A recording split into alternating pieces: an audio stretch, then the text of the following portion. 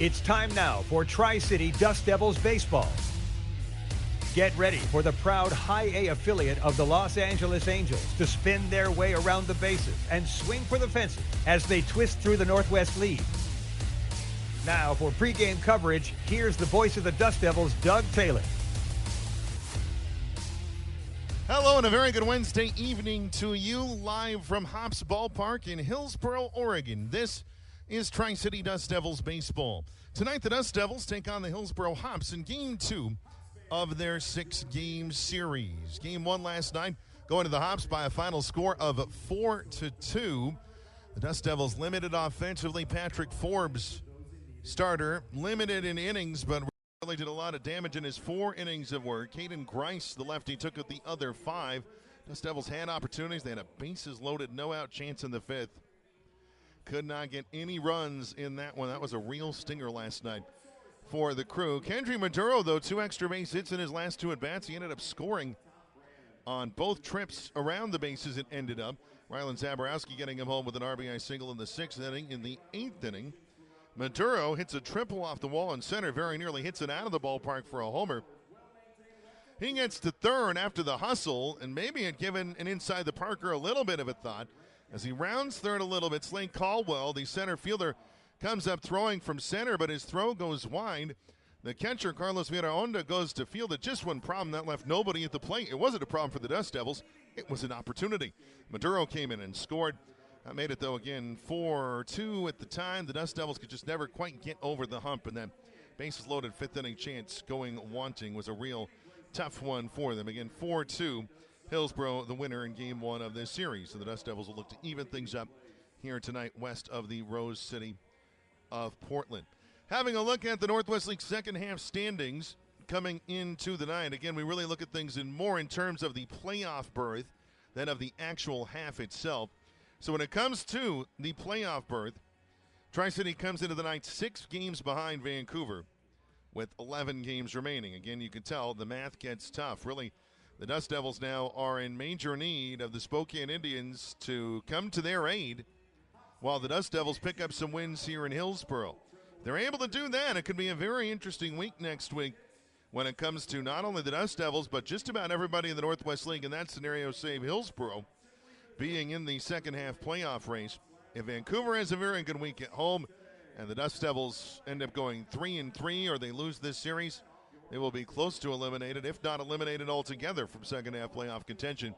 And then it could still be a question as to whether or not Tri-City plays spoiler in the second half. Regardless of those things, you can't really consider them, as manager Dan Billardello says, one game at a time. That is the look, and the Dust Devils will look to take this game and, again, even the series. So Tri-City and Hillsboro both 6 back of Vancouver with 11 to play. Identical 25-30 second half records. Everett at 27-28 is 4 back coming into the night. Spokane 5.5 back, 25-29. And again, Eugene leading the second half by a half game over Vancouver. So, and really what the Emeralds do in the second half, or the remainder of the second half, is immaterial, except for can it knock out a Dust Devil rival. In this case, if Eugene has a big week in Everett, could they knock the Aqua Sox past them? Again, if the Canadians play well the rest of the way, or even something close to well, that is all going to be moot here in the next few days. The door only opens if Vancouver has some struggles up north against the Indians, and everybody else can pick up some wins along the way. So it's baseball, though. The games are not played. None of these things are set in stone. We will find them out at the same time you do. And with that, we'll have a look at the pitching matchup for tonight.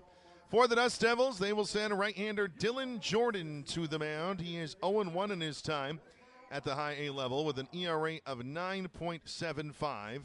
Those are certainly not the numbers he was hoping to have. Of note, though, Dylan's last performance quite a bit better than his first couple of starts. He went 5 innings. He gave up 3 hits, kept the club in the ball game. I think it was the sort of start that Dan Billardello would take any day, though obviously looking perhaps for even more from the righty from Melbourne, Florida here at some point, and perhaps that point is tonight.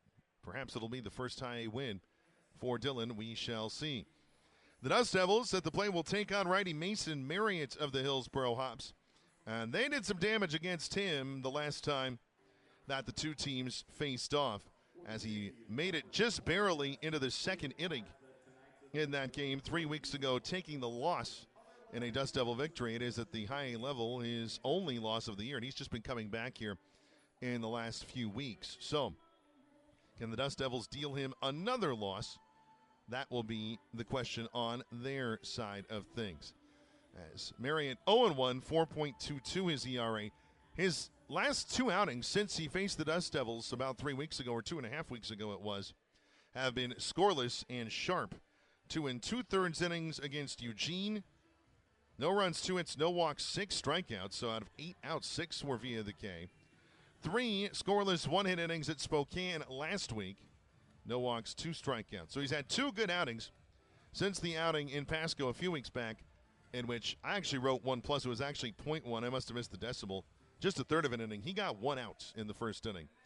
4 runs earned on 2 hits, 2 walks, no strikeouts, and half balls, half strikes. So I guess if you're the Dust Devils, you'd love to do that again. It seems unlikely, but can you get him some early runs and give Dylan Jordan some run support? I think that would certainly be the goal offensively for Tri-City tonight.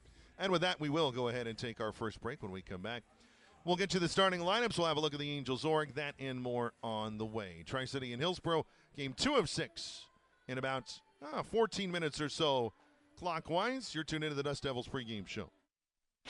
Hey, it's Eric the Peanut Guy with your Tri-City Dust Devils. I can't believe our 25th anniversary season is coming to a close. Come out Thursday, September 3rd for the wall calendar giveaway thanks to Parkview Estates. And fireworks thanks to Roto-Rooter. CPC Co. is bringing out the world-famous Superstars Friday night, and Saturday is the final fireworks show of 2026 thanks to CO Energy. Tickets at DustDevilsBaseball.com. Dust Devils Baseball, a Tri-City's tradition for 25 years.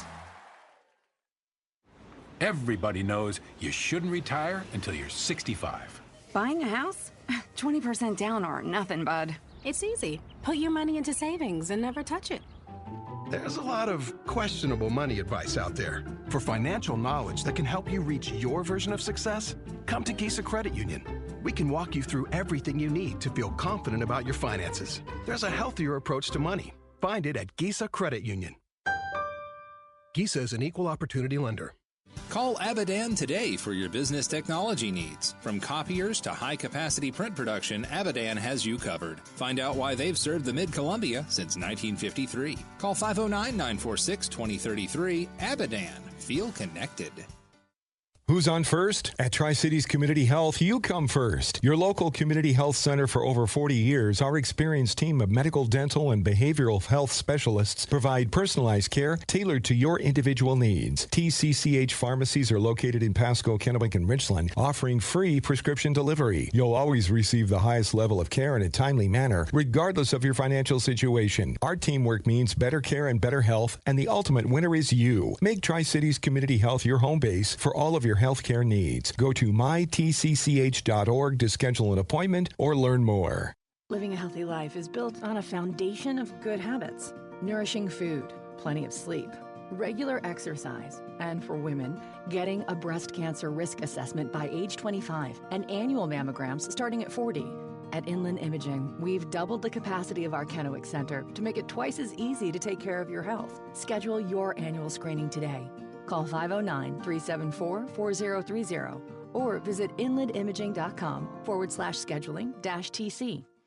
The Hampton Inn Suites Pasco Tri-Cities Hotel provides a home away from home retreat while you stay in Washington. Wake up to a free hot breakfast after a restful sleep on a clean and fresh Hampton bed. Plan your next adventure using the free Wi-Fi in your room or throughout the hotel, and unwind in their indoor saltwater pool and hot tub. They're close to the track center for meetings, concert, and sporting events. Visit Gisa Stadium to watch the Tri-City Dust Devils. For reservations, call 509-792-1660 or stop by 6826 Burden Boulevard in Pasco.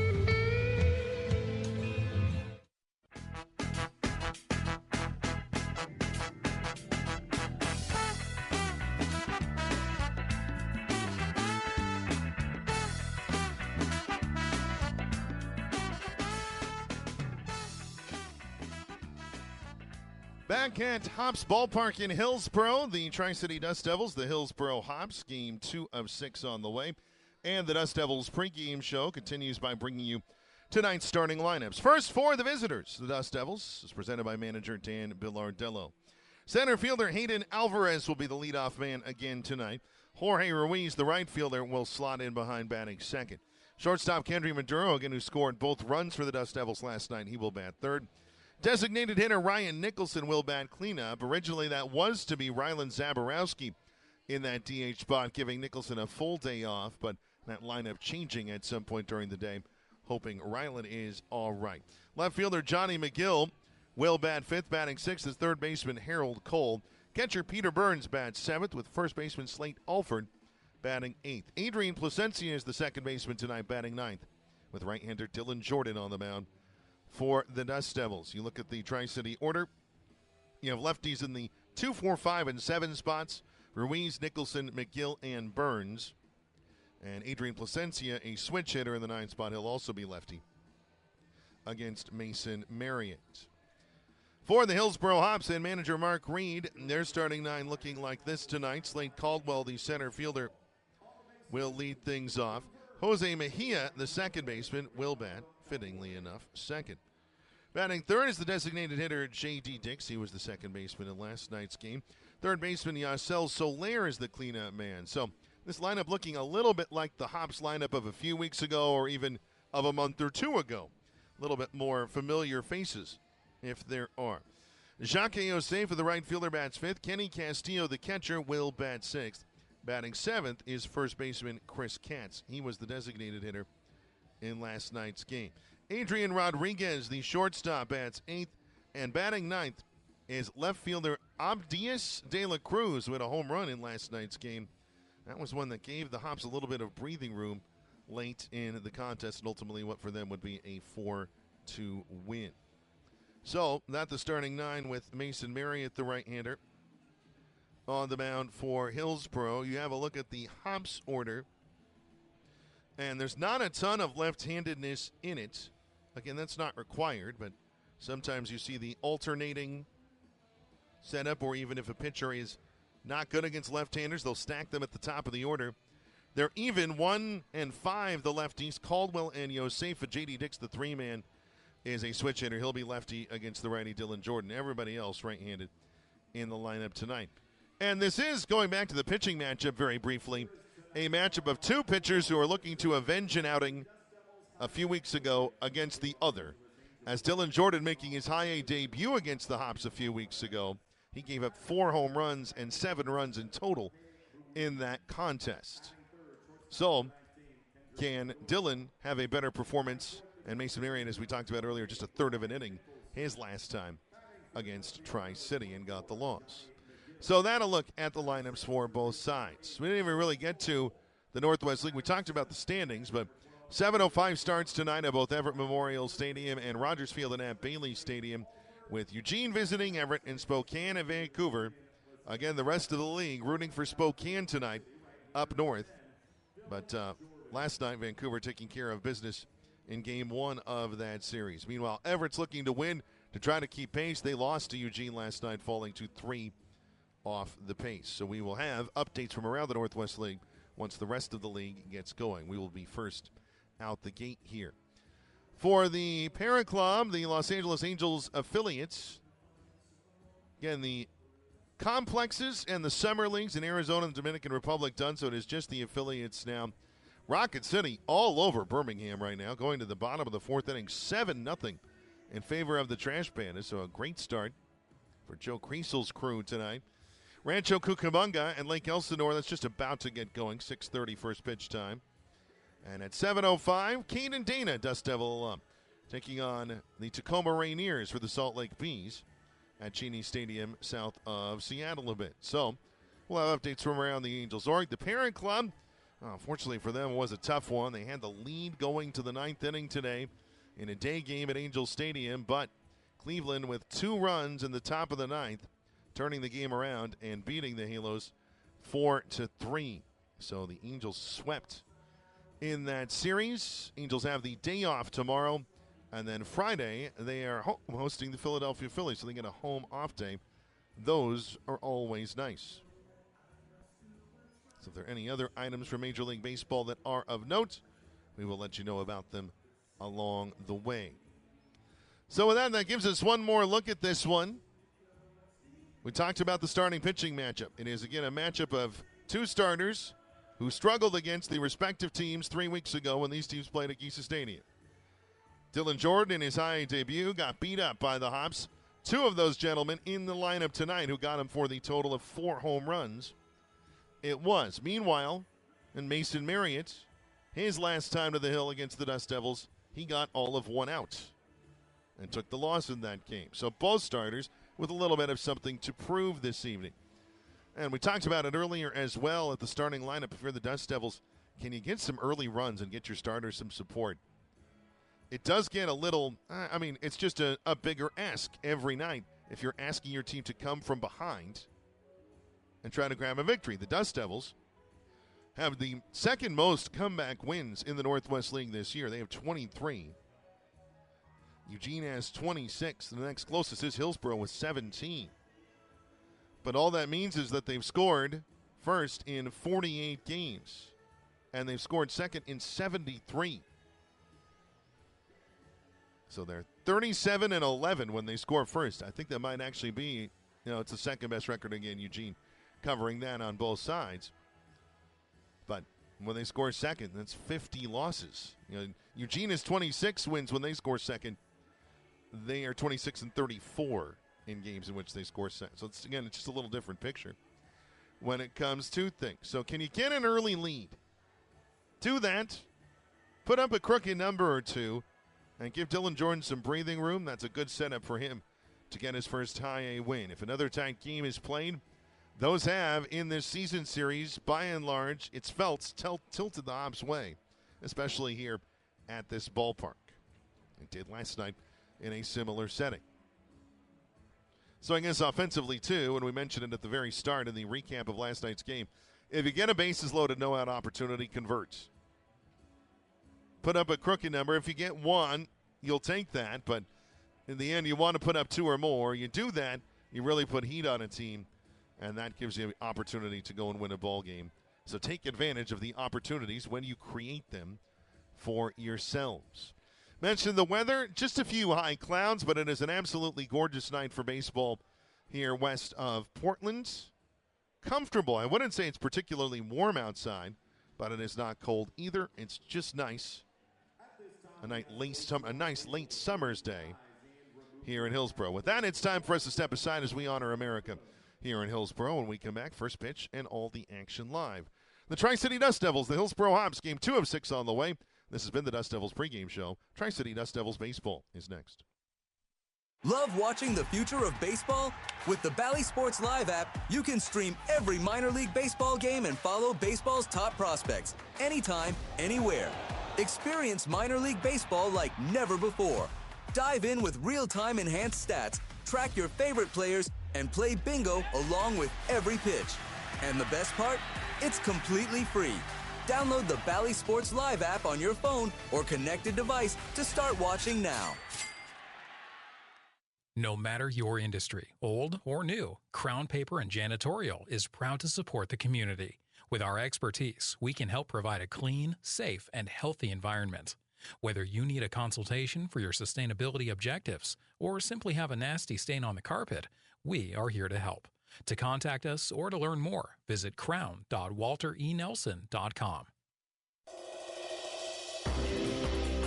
We take a lot of pride in the success of our Tri-City Dust Devils, just like the folks at CO Energy, an independent franchise of Pacific Pride. With quality gasoline, non-ethanol premium, and diesel fuel, Pacific Pride's 24-hour fully automated fueling stations are modern, clean, and well-lit, and the Frequent Fueler's Special Access Card provides security, control, and itemized billing. No lost receipts, no unauthorized purchases, no guesswork. Just hundreds of convenient Pacific Pride sites throughout the U.S. At Pacific Pride, we fuel the winners, and your company can join the team. So get a handle on your commercial fueling needs with Pacific Pride. Open your account today at CO Energy, an independent franchise of Pacific Pride, with offices in Pasco, Spokane, Yakima, and surrounding areas.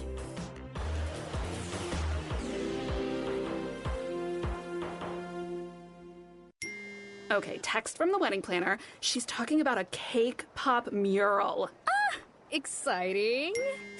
Ooh, it's $8,000. Oh. I don't know, we're trying to save for a house. Well, you only get married once. Or twice. 3 times tops. There's a lot of bad money advice out there. For knowledge you can trust, come to Gisa Credit Union. Whether it's saving for the wedding or everything that comes after, we can help get you where you want to be. Find a healthier approach to money at Gisa. Most women will never experience breast cancer. But for the 1 in 8 who does, early detection can mean the difference between life and death. Catching cancer early means more options while the disease is easier to treat and cure. If you're a woman over 40, you can schedule your annual exam yourself. It's easy. Just call Inland Imaging at 509-374-4030. Don't put it off. Call to schedule your screening mammogram today.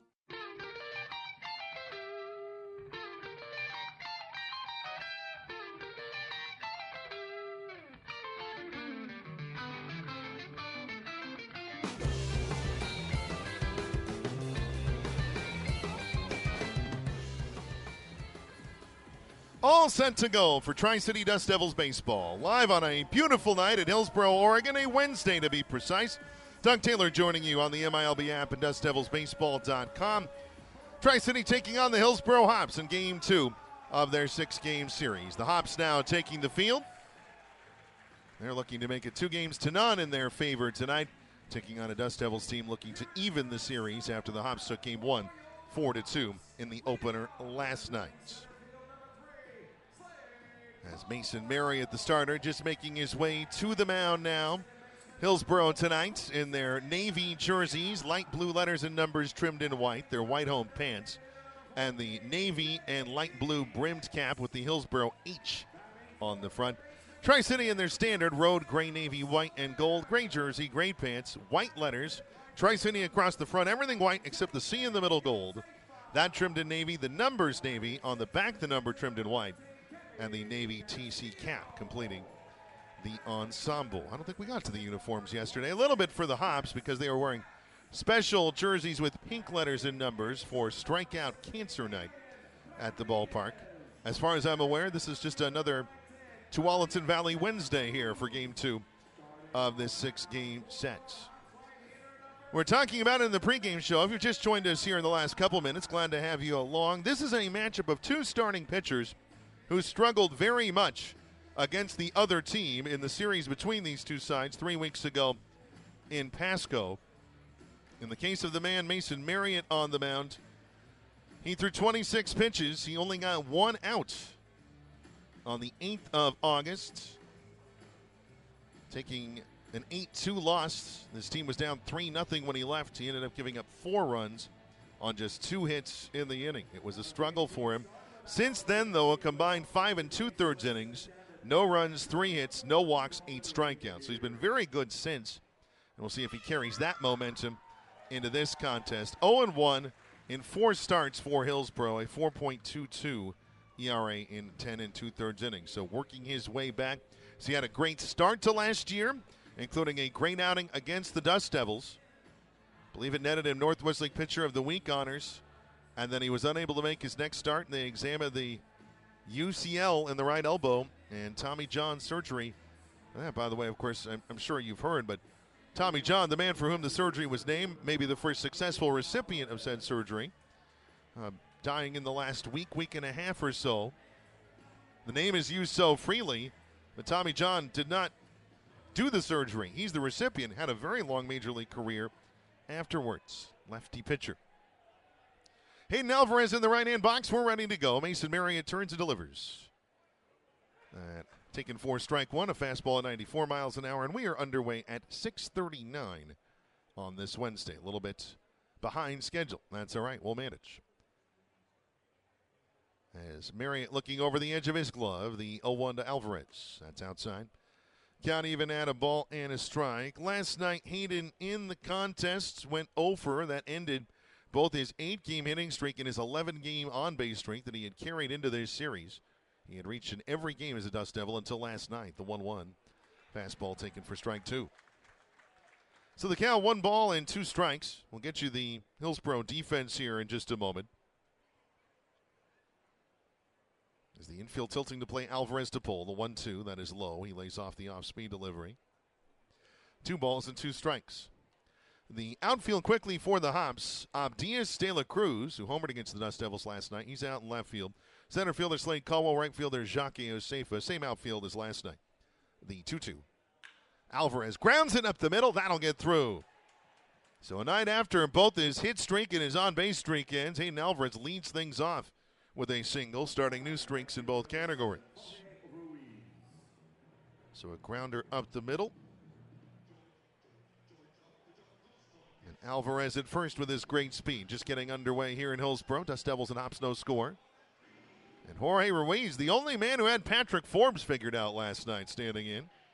Went 2 for 4 and had the only 2 hits against the Hops starter, who otherwise dominated the Dust Devils over 4 innings. Alvarez goes as Ruiz squared, pitches in for a strike, throw to second, not nearly in time.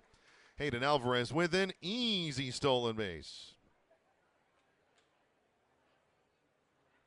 For Hayden, stolen base number 2 is a Dust Devil, and again, that one could not have been easier. He had kind of a galloping start even. See if Jorge Ruiz is more likely to bunt now and try to get Alvarez to third. As Marriott works from the stretch, looking at Alvarez. Corners are crashing.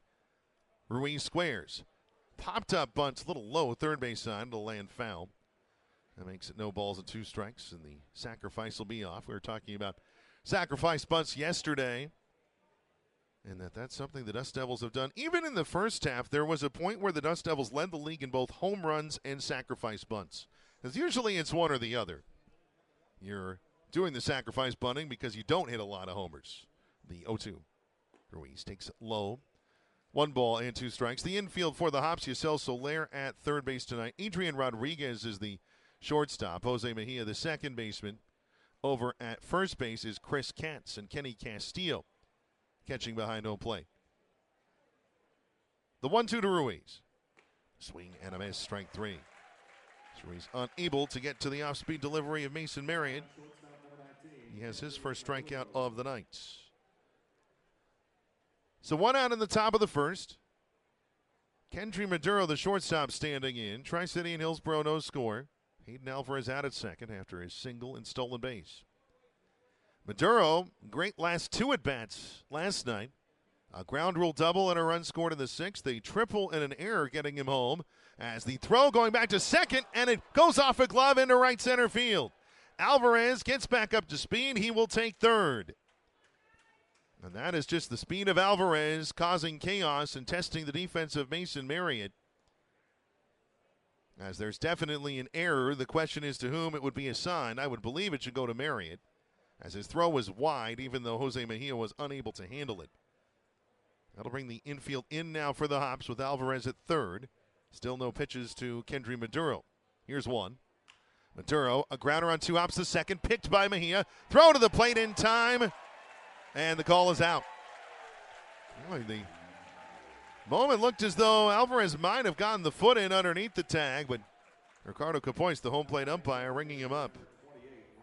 So the contact play not working there. 4-2 is the put out at home plate. That'll be a fielder's choice for Maduro in that capacity. And he is at first with 2 outs, so the threat for the Dust Devils to score is delayed here. Ryan Nicholson, the designated hitter, will stand in. He was not supposed to be in the lineup originally. Pickoff throw over to first, back safely. Kendry Maduro. Maduro, no steals, no attempts at the high A level. Did have double-digit steals for Rancho Cucamonga before making his way north. Marriott in the stretch, holding. First pitch. Fastball, swing and a miss, strike 1. Mason Marriott already, with that out at home plate, has recorded more outs than he did in his last start against the Dust Devils. And that one not going well. This one has gotten off to a better start for him in that way. The 0-1 taken and missing. Just a little outside, a fastball at 95 miles an hour. 1 ball and 1 strike. It is another absolutely gorgeous day in Hillsboro. A little cooler today than it was yesterday. For Game 2 of the 6-game series, a breeze blowing out to right field. The 1-1. Nicholson pulls it foul on the ground to the first base side. Hitting off the railing, kind of diagonal short wall with net there. So it'll get thrown out of play into the seats. And there's a decent amount of foul territory on the turf here at this new ballpark until you get about 2/3 of the way down the lines. Then it gets very skinny, the 1-2. Fastball is high. Nicholson taking 2 balls and 2 strikes. Ryan last night went 0 for 4 with 3 strikeouts. Also flew out to center, but it was not his night at the plate. Pickoff throw over to first, back safely again. Kendry Maduro. See if that gives him a little larger lead here. Again, the count 2 balls and 2 strikes to Ryan Nicholson. Johnny McGill, the left fielder, waiting on deck for Tri-City, hoping to get a shot in this top of the first. The 2-2. Swing and a miss, strike 3. Fastball blown by. And the inning is over. So no runs, a hit, no error, beg your pardon, 1 error, and 1 man left, but those are unrelated things. As we go to the bottom of the first inning with the score, the Tri-City Dust Devils 0, the Hillsboro Hops coming to bat. The Hampton Inn Suites Pasco Tri-Cities Hotel provides a home away from home retreat while you stay in Washington. Wake up to a free hot breakfast after a restful sleep on a clean and fresh Hampton bed. Plan your next adventure using the free Wi-Fi in your room or throughout the hotel, and unwind in their indoor saltwater pool and hot tub. They're close to the track center for meetings, concert, and sporting events. Visit Giesa Stadium to watch the Tri-City Dust Devils. For reservations, call 509-792-1660 or stop by 6826 Burden Boulevard in Pasco. Hey, it's Eric the Peanut Guy with your Tri-City Dust Devils. I can't believe our 25th anniversary season is coming to a close. Come out Thursday, September 3rd for the wall calendar giveaway thanks to Parkview Estates. And fireworks thanks to Roto-Rooter. CPC Co. is bringing out the world-famous Superstars Friday night, and Saturday is the final fireworks show of 2026 thanks to CO Energy. Tickets at DustDevilsBaseball.com. Dust Devils Baseball, a Tri-Cities tradition for 25 years.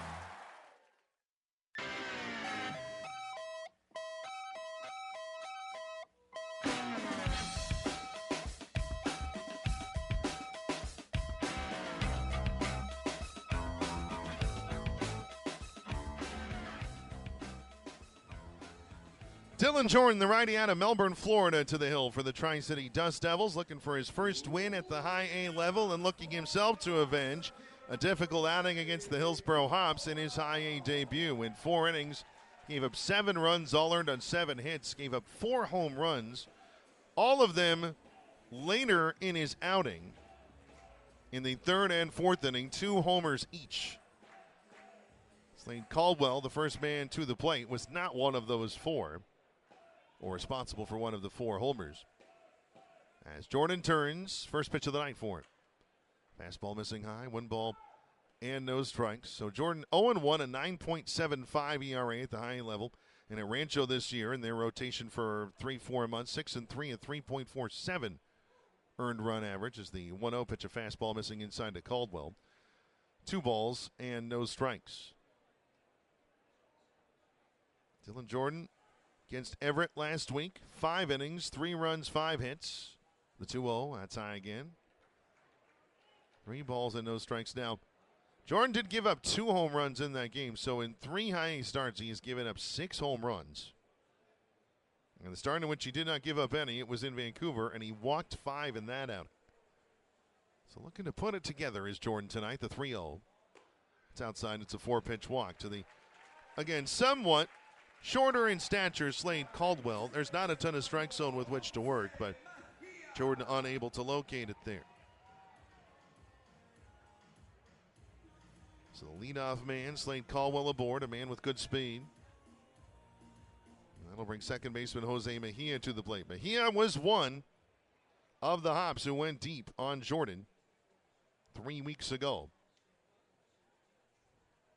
And no score, bottom of the first. First pitch to Mejia, slider inside. 1 ball, no strikes. And with that, Peter Burns coming out to have a word with the young right-hander. And that was a pretty early move for him. As they talk through their situation here, and Burns maybe again just trying to reassure the young right-hander. I got a glove, come find me.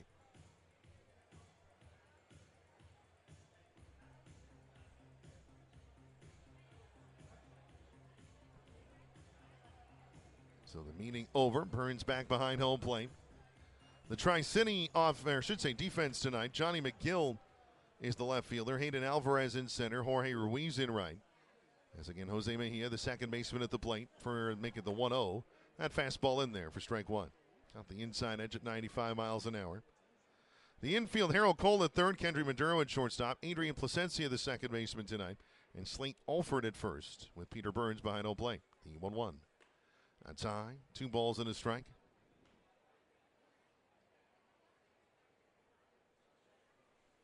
Don't think that Dylan Jordan is consciously being cautious in pitching to Jose Mejia, but I'm sure he knows the guy at the plate homered off him 3 weeks ago.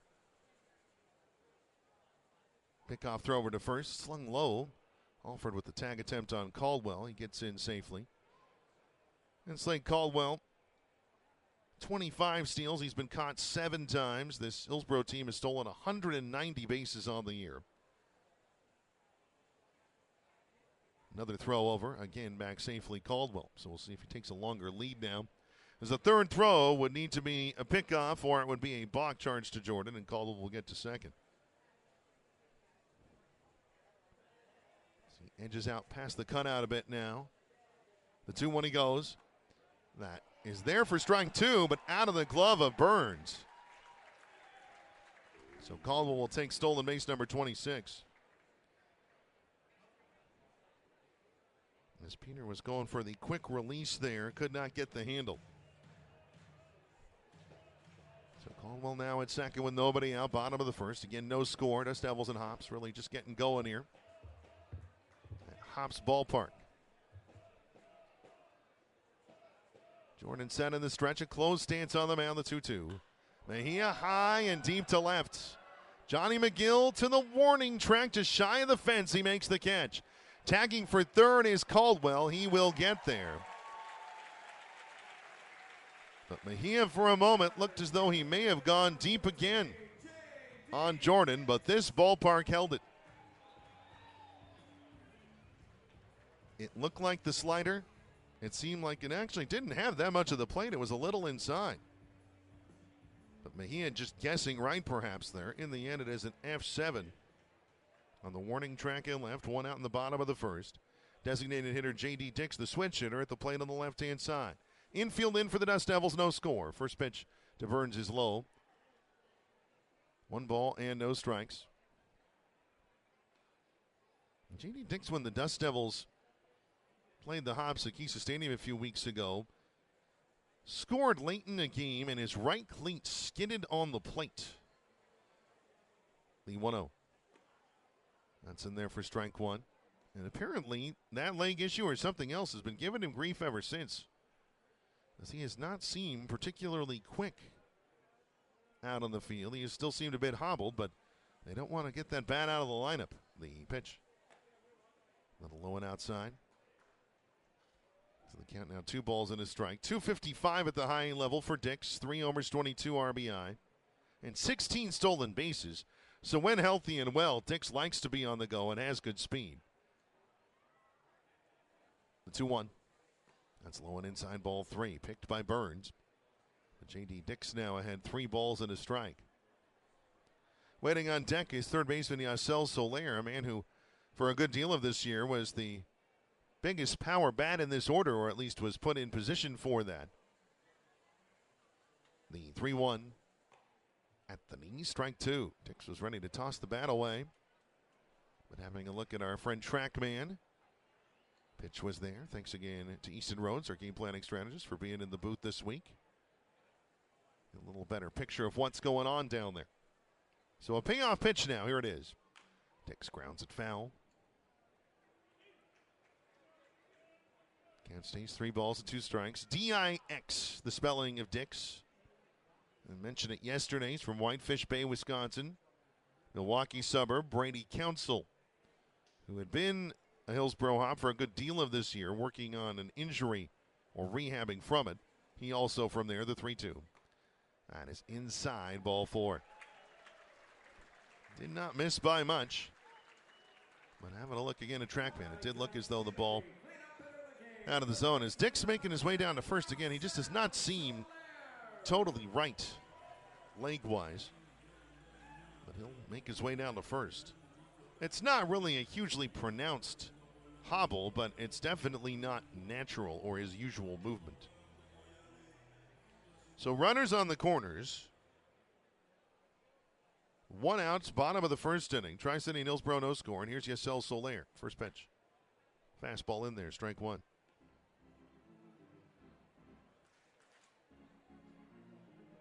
And you have Caldwell at third, Dix at first. Would normally say good speed both bases, but again, Dix seems a bit compromised. Infield playing largely in still. The 0-1, swing and a miss at a slider, strike two. Middle infield definitely playing a little deeper, though. Hoping for a double play ball. Maybe Soler to roll over the slider to Kendry Maduro, something like that, and to turn two and get out of trouble here. Still in Jordan. About to throw his 19th pitch of the inning. The 0-2. Swing and a miss, strike three. He picks up his first strikeout of the night. That'll work as well. So 2 outs in the first now. The infield will go back to regular depth. And Jacques Josefa, the right fielder, will step in. Dust Devils nothing, Hops nothing. You have Slink Caldwell at third. So wild pitch pass ball. He's very likely to score in that scenario. First pitch. That fastball missing outside was the call apparently.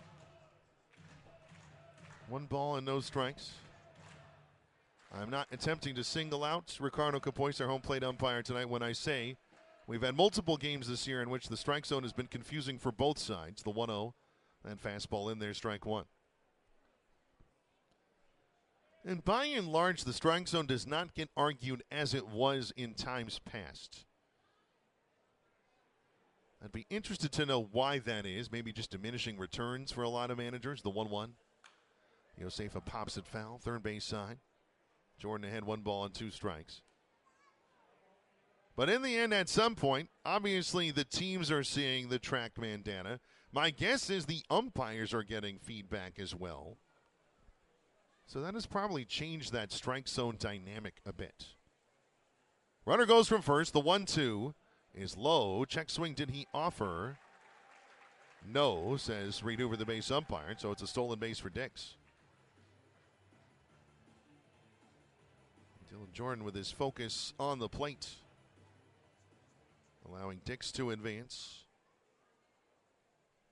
14th stolen base for him on the year. The 2-2 pitch coming now. Josefa fouls it off the end of the bat and then kind of leaps out of his hitting stance. So as not to get caught, he looks to be fine. This has become a longer inning now for Dylan Jordan again in his first. He's about to throw pitch number 25. Set in the stretch, the righty. Again, the 2-2. Fastball, it's there, a called strike three. Josefa was expecting slider. Jordan basically a middle fastball, and Josefa could not pull the trigger. Back-to-back strikeouts gets Dylan Jordan out of trouble here in the first. No runs, no hits, no errors, 2 men left. Through an inning in Hillsboro. The Dust Devils and the Hops no score. Glad you're here tonight for Dust Devils baseball. Who's on first? At Tri-Cities Community Health, you come first. Your local community health center for over 40 years, our experienced team of medical, dental, and behavioral health specialists provide personalized care tailored to your individual needs. TCCH pharmacies are located in Pasco, Kennewick, and Richland, offering free prescription delivery. You'll always receive the highest level of care in a timely manner, regardless of your financial situation. Our teamwork means better care and better health, and the ultimate winner is you. Make Tri-Cities Community Health your home base for all of your healthcare needs. Go to mytcch.org to schedule an appointment or learn more. Living a healthy life is built on a foundation of good habits. Nourishing food, plenty of sleep, regular exercise, and for women, getting a breast cancer risk assessment by age 25 and annual mammograms starting at 40. At Inland Imaging, we've doubled the capacity of our Kennewick Center to make it twice as easy to take care of your health. Schedule your annual screening today. Call 509-374-4030 or visit inlandimaging.com/scheduling-TC.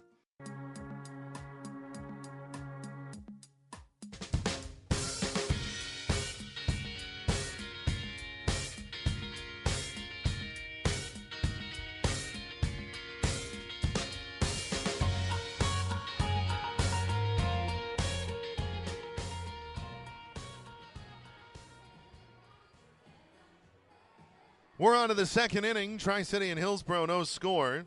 Dylan Jordan with back-to-back strikeouts, getting out on the bottom of the first, leaving 2 runners in scoring position. So we're hearing 9-5 over the public address in honor of the late Dolly Parton. First pitch to Johnny McGill, fouled into the glove of Kenny Castillo for strike 1. The Richmond, BC native will lead things off for the Dust Devils in the second. Third baseman Harold Cole. Catcher Peter Burns will follow as they take on righty Mason Marriott. The 0-1 bunt attempt by McGill. It is fouled away for strike 2. Have definitely seen the Dust Devils at least feigning, if not attempting, more bunts of late. That does seem to be a strategic move.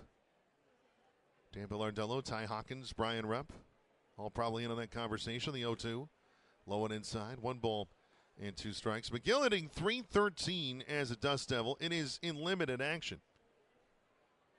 And so far, you see the promise that got him signed last year to the University of British Columbia, the 1-2. And it's inside, 2 balls and 2 strikes. 5 for 16 is McGill. He has a double. He's driven in a pair of runs. As Marriott ready, the 2-2. Swing and a miss, strike 3. Over top of it, looked like a cutter, perhaps a power slider.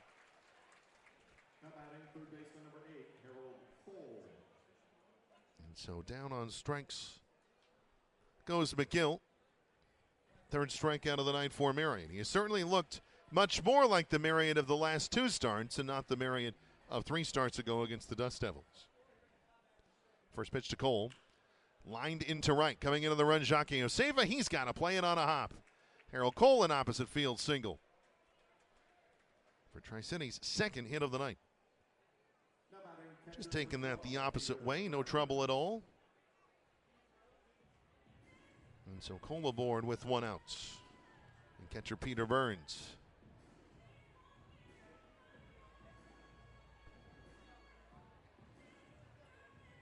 It's Alicia Keys regaling him to the plate. Again, in Hillsboro, they go back to the old original spirit of walk-up music. As Mason Marriott, first pitch. Fastball missing, 1 ball and no strikes. No score, Tri-City and Hillsboro. Harold Cole over at first with 1 out in the top of the second. Walk-up music originally was played to kind of taunt the other team lightly.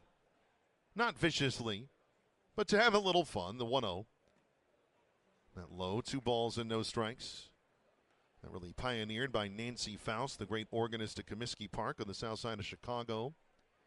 And then, of course, walk-up music kind of turned the other way of now this is what the player wants as they come up. But originally it was for the opponents, strangely enough. The 2-0. Cole goes. Burns pops it high in the air, foul on the third base side. So the hit and run on from Dan Billardello. 2 balls and a strike. Dan has mentioned this in our conversations, usually on Tuesdays, and it was this week. He actually doesn't like the hit and run much. But he has done it more in the second half because there isn't quite the same amount of power as there was in the first half of the team. The 2-1, that's in there for strike 2. Fastball on the outside edge. I should know, too, on that walk-up music, Nancy Faust also did play music for the White Sox as they came to the plate. It was the kind of other half that faded. But in Hillsboro, they are still doing it. Pickoff throw over to first. Back safely is Cole. Harold with 5 steals. He's been caught 3 times. Got 27 steals last year at Single A Inland Empire. So not as if he cannot steal bases. Just has not been as big an ask here. And that's really true club-wide. Save a couple. The 2-2. Cole goes again. Burns hits it on the ground softly to third. Isel Soler fields it. Throw to first is in time. Going for third is Cole. Safe. Just gets around the tag. Not the call anyway. Both Soler, Mason Marriott, they both jumped in kind of horror as they thought the tag may have been applied. Ricardo Capois, though, with a smile to the Hops dugout saying no, he had gotten in there, and that's why I called him. So 2 bases on the play for Cole because he was getting across there from first to third. It ends up on a 6 or 5-3 ground out. As they were playing Burns to pull. So that will bring Slate Alford, the first baseman, up. New baseball for Mason Marriott on the mound. Dust Devils trying to break through, get the first run of the night. Alford had a big game for Tri-City last week.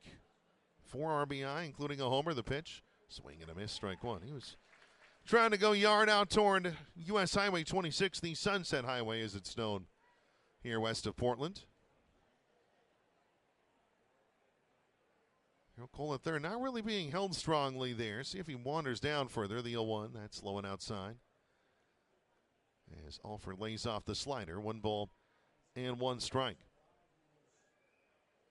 And we were having the chat pregame of Dust Devils having the second most comeback wins this year in the Northwest League. The 1-1, Alford takes it, it misses. Ball 2. High and inside to him, 2 balls and a strike. Well, that is because the Dust Devils have had more opportunities than any other team to come back. That is, they have scored second, or the other team has scored first, 73 of the 131 games in which they've played. The 2-1. That's grounded foul. Home plate circle to the Hops dugout third base side. Count 2 balls and 2 strikes. So 73 the total there. No team in this league has had more than 62 of those opportunities. Another 2-2 pitch coming to Alford. That's a slider outside. He lays off it in the count full. 3 balls, 2 strikes. If Alford reaches, second baseman Adrian Placencia waiting on deck. Again, Tri-City in the standard road gray, navy, white, and gold tonight.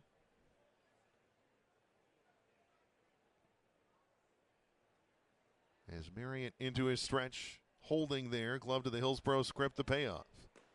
Taken for a called strike 3. Low in the zone, but it's there. Alford goes down looking, and the Dust Devils are turned away here in the second. No runs, a hit, no errors, a man left. And we go to the bottom of the second. The Dust Devils nothing, the Hops nothing. This is Dust Devils baseball. Man, I loved playing high school sports growing up. And it's fun being a fan now, don't get me wrong, but sitting in the stands feels like I'm missing out on all the action, you know? I wanted to get back in the game, so I signed up to be a high school official. It takes me back to my playing days. I'm supporting students, and I get paid to make the big calls. Do you want to see the game up close? Sign up to become an official in Washington at highschoolofficials.com. Everybody knows you shouldn't retire until you're 65. Buying a house? 20% down or nothing, bud. It's easy. Put your money into savings and never touch it. There's a lot of questionable money advice out there. For financial knowledge that can help you reach your version of success, come to Gisa Credit Union. We can walk you through everything you need to feel confident about your finances. There's a healthier approach to money. Find it at Gisa Credit Union. Gisa is an equal opportunity lender.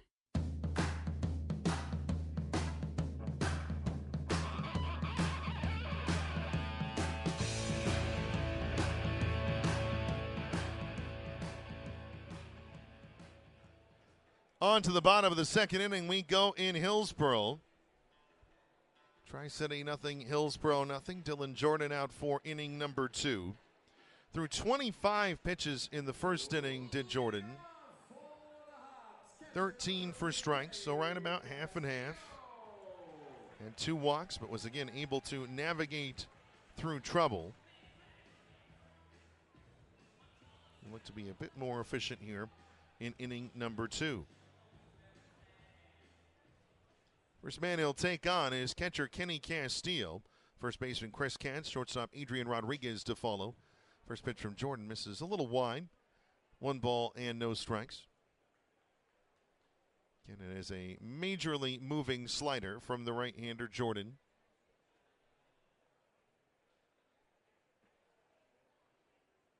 As he turns into the wind, the 1-0. Fastball in there. Caught the lower outside edge at the knees to bring the count even at a ball and a strike. Castillo, another of the four who homered off of Jordan 3 weeks ago. The 1-1 is fouled back for strike two. Up off the edge of the roof line and back down. So a ball and 2 strikes. Castillo on the year, 8 homers, 53 RBI, 18 doubles, and a triple to boot. 265 is average coming into the evening. The 1-2. Outside. Unwilling to chase the slider is Castillo. 2 balls and 2 strikes. I think we talked about this the last time that Jordan started. When you come up a level, it takes a little bit of an adjustment because guys up here are not going to go after the same pitches. The 2-2. Swing and a miss, strike 3. In sequence, you can get him to, as they went back to the slider, and Castillo could not lay off him. So 3 strikeouts in a row going back to the first inning for Dylan Jordan. And 1 out in the bottom of the second. Dust Devils and Hops, no score. Chris Kent's coming in for his 4th game as a professional. Again, got off to such an incredible start. First pitch to the righty. Slider in there for strike 1. Middle at just 81 miles an hour.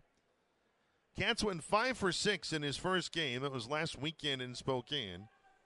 He is 1 for 7 since, but still inning 462. The 0-1. Outside, a ball and a strike. And that is what small sample sizes can do. They can inflate numbers, but at the same time, it was a very impressive start to his pro career. The 1-1. Fastball high. 2 balls and a strike. And Chris Katz from Raleigh, North Carolina, the state capital. 9th round pick in this year's draft. The 1-1. And a slider low and outside. 2 balls and a strike. Tri-City does not have any 2026 draft picks currently on its roster. They did very briefly have righty Grayson Chappell, 18th round pick of the Angels, was with the team for a couple weeks. Now back in Arizona. The 3-1. Fastball, swing and a miss, strike 2. As he gets it by Katz. Katz kind of works on his swing, kind of stops it basically right at bat perpendicular to zone. The 3-2. Grounded on 2 hops to first, handled by Slade Alford, the first baseman. He'll call off Dylan Jordan and take it to the bag for the out, 2 down. As he retires his counterpart unassisted.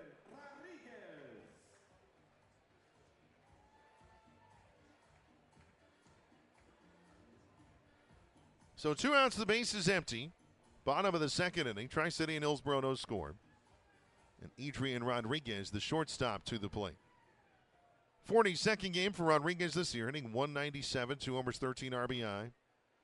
First pitch to him, missing outside. 1 ball and no strikes.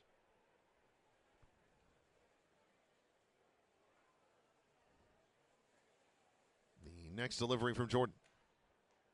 That is a slider missing high. 2 balls and no strikes. Outfield tilting slightly the opposite way in the righty. Infield is playing him to pull, not severely. The 2-0. Fastball just missing high, apparently, from Ricardo Capois. And Dan Billardello from the dugout was signaling he thought it was in the zone. I can confirm via TrackMan it indeed was. But that's not how strikes are determined. The 3-0, that's inside ball 4.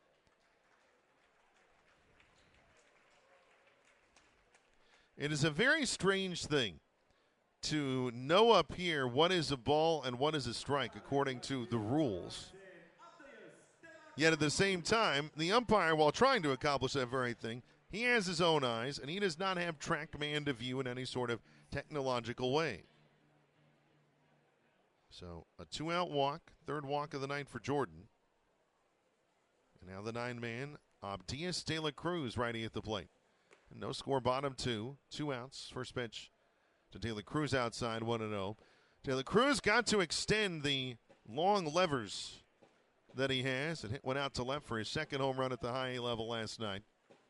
Fourth and final run for Hillsboro in their 4-2 win. The 1-0. And a fastball on 95. Outside corner. Ball and a strike.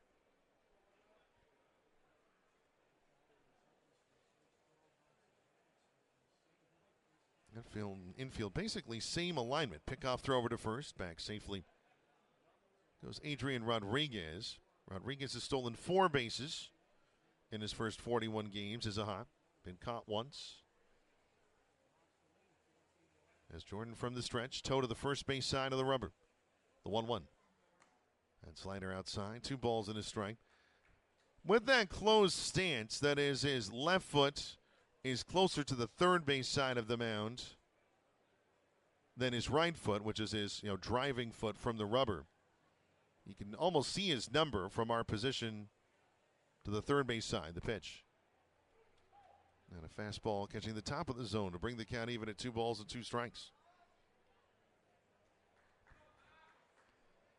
As there's long shadows out in the outfield now. The infield largely shaded.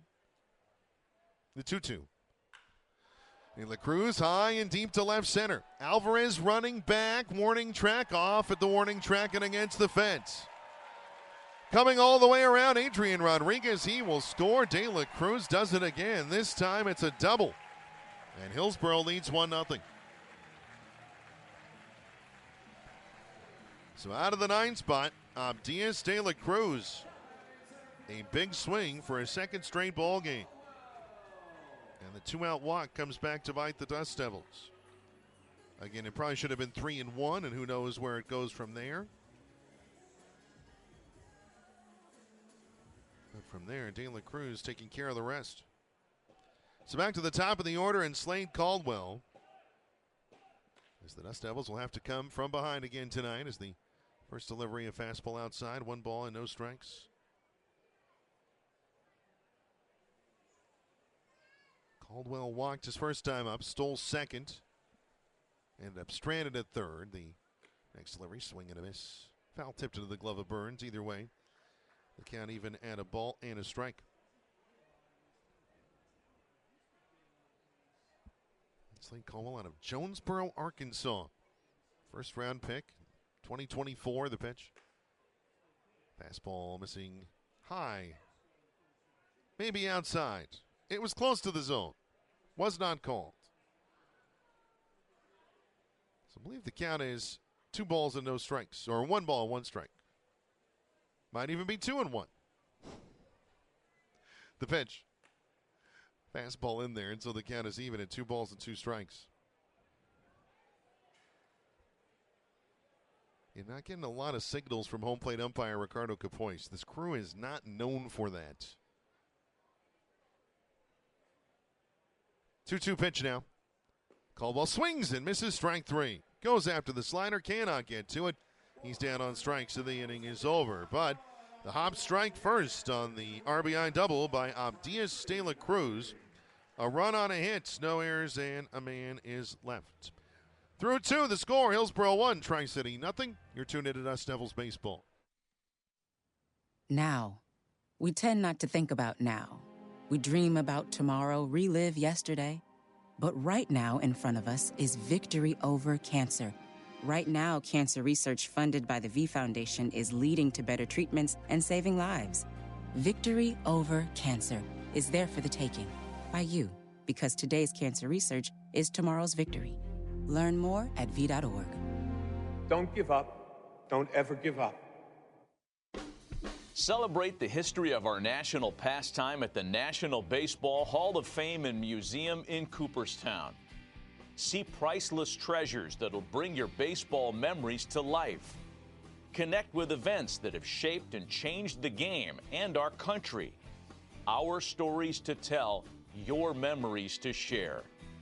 Plan your visit today at baseballhall.org.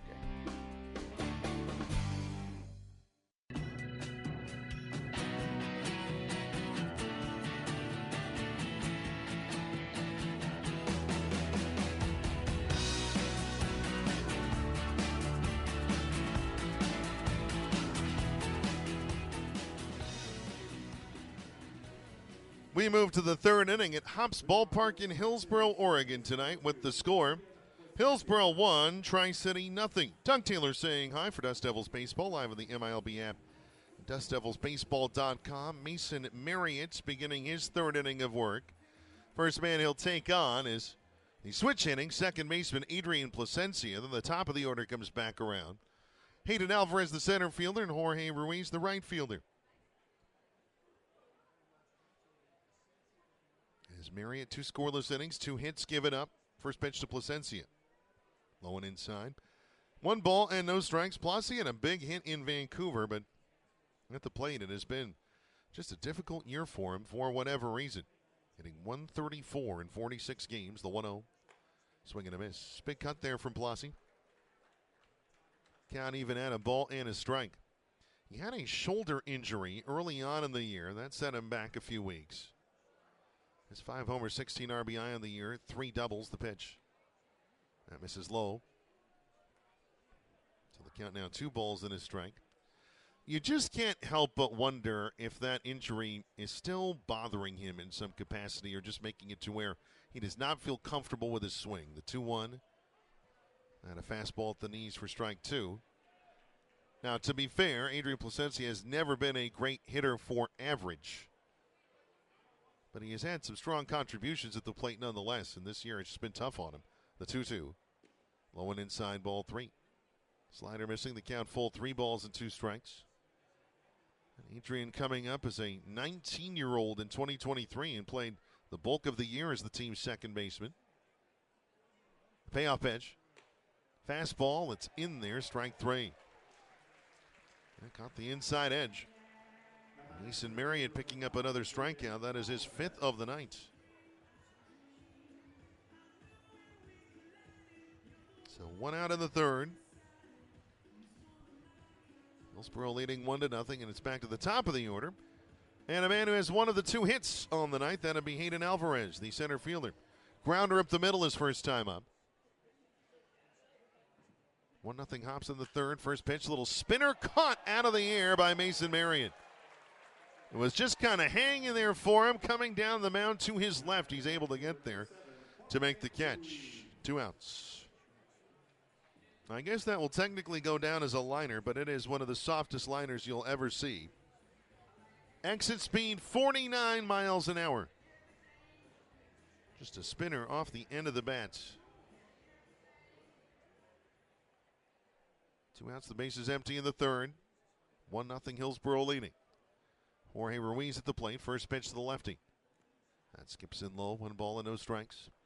And Tri-City in the road, gray, navy, white, and gold as per usual. Hillsboro in their regular navy jerseys tonight. Light blue letters and numbers trimmed in white, wide-o pants, and their navy and light blue brimmed cap on top. The 1-0 taken by Ruiz, a fastball there to bring the count even at a ball and a strike. Line scores right now for Hillsboro. 1 run, 1 hit, 1 error. 1's across.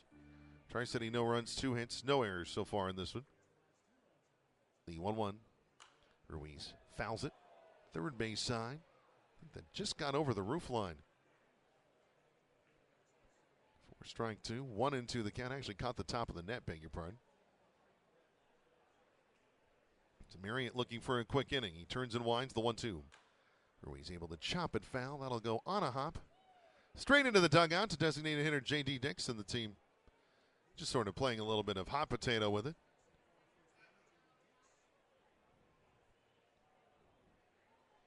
Beautiful night in Hillsboro. A lot of blue sky above us. Some very kind of popcorn clouds. Nothing threatening. The 1-2. Ruiz high in the air. Further down the left field line. But that's going to go foul as well. Look out down there. And so it stays. 1 ball and 2 strikes.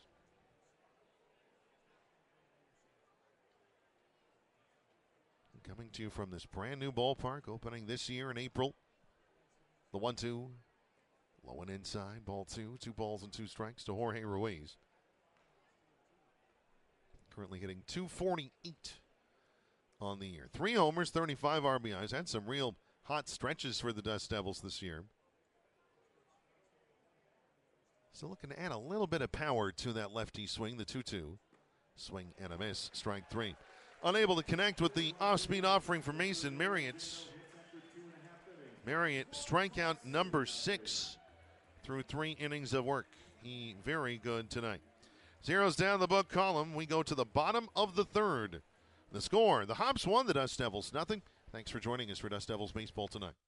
Call Abadan today for your business technology needs. From copiers to high-capacity print production, Abadan has you covered. Find out why they've served the Mid-Columbia since 1953. Call 509-946-2033. Abadan. Feel connected. We take a lot of pride in the success of our Tri-City Dust Devils, just like the folks at CO Energy, an independent franchise of Pacific Pride. With quality gasoline, non-ethanol premium, and diesel fuel, Pacific Pride's 24-hour fully automated fueling stations are modern, clean, and well-lit, and the frequent fueler's special access card provides security, control, and itemized billing. No lost receipts, no unauthorized purchases, no guesswork. Just hundreds of convenient Pacific Pride sites throughout the U.S. At Pacific Pride, we fuel the winners, and your company can join the team. So get a handle on your commercial fueling needs with Pacific Pride. Open your account today at CO Energy, an independent franchise of Pacific Pride, with offices in Pasco, Spokane, Yakima, and surrounding areas.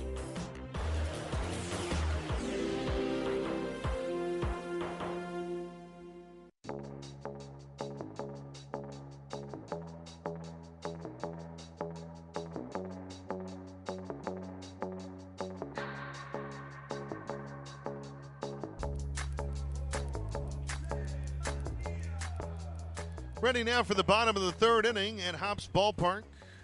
1-0, Hillsboro leading. Dylan Jordan beginning his third inning of work. His second inning ended up looking a lot like his first when it comes to pitch count. 25 pitches in each of the first 2 innings. First pitch to Jose Mejia. Slider low and outside. 1 ball and no strikes. So 50 pitches, 25 strikes. He threw 13 strikes in the first inning, 12 strikes in the second. The 1-0. Foul back by Mejia, bringing the count even at a ball and a strike. Suffice it to say that if Jordan stays on that pace, he will not make it 5 innings into this game.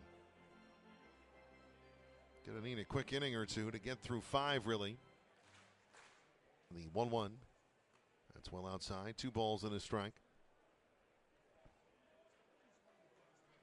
Dust Devils got 4 1/3 innings from starter Jose Atencio last night. The 2-1. That fastball high and inside, ball 3. 3 balls and a strike. And has been an issue for the Dust Devils really since starting pitchers should be stretched out kind of early to mid-May. The 3-1. That's inside, ball 4. For Dylan Jordan, that is his 4th walk of the evening.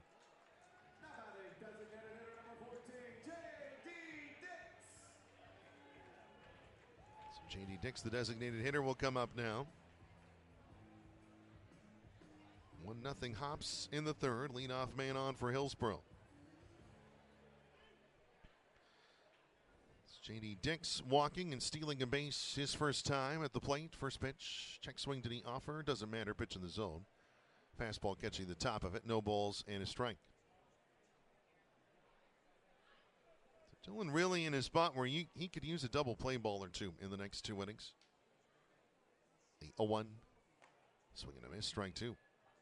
Dix trying to get full extension there, but came up empty on the Jordan fastball. And Dylan working out of the stretch, working all the time. It's kind of a lower arm angle from which he comes. It's an arm slot you got to get used to, the pitch. Swing and a miss, strike 3. He hides it well. That was a cutter moving away. And a strikeout on the board for Jordan. That's his 5th of the evening. So 1 out of the third. On the bottom side, 1-0, Hillsboro leading. Jose Mejia over in first. Yasel Soler, the third baseman, up. Struck out on a slider his first trip to the plate. Pickoff throw over the first, and they have Jose Mejia. I'm not sure why he stopped. It seemed as though he looked back and was maybe looking into the sun, and he just froze the moment Slate Alford caught the ball. And Slate just walked over to him and tagged him. That was bizarre looking. Watching the replay now, Throw comes over. I think also Mejia just realizing he was beat. No sense trying to turn that into a rundown. There was nowhere to go. So 2 outs, the base is empty now. First pitch is Soler, a fastball for strike one. Dylan Jordan getting the pickoff, 1-3.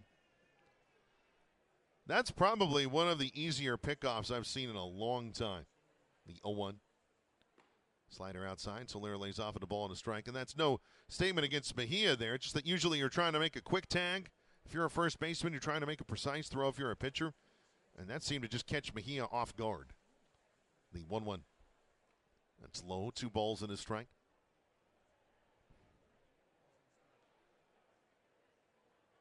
Pickoffs are also a way in which a pitcher can work around a batter getting on and put together a shorter inning. The 2-1. Fastball high, ball 3, maybe more outside than high. 3 balls and a strike. From our vantage point here to the third base side of home plate, should be able to see high and low all right. Out and in a little more difficult, the 3-1. That is outside, ball 4. So that is walk number 5 for Dylan Jordan. So you get that opportunity to try to get an out, have a quick inning, and instead you put a base runner right back on. These are things that the young right-hander will have to learn to avoid in time. But this is a learning process. This is developmental baseball. These things are learned on the fly. Even can be known in theory, but then putting it into practice is another thing. 2 outs, first pitch to Jacques Josefa, a big swing and a miss, and a fastball 0-1. Hops 1, Dust Devils nothing. Yasel Soler aboard at first. As the sun is kind of getting into the faces of the players at first base, depending on the angle and where they stand. The 0-1. Josefa, high pop-up, third base side. Harold Cole tracking in foul territory. He stops, he makes the catch. And the inning is over. Relatively speaking, that will work for the Dust Devils. 15 pitches, it looks like, for Jordan in that inning. And best of all, it is a scoreless frame. No runs, no hits, no errors, and a man left. We go to the 4th. Hillsboro 1, Tri-City nothing. The score so far for Dust Devils baseball. Most women will never experience breast cancer. But for the 1 in 8 who does, early detection can mean the difference between life and death. Catching cancer early means more options while the disease is easier to treat and cure. If you're a woman over 40, you can schedule your annual exam yourself. It's easy. Just call Inland Imaging at 509-374-4030. Don't put it off. Call to schedule your screening mammogram today. We're here at Giesa Stadium, and folks, measles is stepping up to the plate, but Benton and Franklin counties are ready with a game-winning pitch, the MMR vaccine. It's a deep drive, and it's out of here. That's how you can help strike out measles and protect your whole lineup, family, friends, and neighbors. Don't let measles score. Stay in the game. Make sure your vaccinations are up to date. Strike 3. Talk to your healthcare provider today and help the Tri-Cities strike out measles. A message from Benton Franklin Health District, where healthy futures grow together.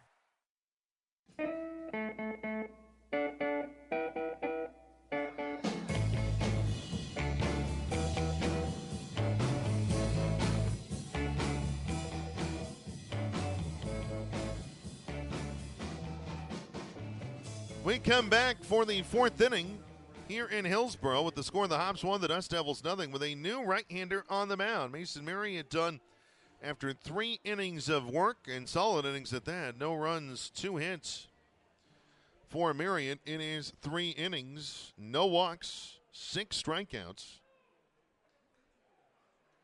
And so he is done, and Angel Gonzalez will take over. First man he takes on is Kendry Maduro, the shortstop. First pitch ripped foul up the third base line for strike 1.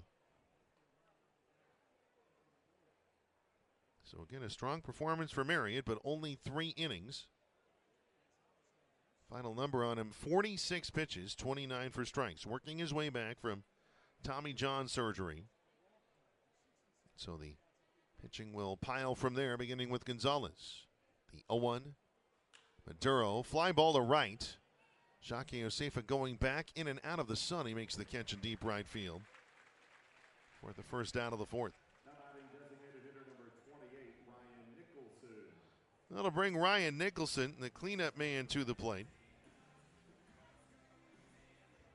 One out, the base is empty in the fourth. 1-0 Hillsboro the score. Maduro 0 for 2 after the flyout. Nicholson struck out his first time up. Again, all of that against Mason Marriott. The first pitch popped high in the air, third base side. That will go foul. Onto the roof, bouncing away. No balls and a strike. Yoanel Gonzalez for the Hillsboro Hops, a somewhat familiar foe. 6'5", 215 out of El Tigre, Venezuela. 22 years old as of the 1st of July. The 0-1. Fastball, swing and a miss, strike 2. 96 there from Gonzalez, certainly bringing the heat.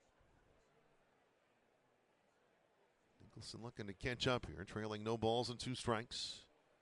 The pitch from Gonzalez. He reaches out and pops one foul. Third base side, out of play. Well over Mike, our bus driver, I believe. No, that's a different fan out there. Not sure where Mike is tonight, seating-wise. We'll try to locate him. The 0-2 again. Swing and a miss, strike 3. That time got him to go after the slow stuff, diving low.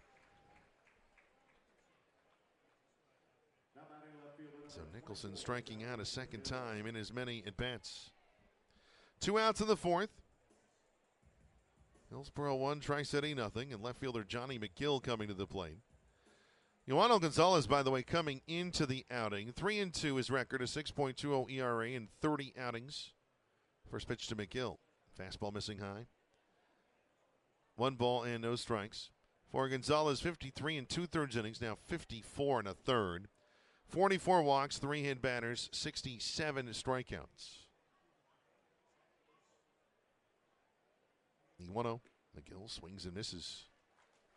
Fastball with some drop, sinking away. Count even at a ball and a strike. McGill struck out swinging his first time up. Again, that all against Mason Marriott. Infield playing McGill pretty strongly to pull. Right side of the infield. Both over to their left. Left side. Working up the middle more. The 1-1. This is high. 2 balls and a strike. Johnny McGill, a known on-base man, obviously pretty new to the Dust Devils. Mentioned it before, but we'll keep mentioning it a bit. His final year at the University of British Columbia, he was incredible. The 2-1. McGill high in the air to center. Slade Caldwell going back, though. Now a couple steps in, makes the catch. He hit it well, did McGill, but there's a lot of space in this outfield in Hillsboro. And the catch made to end the inning without issue. Yoanel Gonzalez 3 up and 3 down in the fourth. That's now 8 in a row retired by Hops pitching. We go to the bottom of the fourth. Hillsboro 1, Tri-City nothing, and Dylan Jordan back to work when we return. Okay, text from the wedding planner. She's talking about a cake pop mural. Ah, exciting. Ooh, it's $8,000. Oh. I don't know, we're trying to save for a house. Well, you only get married once. Or twice. 3 times tops. There's a lot of bad money advice out there. For knowledge you can trust, come to Gisa Credit Union. Whether it's saving for the wedding or everything that comes after, we can help get you where you want to be. Find a healthier approach to money at Gisa. Love watching the future of baseball? With the Bally Sports Live app, you can stream every minor league baseball game and follow baseball's top prospects anytime, anywhere. Experience minor league baseball like never before. Dive in with real-time enhanced stats, track your favorite players, and play bingo along with every pitch. And the best part? It's completely free. Download the Bally Sports Live app on your phone or connected device to start watching now.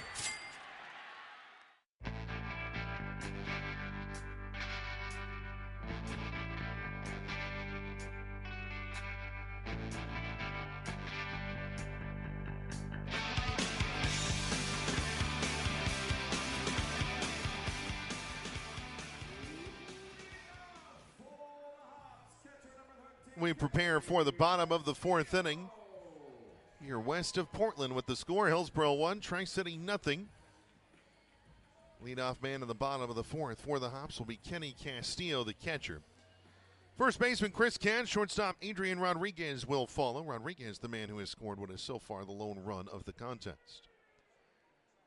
Dylan Jordan from the wide, first pitch to Castillo. Slider low, 1 ball and no strikes. Jordan again peering it back. The pickoff of the runner at first helped. Just 15 pitches in the third inning. The 1-0 grounded to the left side of the infield slowly. And Harold Cole will pick it up, but it is a foul ball as Castillo hit on the foot. Did not see any or hear any signal again from Ricardo Capois.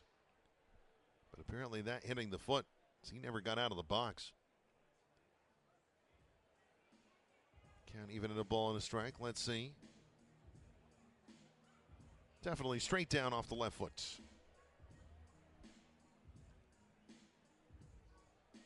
So Castillo taking a moment to walk that one off. That is never pleasant, even if you have the protective gear on, and Castillo does not. That still stings. The 1-1. Swing and a miss on the slider, strike 2. That's a really good pitch to throw right after that happens as well, because you're a little unsure about that foot maybe. Or maybe it's a touch sore and you kind of force him to go out after it. The 1-2. Fastball outside. 2 balls and 2 strikes. And mentioned the 4-homer game that Dylan Jordan had in his IA debut. The Hops hitting 4, total of 5 on the night. It was later in the outing that Jordan got as the 2-2, a slider missing low and outside. Full count now, 3 balls and 2 strikes. It was 2 homers in the third, 2 homers in the fourth. As the 3-2 now. Taken at the knees, strike 3. Castillo doesn't like the call. Trackman disagrees, says it was there. Castillo still shaking his head as he goes back to the dugout. So we've talked about the walks for Dylan Jordan. He has been picking up the strikeouts as well. As for Jordan now, that is a grand total of 6. As now Chris Katz, the first baseman, in first pitch to him, a fastball for strike 1. So far, 3 1/3 innings for Jordan. A run earned on a hit. That looks good. It's the 5 walks against the 6 strikeouts. A little tougher, the 0-1. Check swing of the slider. Did he go? No, says Reed Hoover, the base umpire. Count even at a ball and a strike. Again, it's a very funny thing. We all think we know what a swing is and what isn't. Yet there's nothing in the rule book that says what is a swing and what isn't. The 1-1. Slider low and outside. 2 balls and a strike. That is solely in a judgment of intent by the umpire down the respective line.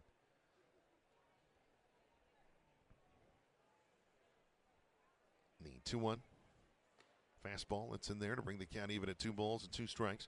Chris Katz grounded out to first his first time up. Hit kind of a spinning 2-hopper that Slade Alford grabbed and then took to the bag himself.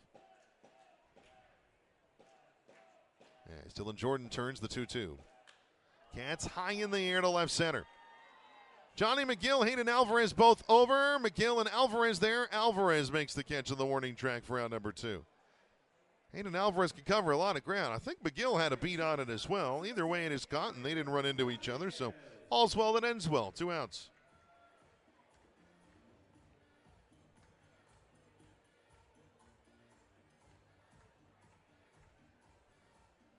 So the base is empty, and Adrian Rodriguez to the plate. It was with 2 outs in the second that Rodriguez drew a walk on 4 pitches and then came in to score on Diaz de la Cruz's double. First pitch to Rodriguez outside.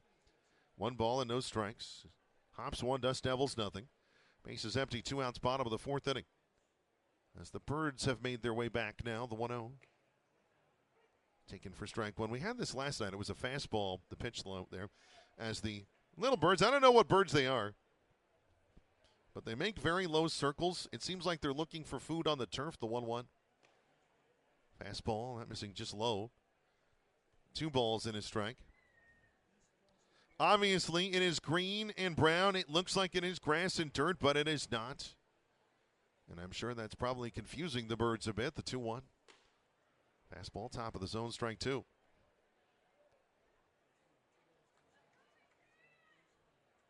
Not unlike the, I believe it is urban legend about the blue turf in Boise. The 2-2. Rodriguez grounds a foul, third base side. Count stays 2 balls and 2 strikes. Again, I believe it is an urban legend. I've seen no video of it, where because it's blue turf, there was a rumor out there that birds were flying and crashing into the turf because it's the color of water. But I don't believe that is actually true. But there is a reason why most folks have green turf, because it's supposed to look like grass. The 2-2. Rodriguez fouls it back. Count stays 2 balls and 2 strikes. That doesn't mean that people don't have fun with that. Eastern Washington, football-wise, has red turf, the Inferno. And there are baseball programs now that have veered into different colored turf as well, as long as they can see the white ball on it. The 2-2. Rodriguez again, spinning one foul. So he reached the first time on 4 pitches, and now Rodriguez is causing Jordan more problems simply by fouling balls away. Still in Jordan now at 82 pitches on the night. The 2-2. Again, fouled away on the slider, just able to get a piece. So this will be the 8th pitch of this plate appearance, as action looks like it is beginning or has begun now. Looks like the righty Zach Redner getting loose out of the Tri-City bullpen. The 2-2. Rodriguez, high pop-up, first base side. Ball slayed all for Peter Burns, having a look, and it'll land just on the other side of the nets near the roof of the Dust Devils dugout, first base side. So the battle continues.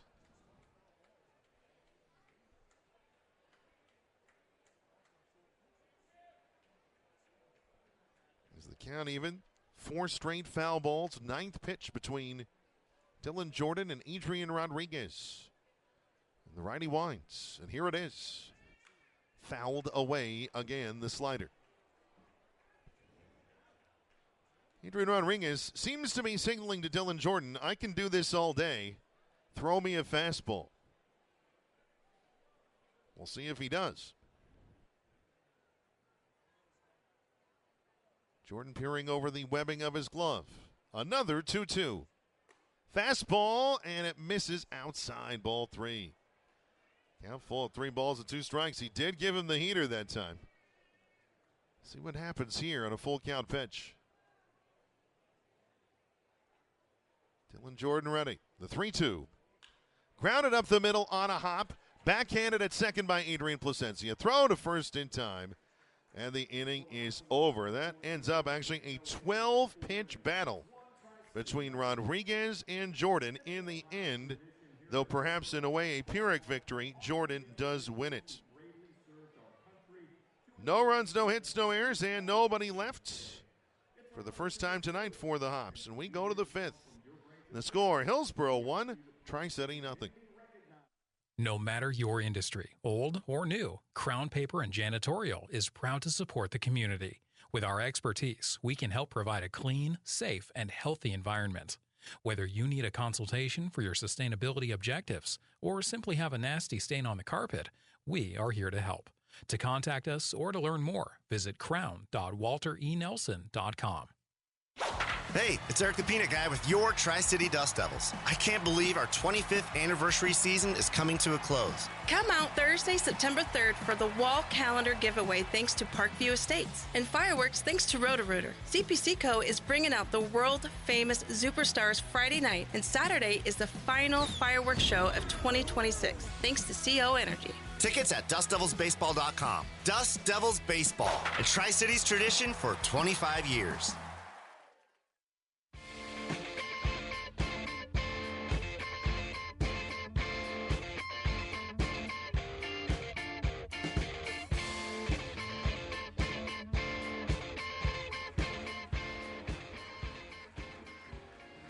Prepared for the 5th inning.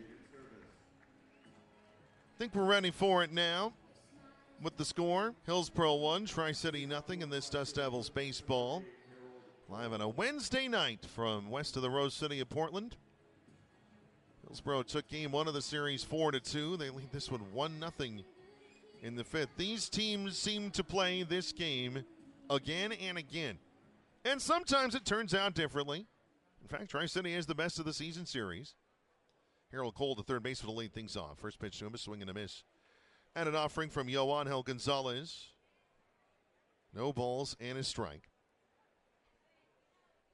Dylan Jordan has had to throw a lot of pitches through 4 innings, but he's done his job working around some traffic. The 0-1 swing and a miss. Strike 2. Sinker from Gonzalez. Both times over top is Cole. Cole singled his first time up. One of the 2 Tri-City hits. Hayden Alvarez is the other. The 0-2. Cole takes it. It misses just outside, apparently. 1 ball and 2 strikes. I can tell you again from our friend Trackman, if that is correct, it was strike 3. Or could have been called strike 3. The 1-2. That's low and outside. 2 balls and 2 strikes. Because, again, the final arbiter of balls and strikes is not Trackman. But it is Ricardo Capois, the home plate umpire tonight. And Reed Hoover on the bases. 2-man crew. The 2-2. Cole swings and tips it into the glove of Kenny Castillo. That is indeed strike 3. So on the foul tip, Cole down on strikes. 1 out in the 5th. Base is empty. 1-0 Hillsboro. The Hops getting a double from 9-man left fielder Abdias de la Cruz, scoring Adrian Rodriguez in the 2nd. Only hit of the game. First pitch to Burns. Grounded up the middle on 3 hops, fielded by the shortstop Adrian Rodriguez. His throw to first in time, out number 2. So 6-3, the grounder up the middle. That'll bring Slate Alford to the plate. Alford struck out looking his first time up on a fastball that did have the inside corner. For whatever reason, it seems as though the Hillsboro Hops play the Tri-City Dust Devils very well. First pitch to Alford. And on the inner half for strike 1, had the whole plate. And there always seems to be one team in the league where for some reason you just can't figure them out. The 0-1. Swing and a miss, strike 2.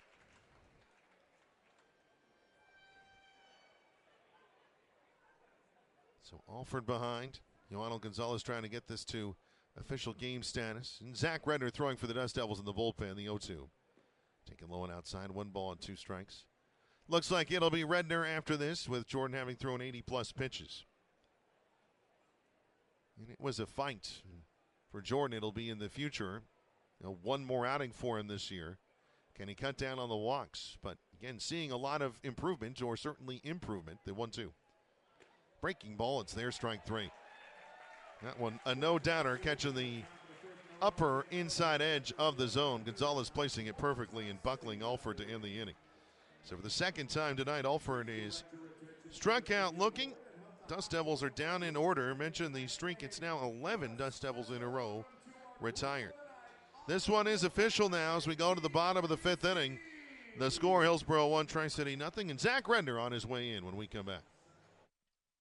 The Hampton Inn Suites Pasco Tri-Cities Hotel provides a home away from home retreat while you stay in Washington. Wake up to a free hot breakfast after a restful sleep on a clean and fresh Hampton bed. Plan your next adventure using the free Wi-Fi in your room or throughout the hotel, and unwind in their indoor saltwater pool and hot tub. They're close to the track center for meetings, concert, and sporting events. Visit Gisa Stadium to watch the Tri-City Dust Devils. For reservations, call 509-792-1660 or stop by 6826 Burden Boulevard in Pasco. After my wife died, I felt like I lost everything, including my love of fishing. But one day, my granddaughter called, and I realized I still had a lot to look forward to. I got referred to a psychiatrist who explained depression can happen to anyone. Getting help doesn't make me weak. It makes me stronger. I just wish it made me better at fishing. Mental health care is working for Diego. See what it can do for you at mentalhealthcareworks.org. A message from the American Psychiatric Association Foundation.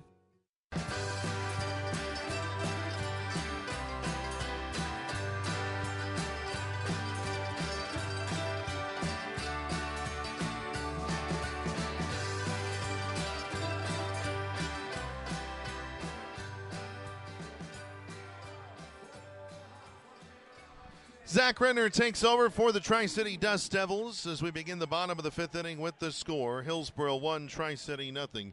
Dylan Jordan, again, it was a lot of pitches to get to the end of the road, but all in all, a job pretty well done. 1 run on 1 hit, the run earned. 5 walks, 6 strikeouts. So, again, that 5 leaping off the page. No homers or walks. Again, first time he came up, he faced Hillsboro. He gave up 4 homers. 4 fewer tonight as Redner home to Abdias De La Cruz with a fastball for strike 1. The 0-1 swing and a foul tip back for strike 2. No balls and 2 strikes. Final pitch count for Jordan, 88 in total, 47 for strikes. So, and cleaned things up in the final 2 innings, and all in all, not a bad performance. And now it is Redner's, at least for the next couple innings, but a guy who's been stretched out has gone as many as 6 innings 2 outings ago. Stats on the year, 4-3, 5.64 ERA. The 0-2 is high to De La Cruz.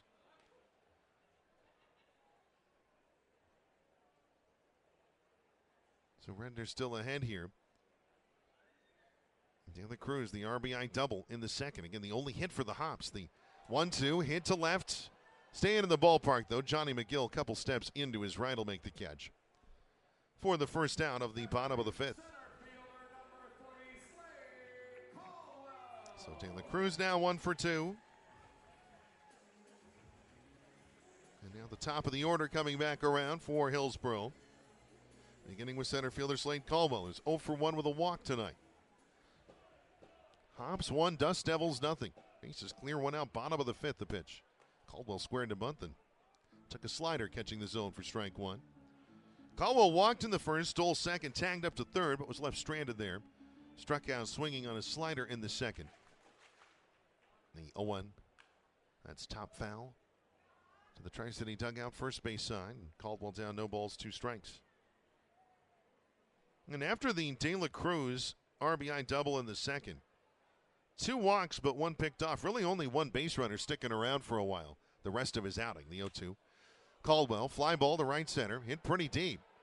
Ruiz and Alvarez over. Alvarez just onto the warning track and right center makes the catch for out number 2. That carried quite a bit more than I thought it would off the bat. Caldwell sent that a long way. In the end, though, the catch made for out number 2. It seemed as though both outfielders knew it was hit deep, but it was going to stay in the park. I guess it can be both at the same time. Here's Jose Mejia, the second baseman. First pitch to the righty. Fastball taken, top of the zone, strike 1. Hillsboro 1, Tri-City nothing. No one on, 2 outs, bottom of the fifth. Zach Redner looking for a 1-2-3 fifth inning. The 0-1. Mejia swings and misses at the slider, strike 2. Infield is playing Mejia to pull. He has major pull power. 4 homers, 35 RBI this year for Hillsboro. The 0-2. This is low and outside. 1 ball and 2 strikes. We do need to get you an Angels update organizationally here at some point. Outstanding work by the Rocket City Trash Pandas tonight. The 1-2.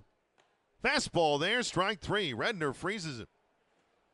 A 1-2-3 bottom of the fifth. Redner with his first strikeout, putting an exclamation point on his first inning of work tonight. Zeros down the book column. That's now 7 in a row retired by the Dust Devils. And we go to the 6th. Hillsboro 1, Tri-City nothing. This is Dust Devils baseball. Living a healthy life is built on a foundation of good habits. Nourishing food, plenty of sleep, regular exercise, and for women, getting a breast cancer risk assessment by age 25 and annual mammograms starting at 40. At Inland Imaging, we've doubled the capacity of our Kennewick Center to make it twice as easy to take care of your health. Schedule your annual screening today. Call 509-374-4030 or visit inlandimaging.com/scheduling-TC. Who's on first? At Tri-Cities Community Health, you come first. Your local community health center for over 40 years, our experienced team of medical, dental, and behavioral health specialists provide personalized care tailored to your individual needs. TCCH pharmacies are located in Pasco, Kennewick, and Richland, offering free prescription delivery. You'll always receive the highest level of care in a timely manner, regardless of your financial situation. Our teamwork means better care and better health, and the ultimate winner is you. Make Tri-Cities Community Health your home base for all of your healthcare needs. Go to mytcch.org to schedule an appointment or learn more.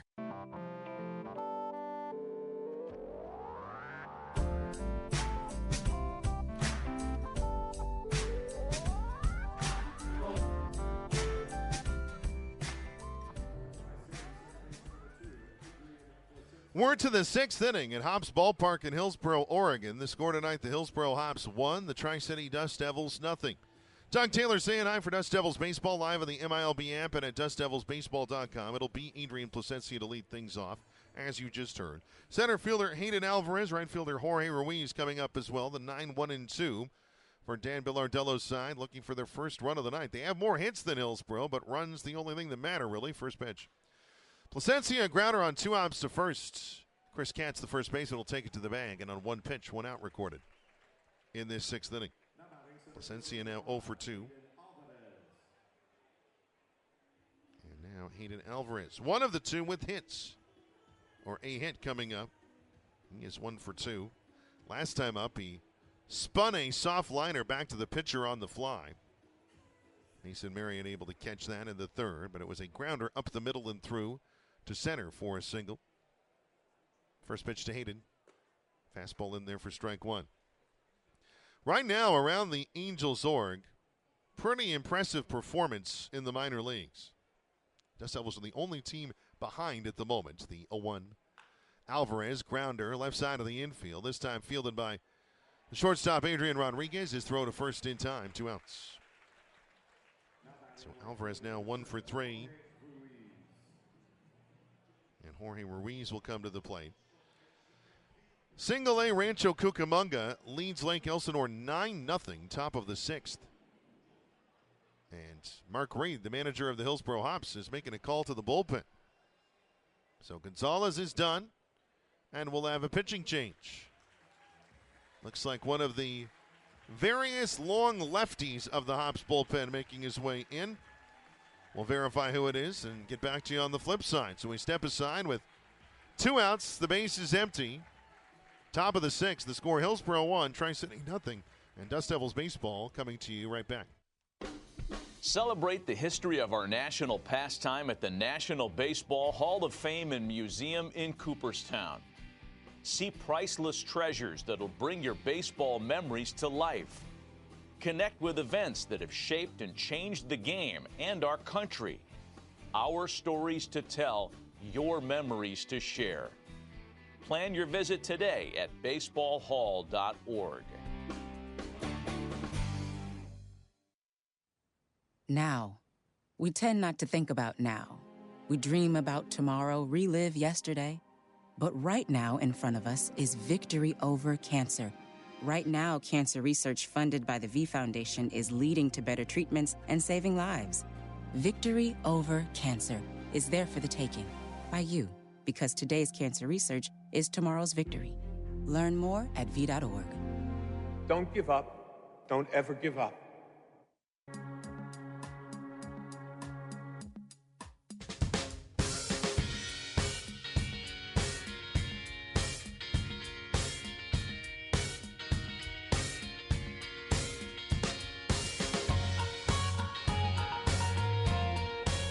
The new left-hander for the Hillsboro Hops is Luke Dotson taking over with 2 outs and the bases empty in the top of the 6th. And the score, Hillsboro 1, Tri-City nothing. Yoano Gonzalez, 2 2/3, scoreless and hitless. No walks, 3 strikeouts, 23 pitches, 17 for strikes, and he comes out of the game. So the Dust Devils will try to get to the lefty Dotson, beginning with lefty Jorge Ruiz. As the stats for Luke Dotson so far on the year, 101, a 3.76 ERA. This is outing number 21 for him. Been pretty good out of the bullpen. First pitch, fastball missing just in or outside to the lefty. 1 ball and no strikes as Dotson was trying to run that back over the outside corner. Luke Dotson from Marietta, Georgia, just outside Atlanta originally, the 1-0. Ruiz, a big swing and a miss, bringing the count even at a ball and a strike. 11th round pick in last year's draft, pitched collegiately at Mississippi State University.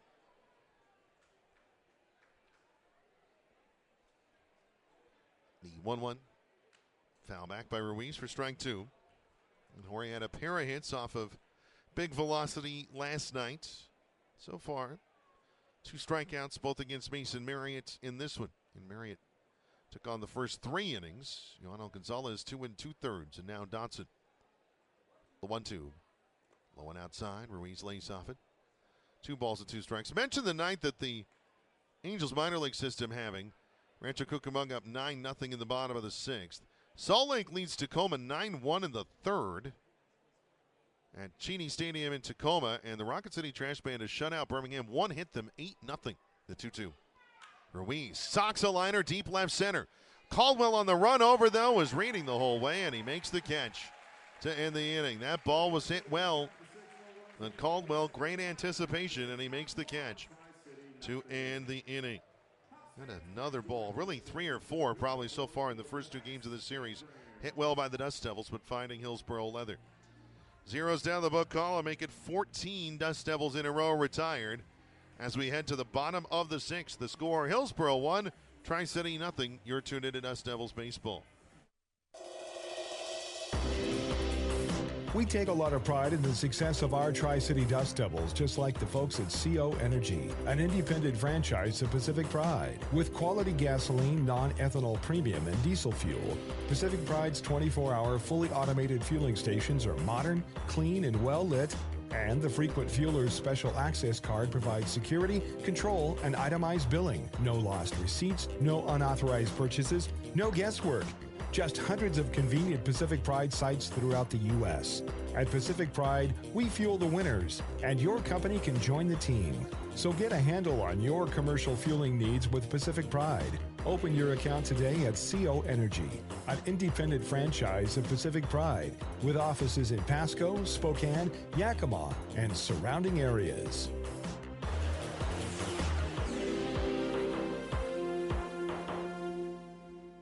Call Abadan today for your business technology needs. From copiers to high-capacity print production, Abadan has you covered. Find out why they've served the Mid-Columbia since 1953. Call 509-946-2033. Abadan. Feel connected.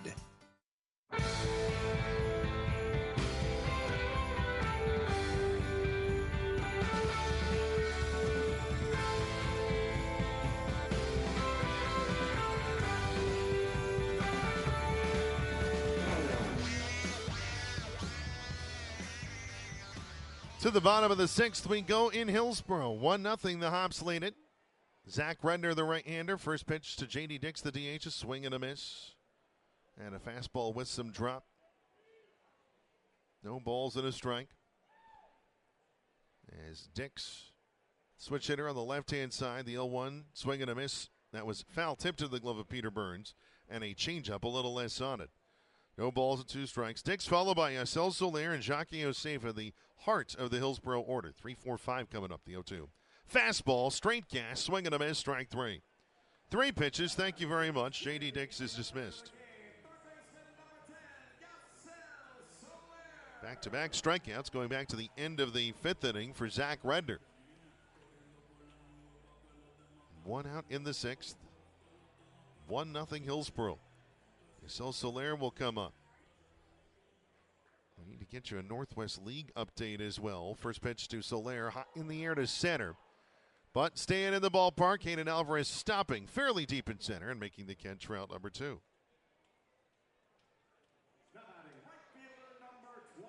It does not seem as though the ball travels particularly well at this ballpark.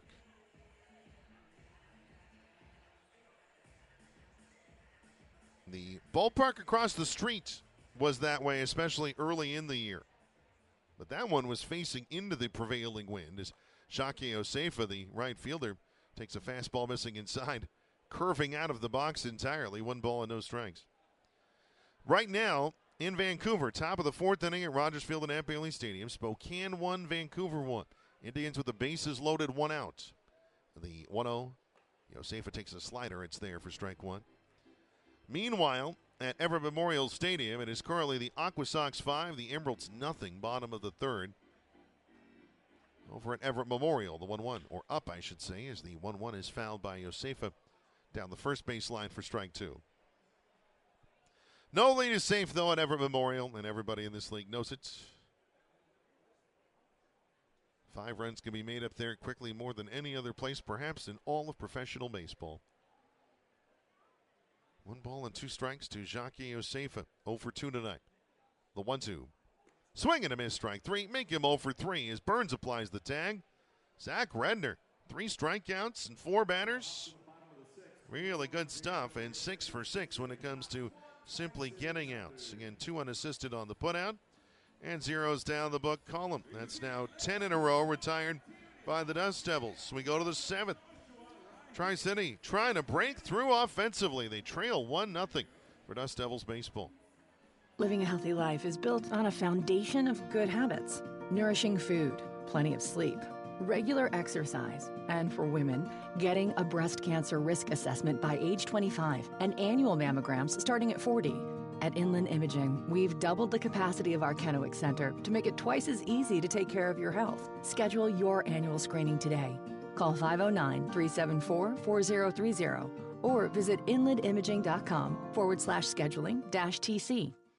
The Hampton Inn Suites Pasco Tri-Cities Hotel provides a home away from home retreat while you stay in Washington. Wake up to a free hot breakfast after a restful sleep on a clean and fresh Hampton bed. Plan your next adventure using the free Wi-Fi in your room or throughout the hotel, and unwind in their indoor saltwater pool and hot tub. They're close to the track center for meetings, concert, and sporting events. Visit Giesa Stadium to watch the Tri-City Dust Devils. For reservations, call 509-792-1660 or stop by 6826 Burden Boulevard in Pasco.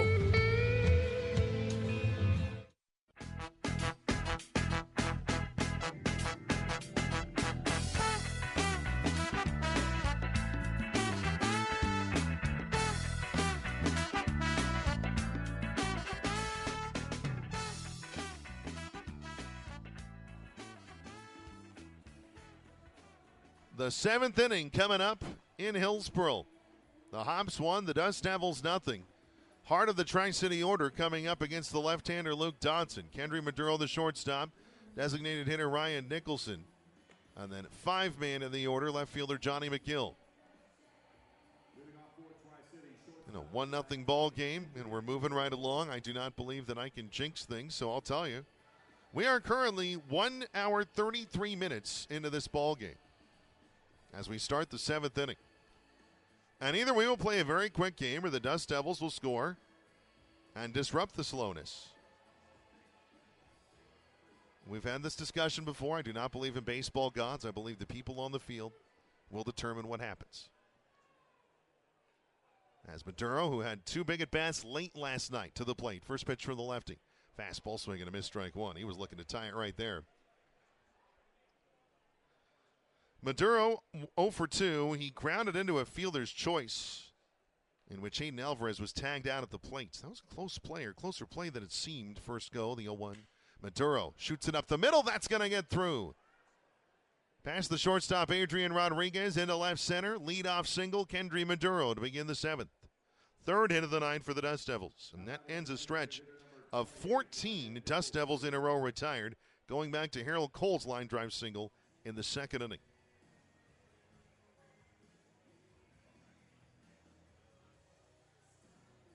So Maduro is the potential tying run with nobody out of the 7th. And Ryan Nicholson comes to the plate. First pitch to the lefty. Fastball taken, it's there, strike 1. Caught the outside corner. Nicholson has struck out twice. So far in 6 at-bats in this series, he has struck out 5 times. So a rough start for Ryan here. The 0-1. Check swing, did he offer? Yes, he did, says Reed Hoover, the base umpire. And again, according to the way in which we sort of know what that is, it seemed like it. No balls and 2 strikes. No complaints from the Tri-City dugout about the call. And Maduro has speed. Maybe not quite the speed of Hayden Alvarez or even Kevin Castillo. Well, maybe around that range, the 0-2. Fastball taken. It's there, strike three. Top of the zone. Very much a strike. Ryan Nicholson searching right now. So he goes down looking. One out in the seventh. You're not trying to put too fine a point on it, but we've just seen Ryan so many times be a lethal hitter on pitches like that, and for whatever reason, just could not pull the trigger. So here is Johnny McGill. 0 for 2 so far tonight. Again, Maduro at first, 1-0 Hops in the seventh. The first pitch high, breaking ball missing. 1 ball and no strikes. Looks as though there is action in the Tri-City bullpen. Right-hander throwing out there. Looks to be Fulton Lockhart. Just looking out there, the 1-0. That fastball missing. 2 balls, no strikes.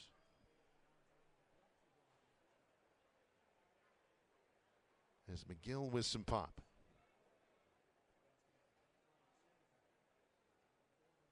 Johnson working from the stretch toward the first base side of the rubber, the 2-0. Fastball taken, and that misses ball 3, outside. So 3 balls and no strikes. If McGill can walk or reach, that'll put Maduro in scoring position with 1 out. Harold Cole, the third baseman, waiting on deck for Tri-City in the road gray, navy, white, and gold, the 3-0. That's low, a 4-pitch walk.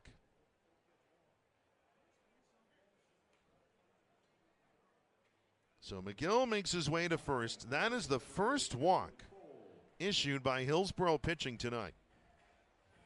And, of course, it's on 4 pitches. So now first and second, 1 out. There's an extra base at which there's a forced play, but now Tri-City has the potential tying run at second, the potential go-ahead run at first.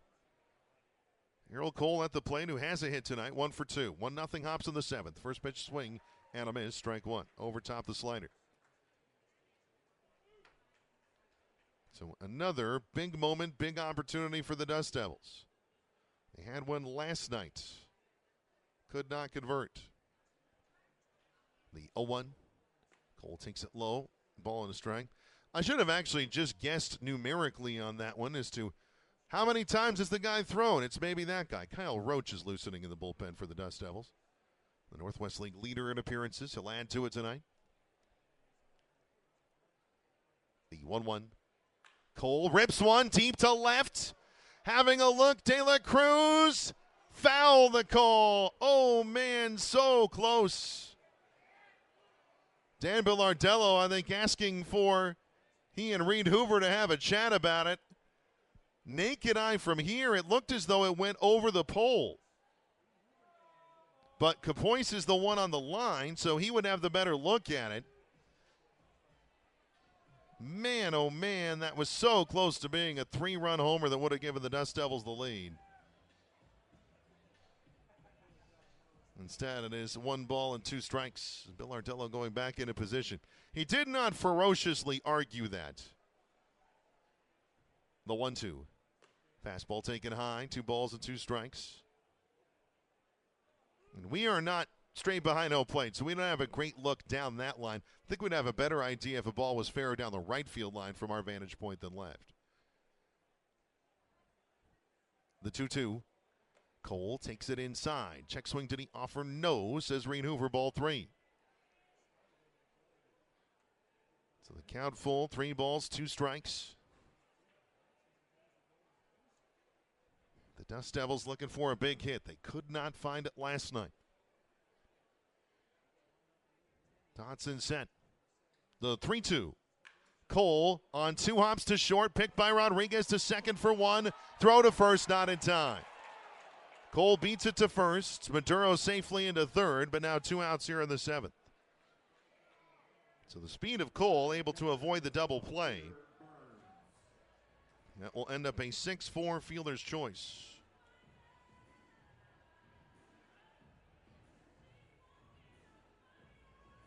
And now Blake Nation, the pitching coach for the Hops, is on his way to the mound.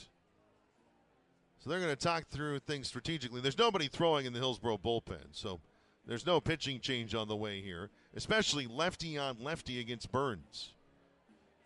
I think they're just making sure they know what they're doing. because Peter Burns would be the sort of guy liable to try to lay a bunt down on the third base side, even with 2 outs. If they played back with a runner at third, he might do it. So I think they're going to have Soler actually play closer to the bag, actually going to hold Maduro on straight forward, like he was running at first. Well, at least to chat with him. Let's see. Yeah, Soler having a little bit of hidden ball trick bluff fun there with Maduro at third. So now Burns in. 1-0 Hops in the 7th. First pitch to Peter, a fastball high. 1 ball and no strikes. And Kendry Maduro is the potential tying run at third. Now Harold Cole over at first is the potential go-ahead run. 1-0 the pitch. Burns takes it outside. 2 balls and no strikes. Probably part of that discussion with Blake Nation as well was the potential double steal of Cole trying to get to second or at least start a run down to get Maduro home to tie the game. Burns in the hitter's count. The 2-0.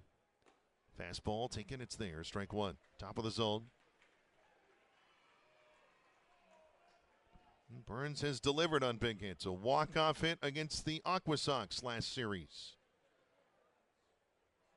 Can he come up with another here? The 2-1. Burns takes it high, ball 3. 3 balls and a strike. Slade Alford, the first baseman, on deck for Tri-City. If Burns walks, Alford will come up with the bases loaded. As Dotson set, the 3-1 pitch. Burns pops it foul over us. Strike 2. So now the count is full. That'll mean Harold Cole will be on the go from first.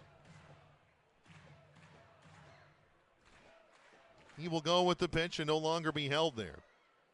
So a hit could score him now, maybe more likely than it would otherwise. Cole goes the 3-2. Swing and a miss, strike 3. Dotson, an elevated fastball, gets Burns. And the inning is over. The Dust Devils turned away their best chance to score so far tonight. Maybe second best, really. So no runs, 1 hit, no errors, 2 left, and it's time for us to stretch here in Hillsboro.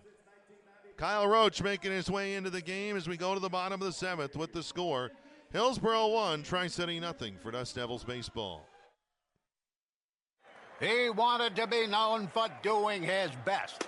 Sure, right. His best made him Major League Baseball's most valuable player. Strike 2. He played in 6 World Series and was elected to the Hall of Fame. Although an honest man, he was best at stealing home. But the best quality of Jackie Robinson's life was his character. So here's to you, Mr. Robinson. Thanks for passing it on. From the Foundation for a Better Life at Values.com. We all have someone we love, like the favorite lyric in our favorite song. You can't imagine life without them. Cancer screening tests can help keep the person you love around longer by detecting changes before cancer develops, or catch it early when it may be easier to treat. And many tests are available for free or are covered by insurance. It's time to sound like a broken record. Tell all your friends and family, I love you. Get screened. Visit cancer.org/getscreened to learn more. After my wife died, I felt like I lost everything, including my love of fishing. But one day, my granddaughter called, and I realized I still had a lot to look forward to. I got referred to a psychiatrist who explained depression can happen to anyone. Getting help doesn't make me weak. It makes me stronger. I just wish it made me better at fishing.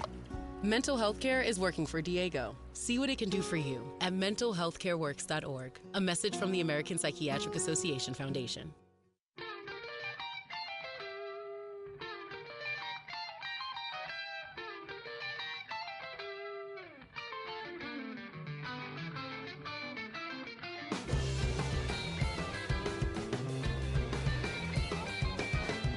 Kyle Roach into the game for his league leading, let's try that again, 42nd appearance. First pitch to Kenny Castillo, foul down the right field line for strike 1.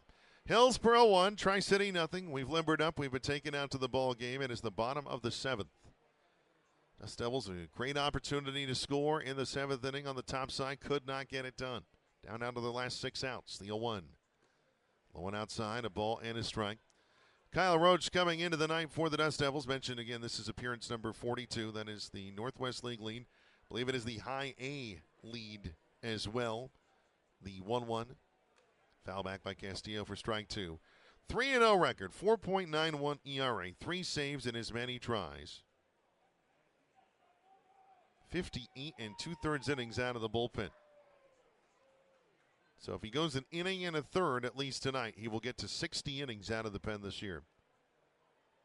The 1-2. Curveball, it's there. Strike 3. Caught the outside corner. At least not the call of Ricardo Capois, the home plate umpire. 1 out in the bottom of the 7th. By the way, tip of the cap to Zach Redner. Outstanding in 2 innings of work. 6 up, 6 down, 3 strikeouts, 19 pitches. He threw 16 for strikes. As with 1 out, Chris Katz, the first baseman in. 1-0 Hops in the 7th. First pitch from Roach, another curve. It's there again, strike 1. Just catching that outside corner. Katz has grounded out to first and flown out to deep left center. Last time up, he sent one for a ride, but it stayed in the yard. The 0-1. Top of the zone, strike 2. Another off-speed delivery, catching the outer part of the plate as well as that higher part. No balls and 2 strikes. Roach working from the windup. Kind of an open stance in the windup for him. The 0-2. Katz rips a liner to center. Hayden Alvarez, 3 or 4 steps in, will make the catch, round number 2. Hard hit ball, 107 off the bat, but did not quite have the loft. And Hayden Alvarez was just right there waiting for it, really. 2 outs in the 7th.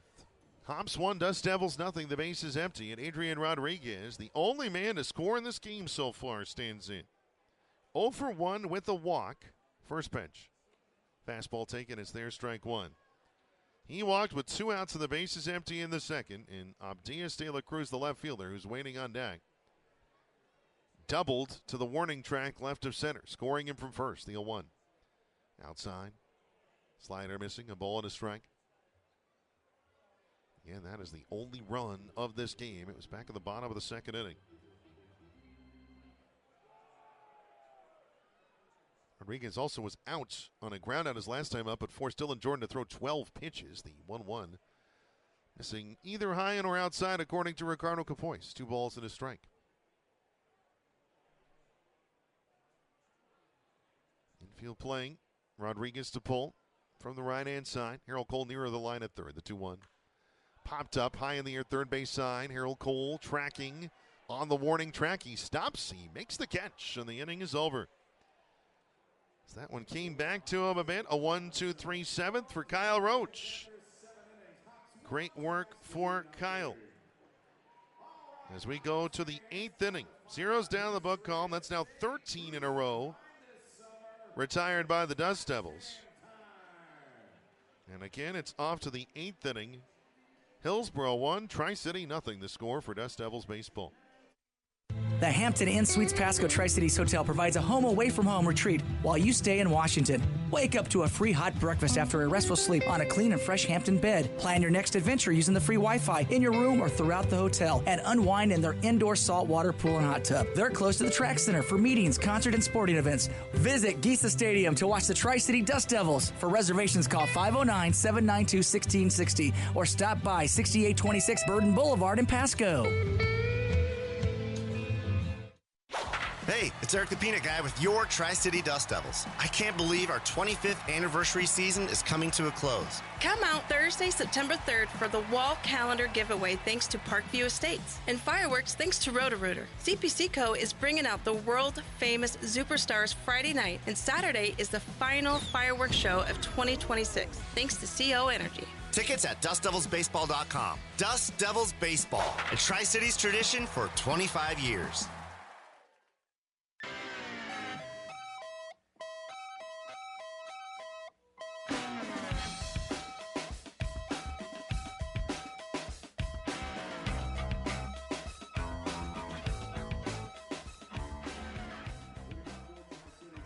We move to the 8th inning at Hops Ballpark. The score, Hillsboro 1, Tri-City nothing. Dust Devils down to the last 6 outs, trailing by a run.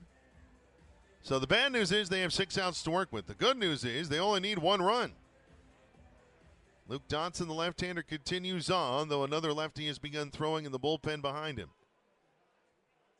And Slade Alford, followed by Adrian Placencia, the switch-hitting second baseman. Then back to the top of the order, Hayden Alvarez. First pitch to Alford. Little flare out into shallow right center. Going out, Jose Mejia. He can't get it. It drops. Bloop single for Slade Alford. And the Dust Devils have a leadoff hit, just as they did in the 7th. Alford was 0 for 2. He had struck out looking twice. Now 1 for 3.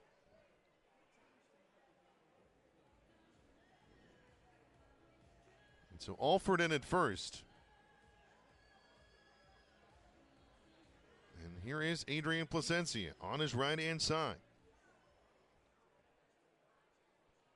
First pitch. It's high. 1 ball and no strikes. Now, Placencia in a hot stretch either last year or the year before either homered from both sides of the plate in the same game or did it back-to-back nights as the leadoff hitter. The 1-0. That slider missing high. 2 balls and no strikes. So, again, we know he has power. He has been working through it this year. Could Plasse come through in a big moment or at least move Slade Alford up a little further? The 2-0. Placencia takes a fastball. It's there, strike 1. He is struck out looking and grounded out to first. Barring a double play, again, bigger bats are going to come up one more time for the Dust Devils. The 2-1. Breaking ball at the knees, the call, strike 2. Having a look at TrackMan. It might have been a touch low.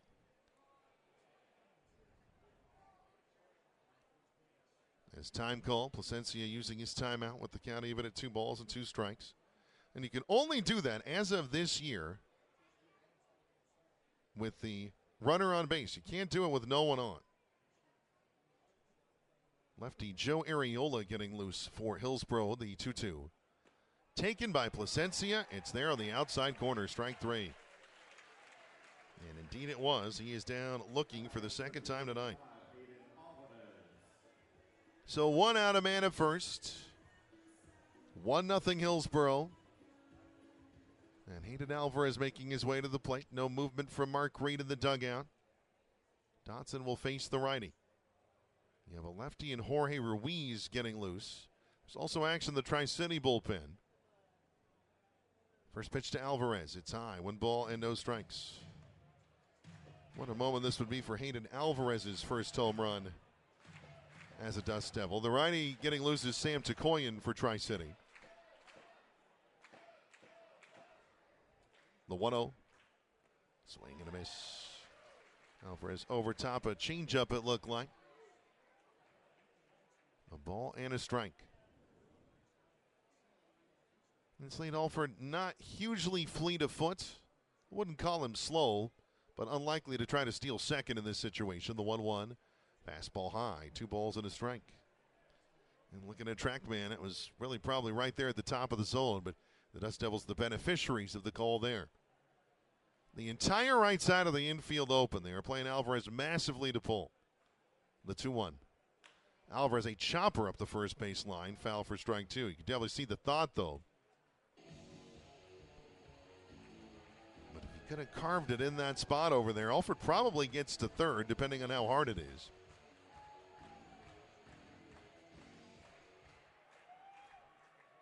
So again, it's looking like Tikoyan for the 8th, and maybe if the Dust Devils can tie or take the lead, Fulton Lockhart in the 9th, something like that would be perhaps the setup this evening. We shall see. The 2-2. Alvarez fouls it away. Up into the lower side of the roof and back down to the row above the dugout on the first base side. 2 balls, 2 strikes. And last night it was Jose Atencio for the first 4 1/3. The Luke, Schaefer, and Cooper taking care of the other 3 2/3. The 2-2 pitch. Alvarez fouls it back. Again, this time bouncing straight into the club. The race on for folks still getting in some all-you-can-eat food in there. Alvarez battling here. Can't still, 2 balls, 2 strikes. Alfred a short lead at first, the pitch. Alvarez rips it deep to left. And it's gone! Hayden Alvarez takes it over the wall in left in a hurry, and the Dust Devils lead 2-1. There is the first high A homer for Hayden Alvarez. It could not have come at a better time. Tri-City has its first lead of the week. Big time moment, big time hit for young Hayden Alvarez. Dylan Jordan, a no decision. The stats on the homer, 105 off the bat, 339 feet, so it was not that deep, but it was deep enough down the left field line. Alvarez coming through, something fierce, and Tri-City gets the big hit and leads 2-1. That'll trigger a pitching change as Luke Dotson stepping out. Lefty Joe Arriola coming in for Hillsboro. Again, we step aside with the pitching change. 1 out, the base is empty. With the score, Tri-City 2, Hillsboro 1. You're tuned in to Dust Devils Baseball. Who's on first? At Tri-Cities Community Health, you come first. Your local community health center for over 40 years, our experienced team of medical, dental, and behavioral health specialists provide personalized care tailored to your individual needs. TCCH pharmacies are located in Pasco, Kennewick, and Richland, offering free prescription delivery. You'll always receive the highest level of care in a timely manner, regardless of your financial situation. Our teamwork means better care and better health, and the ultimate winner is you. Make Tri-Cities Community Health your home base for all of your healthcare needs. Go to mytcch.org to schedule an appointment or learn more. Living a healthy life is built on a foundation of good habits. Nourishing food, plenty of sleep, regular exercise, and for women, getting a breast cancer risk assessment by age 25 and annual mammograms starting at 40. At Inland Imaging, we've doubled the capacity of our Kennewick Center to make it twice as easy to take care of your health. Schedule your annual screening today. Call 509-374-4030 or visit inlandimaging.com/scheduling-TC.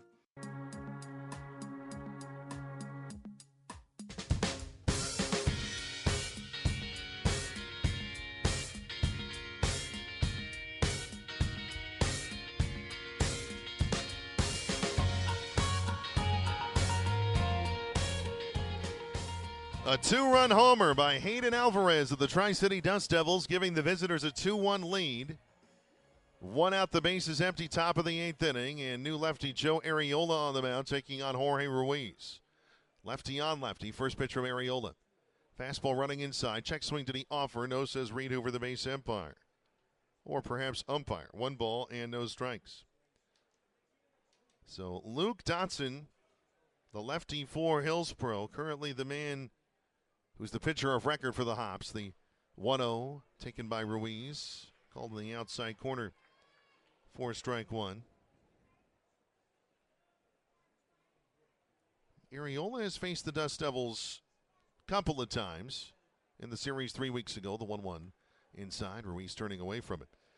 2 balls and a strike. As Arriola's line, 2-0, an ERA of 2 in 6 games. He's given up 2 earned runs in 9 innings. Really easy math on that one. Lead 2-1. Ruiz fouls it back. I think deflecting off of Ricardo Capois, the home plate umpire. Kenny Castillo checking on him to make sure he's all right. Count even at 2-2. Arriola, 2 outings, a win against the Dust Devils in that series. Just went 2 innings, 2 walks, 4 strikeouts. But he was the second man in after a short start. The 2-2. Swing and a miss, strike 3. Ruiz down on the slider.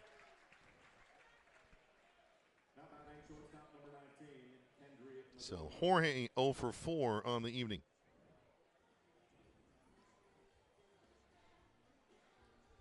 Two outs in the 8th. 2-1, Tri-City leading. Kendry Maduro 1 for 3, standing in. First pitch. Swing and a foul tip into the glove of Kenny Castillo, the Hops catcher, 0-1. Tri-City had been looking all the first two games of this series for the big hit. And they get it in the person of Hayden Alvarez in his first high-A homer, the 0-1. Fastball swing and a miss, strike two. 97 from Arriola. Straight gas from the left-hander. 6'2", 190, pitched collegiately at Wake Forest, known for their pitching lab there. The 0-2. Fastball fouled back. Maduro into the facade of the roof line and down. Hopefully everybody okay down there. Souvenir for a fan.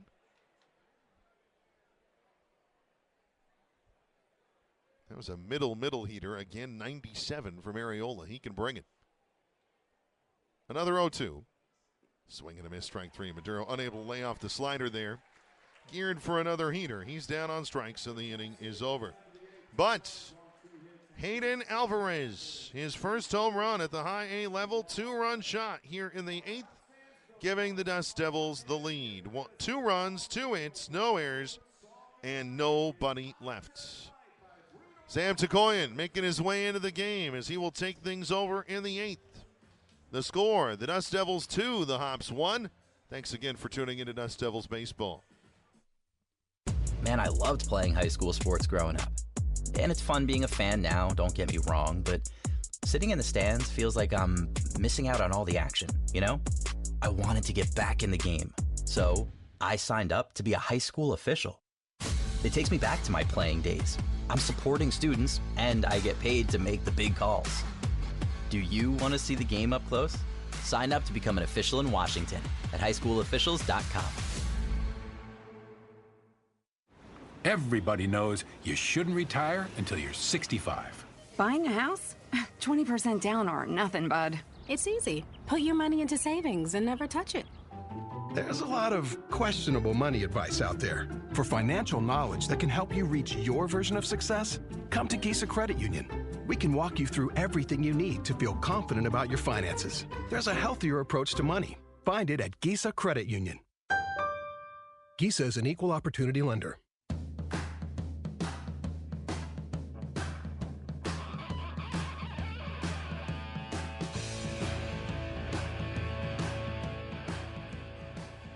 Tri-City 2, Hillsboro 1 as we move to the bottom of the eighth inning, and Sam Takoyan, the big righty from Fresno, California, taking over.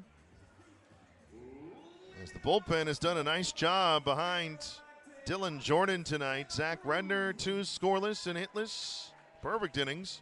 Kyle Roach doing the same 3 up, 3 down with a strikeout. And now he hands it to Takoyan. See if Sam has asked for the final 6 outs of this to grab the save. He has been the primary closer this year. First pitch to Abdias De La Cruz, the left fielder. Cutter missing, 1 ball and no strikes. Takoyan has looked a lot more like himself lately. The 1-0. Fastball in there for strike 1. He struggled in the month of July. The struggles continued a bit into early August, but he had been pulling out of that. 2-3 his record. 3.89 ERA, 15 saves in 18 tries. The 1-1. It's high, 2 balls and a strike. 39 and a third innings, just 17 earned runs, 18 in total on 30 hits. 32 walks, 5 hit batters against 45 strikeouts. That's where things have gotten dicey for Takoyan in that 6-week stretch. The 2-1. Big swing from De La Cruz, fouled high in the air, first base side. The count even 2 balls and 2 strikes. 2 runs, 5 hits, no errors for the Dust Devils. 1 run, 1 hit, 1 error for the Hops. The 2-2 from Takoyan. Foul back, straight back. On a short swing from De La Cruz. He'll see another.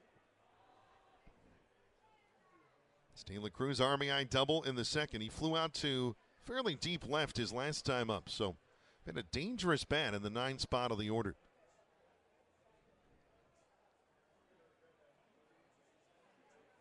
There's the 6'5 righty looking in at Peter Burns, has his sign.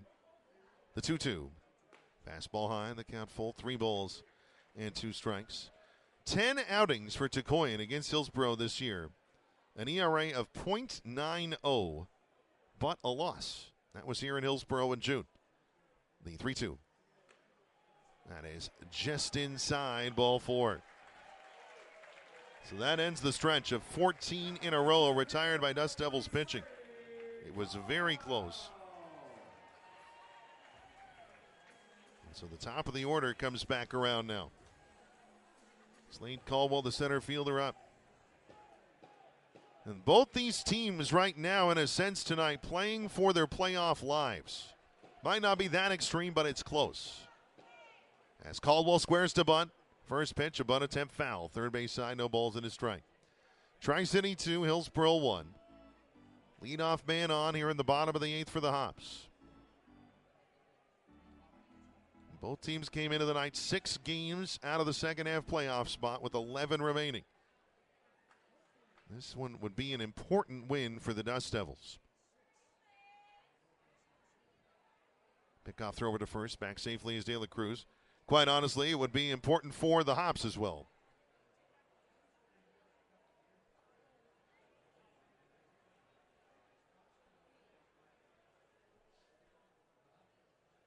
So big moments here. Takoya in the 0-1. Caldwell another bunt, third base side on a hop fielded. Cole thought about going to second. He'll go to first and get the out. So it is a successful sacrifice for Slade Caldwell.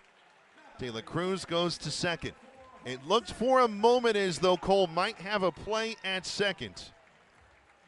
But Harold deciding to take the safe route there and make sure he got the out. You can absolutely understand that.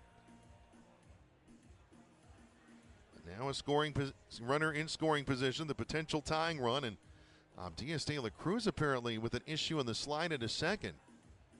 Now getting checked by manager Mark Reed and athletic trainer Kat Waday.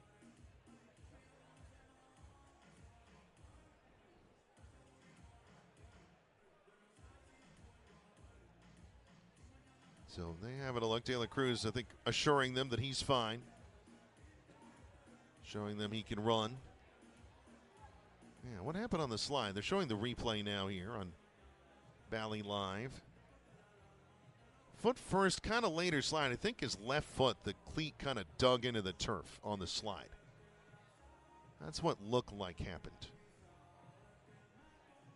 Again, a successful sacrifice bunt for Caldwell. 5-3 the putout. So he remains 0 for 2 with a walk. And now the question is De La Cruz going to continue? And the answer looks to be no.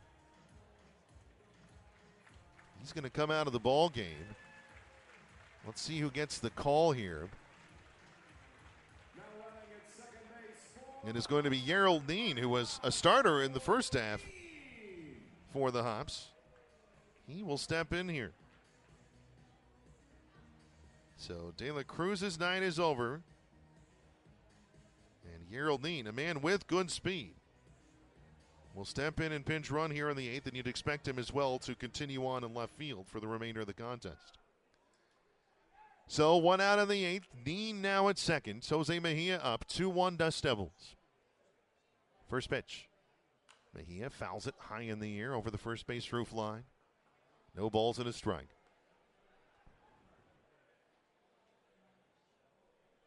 So a big moment again here. Dean actually was at Amarillo for a bit, I believe, and made his way back to Hillsboro. The 0-1. Mejia takes a fastball that's there. Strike 2.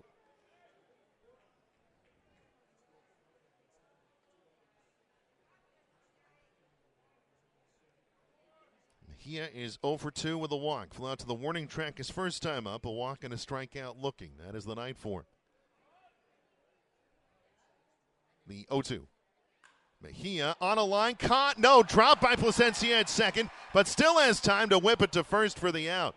It got to Plasencia so quickly that Mejia basically stopped. And by the time that Plasencia had to go and grab it, it was still really too late for Mejia to get racing up to first. That isn't one of those situations where Mejia didn't run hard. That looked like Plasencia was going to have it immediately, and so you're shutting down, and it goes off his glove. Ends up working out in the Dust Devils' favor, as it's a 4-3 out in the end. And 2 outs in the 8th. 2-1 Tri-City. Man at second. First pitch fouled by J.D. Dix, endangering his manager Mark Reed over there.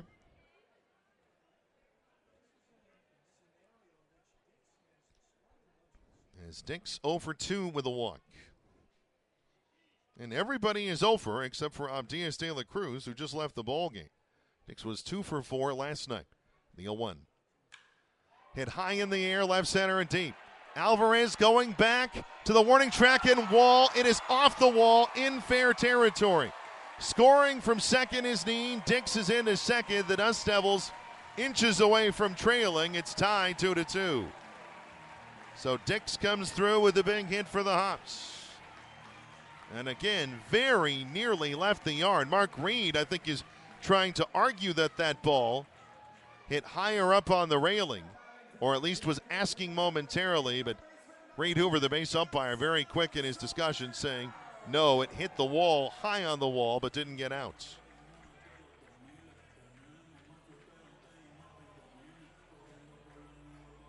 Man, oh man, that was close to the Dust Devils being behind again. Instead, it's a momentary tie. Yacel Soler, the third baseman, up. 2-2 in the eighth. First pitch, fastball low and outside. 1 ball and no strikes. So that is a blown save for Sam Takoy in his 4th of the year.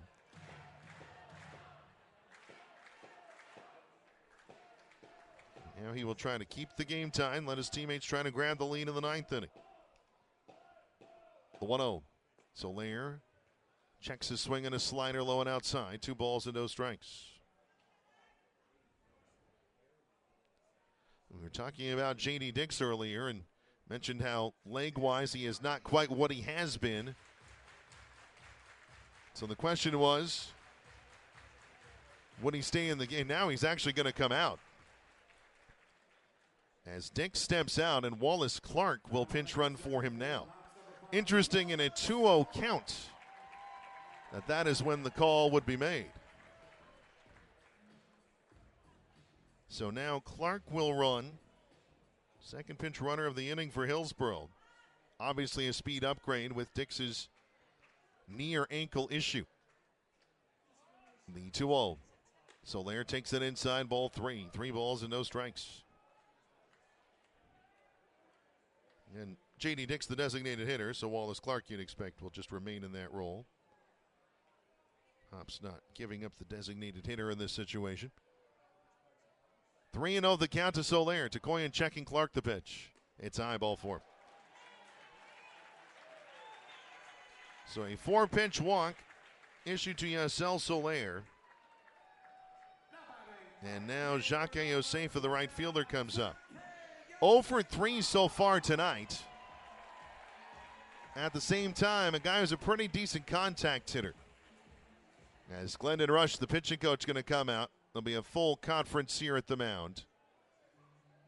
You can see Benny Thompson as well sprinting from the dugout to the Tri-City bullpen. So that would indicate that Thompson is available tonight and might be the next option.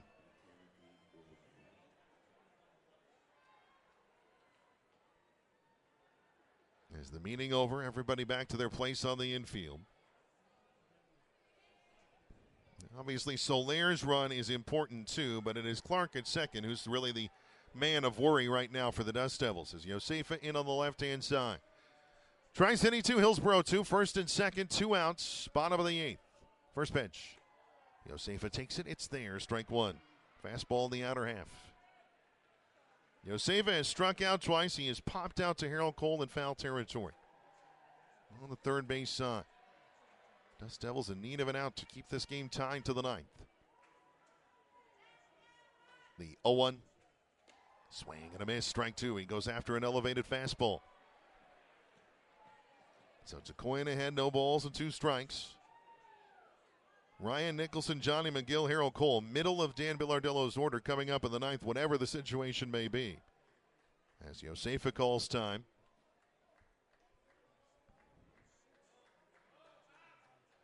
Again, this is a game with, even if fleeting, major playoff significance for both sides. Any hope of keeping a Cinderella run alive here late involves a win tonight for both sides. The 0-2.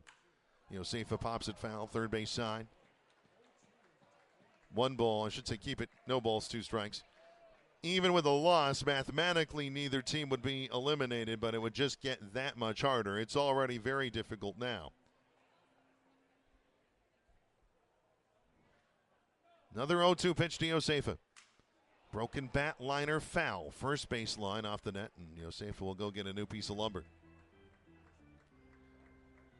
And mention that in the context of bottom of the sixth inning in Vancouver. Spokane 4, the Canadians won the score there.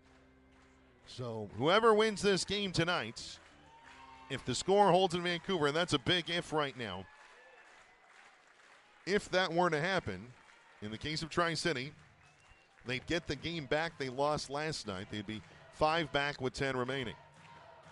Hillsboro would also be 5 back with 10 remaining if they win tonight.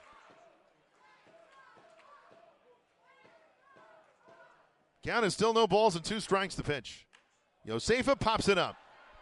Peter Burns, the catcher, tracking it to the warning track, still with it, makes the catch to end the inning. He stayed with it. It came back to him. And on the dirt-colored track, he makes the catch. The Hops, though, get the tying run on an RBI double by J.D. Dix. And the inning reads 1 run, 1 hit, no errors, 2 lefts. And we go to the 9th with the score, Tri-City 2, Hillsboro 2. Playoff-type baseball tonight here at Hillsboro. Now. We tend not to think about now. We dream about tomorrow, relive yesterday. But right now in front of us is victory over cancer. Right now, cancer research funded by the V Foundation is leading to better treatments and saving lives.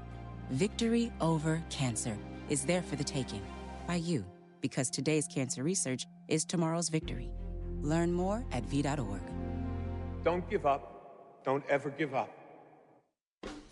Celebrate the history of our national pastime at the National Baseball Hall of Fame and Museum in Cooperstown. See priceless treasures that'll bring your baseball memories to life.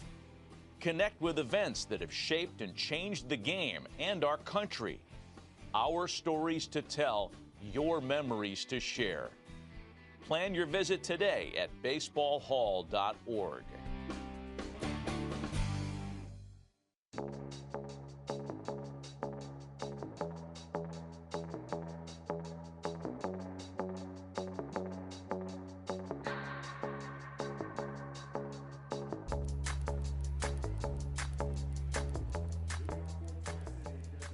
We now arrive at the 9th inning at Hops Ballpark in Hillsboro tonight. With the score, the Tri-City Dust Devils 2, the Hillsboro Hops 2. Doug Taylor once more with you here for Dust Devils Baseball, live on the MILB app and DustDevilsBaseball.com.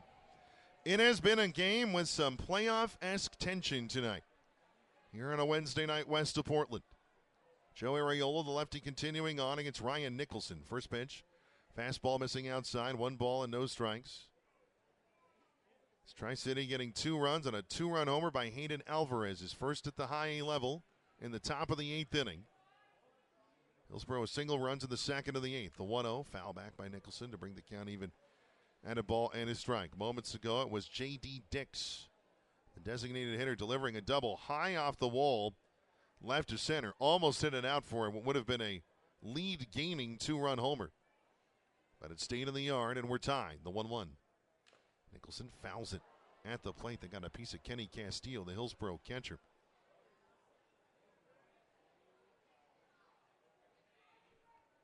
To the count, 1 ball and 2 strikes, and Kenny Castillo needs a moment. So that came back and I think caught him somewhere where there was not protective gear. He's flexing his right foot as though it came down and caught him on the foot. As we watch the replay, that is precisely what happened. Right off his right foot.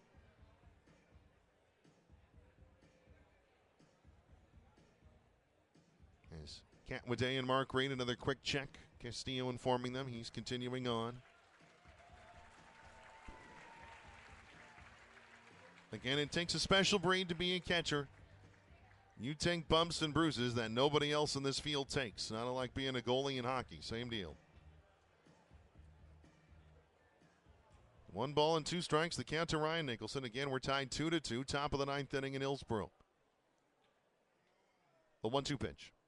Nicholson swings and misses. Slider falling away. He is down on strikes again. 0 for 4, 4 Ks, the Golden Sombrero as it's known. 1 out of the 9th.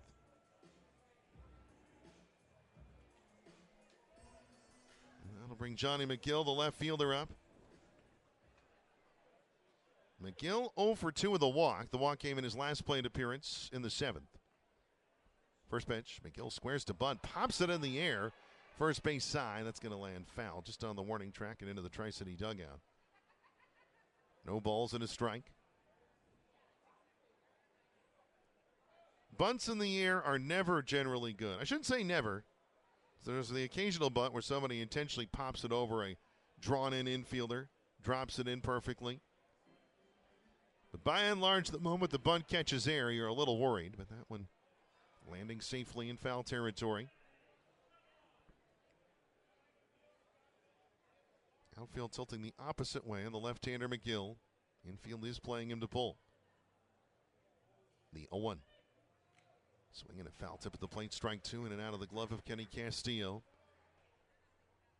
2 runs, 5 hits, no errors so far for Tri-City. 2 runs, 2 hits, 1 error for Hillsboro. Error ultimately did not factor in a run.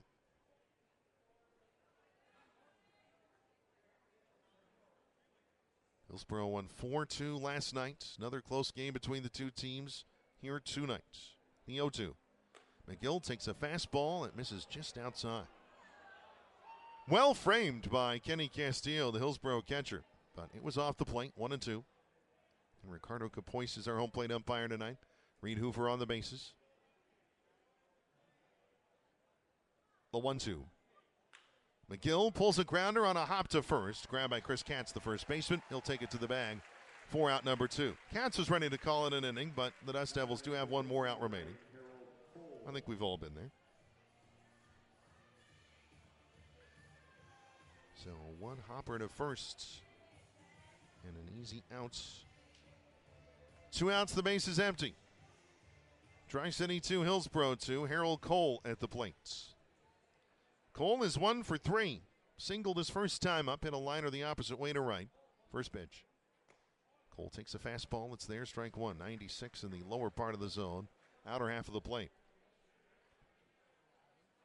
He's also struck out swinging and grounded into his 6'4 fielder's choice.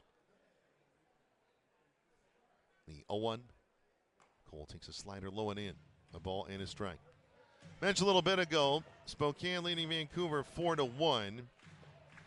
That's in the bottom of the 6th inning in Vancouver. The Canadians have 2 on with 2 outs in the 6th. The pitch. That's well high. Fastball missing, 2 balls and a strike. Meanwhile, at Everett Memorial Stadium, top of the 6th inning there, it is Everett 9, Eugene nothing. So the Aqua Sox, again, that place known to be a place where you can get a lot of runs quickly, but the Emeralds are up against it there tonight, the 2-1. Cole rips a liner, caught at the shoe tops by Yacel Soler, the third baseman. That was scorched by Cole, 104 off the bat.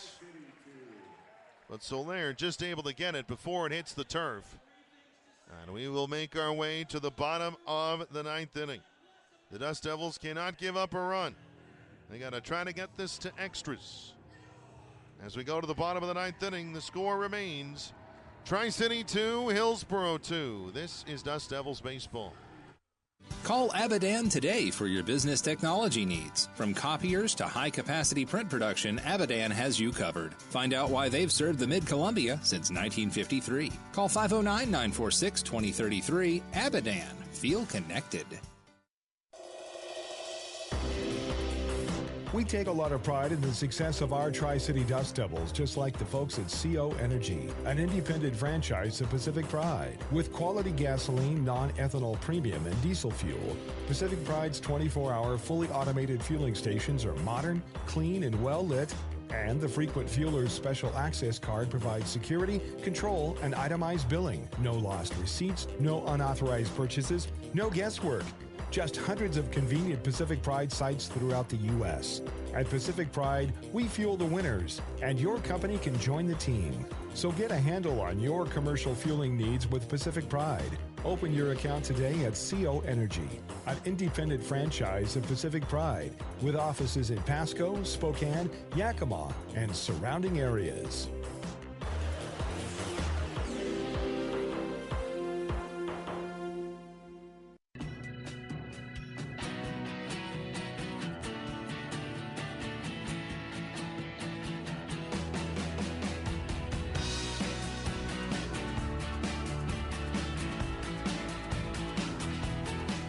Right-hander Fulton Lockhart coming in for the Tri-City Dust Devils as we get ready for the bottom of the ninth inning.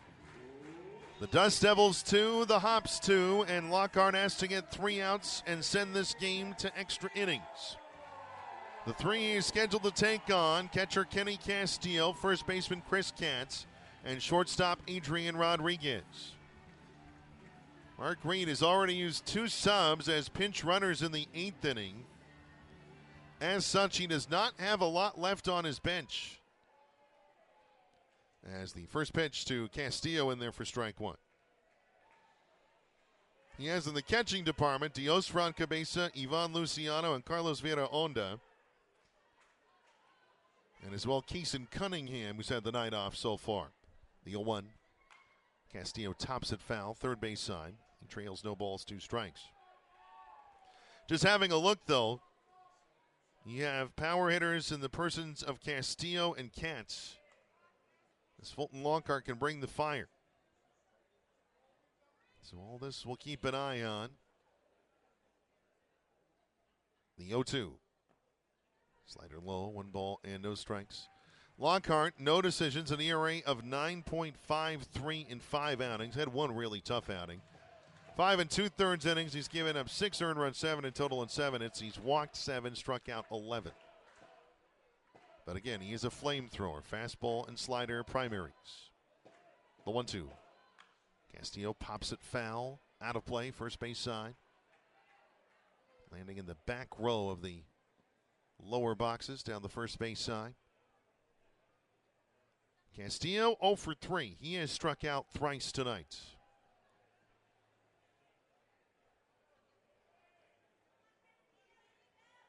There's Lockhart set. The 1-2. Castillo in the air to center and deep. Alvarez going back, track, and he makes the catch on the warning track. Off the bat. That had the look of a walk-off homer. But it stays in the yard, out number 1. So a sigh of relief for the Dust Devils.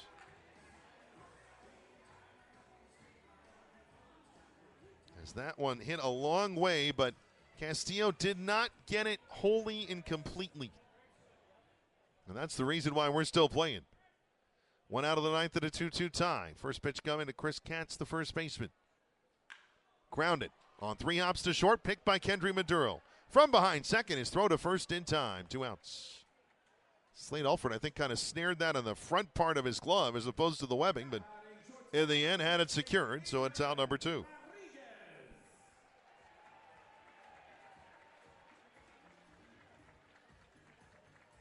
So Adrian Rodriguez to the plate now. 2 outs and the bases empty, bottom 9. Dust Devils 2, Hops 2 the score. So Rodriguez hitting .125 against the Dust Devils this year.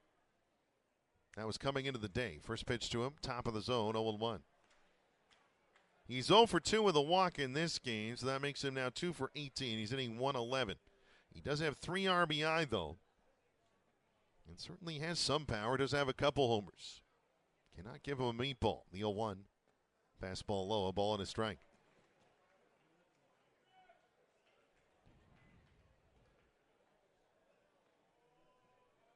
If we get to the top of the 10th inning, it would be the Dust Devils' 5th extra inning game of the year. Again, not there yet. The 1-1. Slider high, 2 balls and a strike. Tri-City is 2-2 in extra innings this year.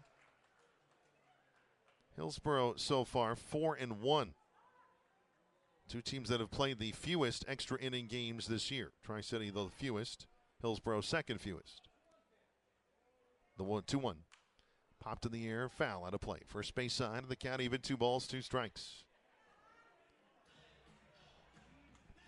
Indians were able to get out of the 2-on situation in the bottom of the 6th. They're trying to add to their 4-1 lead, top of the 7th now, up at Rogers Field at Bailey Stadium. The 2-2 pitch. Fouled away. And we saw Rodriguez do this earlier where he'll kind of sit slider, foul a few away, kind of dare you to throw the fastball to him. As Gerald Neen waiting on deck in what would be his first at-bats of the night. Came into pitch on last inning and scored. The 2-2. Swing and a miss, strike three. It's in the dirt. Burns will apply the tag, and we will play extras tonight here in Hillsboro. Fulton Lockhart with a 1-2-3, bottom of the ninth. With that, we go to the 10th. Dust Devils 2, Hops 2, and bonus baseball coming next. Most women will never experience breast cancer, but for the 1 in 8 who does, early detection can mean the difference between life and death. Catching cancer early means more options while the disease is easier to treat and cure. If you're a woman over 40, you can schedule your annual exam yourself. It's easy. Just call Inland Imaging at 509-374-4030. Don't put it off. Call to schedule your screening mammogram today. We're here at Giesa Stadium, and folks, measles is stepping up to the plate, but Benton and Franklin counties are ready with a game-winning pitch, the MMR vaccine. It's a deep drive, and it's out of here. That's how you can help strike out measles and protect your whole lineup, family, friends, and neighbors. Don't let measles score. Stay in the game. Make sure your vaccinations are up to date. Strike three. Talk to your healthcare provider today and help the Tri-Cities strike out measles. A message from Benton Franklin Health District, where healthy futures grow together.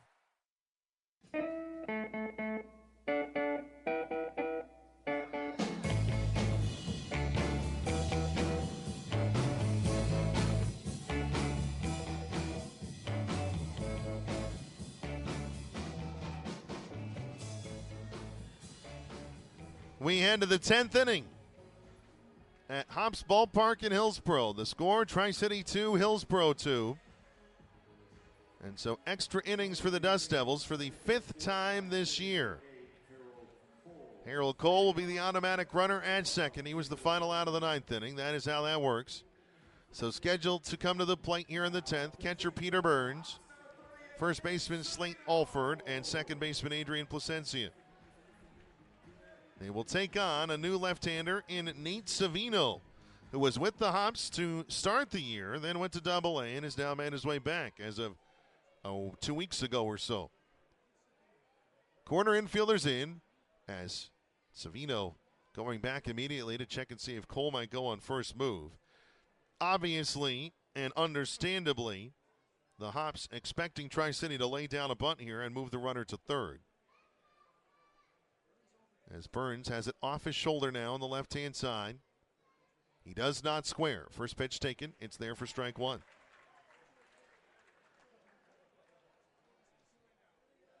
Get you Savino's stats in a moment. Harold Cole with good speed out at second. As the lefty Savino, third round 2022 pick set, the 0-1. Burns, fly ball hit deep to right. Going back. Having a look, it is gone! Peter Burns, a 2-run homer. And the Dust Devils lead 4-2. Jacques Josefa went up to try to get it. He could not. And Burnsy coming up big again.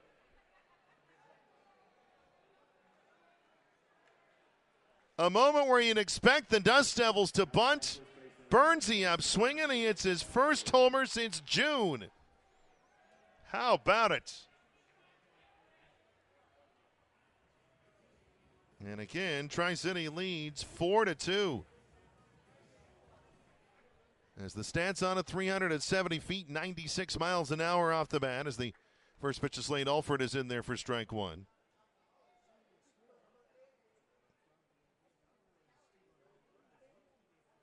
That one certainly taking a little bit of air out of this place as the 0-1 missing to bring the count even at a ball and a strike. In extra innings, you're obviously looking to get that first run in and try to make it a crooked number. Well, on one swing, the Dust Devils do that. The 1-1 inside. Alford has to move his feet out of the way. 2 balls and a strike. So for Nate Savino, he still has a 5-2 record at the moment. The ERA was 6.57. No longer. It's up over 7 now. Live ERA of 7.05. This is his 20th outing of the year. Still 37 innings of work. The pitch to Alford, a swing and a miss over top the breaking ball to bring the count even at 2 balls and 2 strikes. Savino, 29 runs, 28 earned on 43 hits, 17 walks, a hit batter, 30 strikeouts. The 2-2. That foul back. Count remains 2-2. Would expect Fulton Lockhart to probably be the guy in the 10th. He regularly is a 2-inning sort of reliever. First things first, though, can the Dust Devils maybe put this out of reach, the 2-2? Alford sends it down the right field line. Liner falling fair. Running toward the right field corner. Josefa, a sliding stop, comes up firing. Alford to second. Close play, safe. Just in there is Slade Alford with a double. Very fine play and throw by Josefa to make that close at the second base bag. But Slade Alford has his second hit in as many at-bats. Singled and scored in the 8th. Now a double down the right field line here.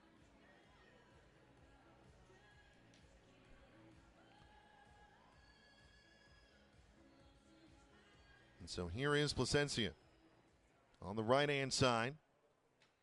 Still nobody out in the inning. So you can still see a sacrifice bunt here. First pitch to Plossi. That's grounded. Left side.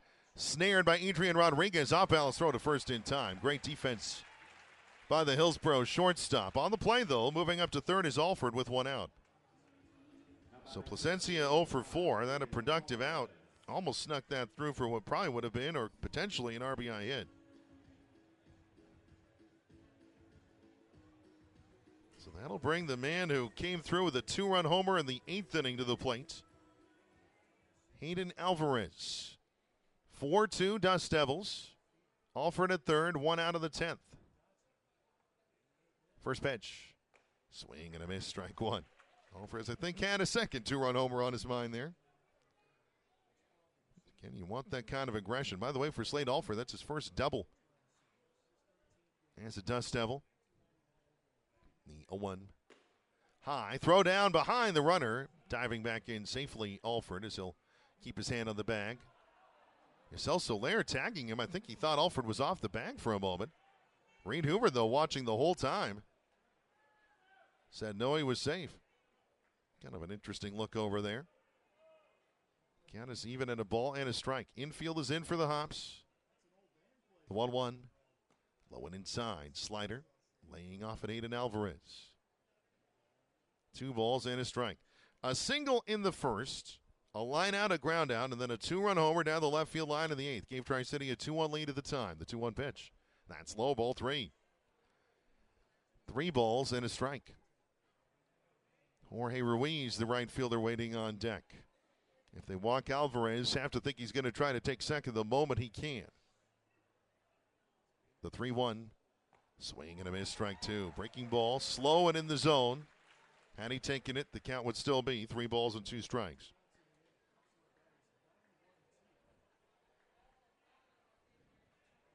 Savino rocking into the stretch, the full count pitch. Alvarez takes it. It's there, a called strike 3. Lower outside corner. So down looking goes Alvarez. 2 outs in the 10th. Tri-City 4, Hillsboro 2. Alford at third. And a 2-run homer by Peter Burns. Giving the Dust Devils the lead in this 10th inning. First pitch. Ruiz, topper, third base side, could be trouble. Slipping and falling is Savino. Ruiz is safe and Alford scores. That'll be an RBI single for Jorge Ruiz. 5-2 Dust Devils.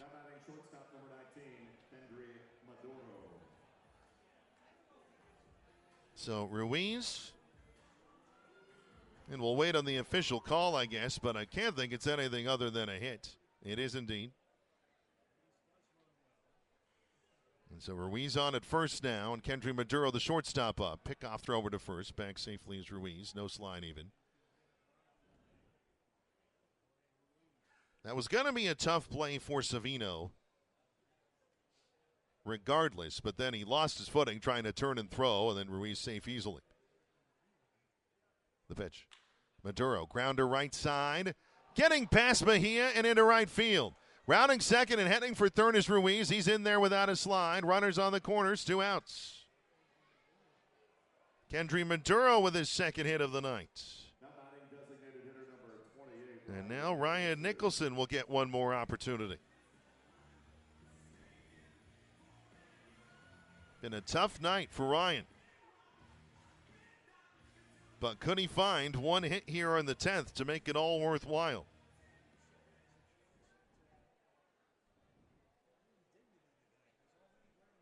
(5-2) Tri-Cities. Blake Nation, the pitching coach, coming out now.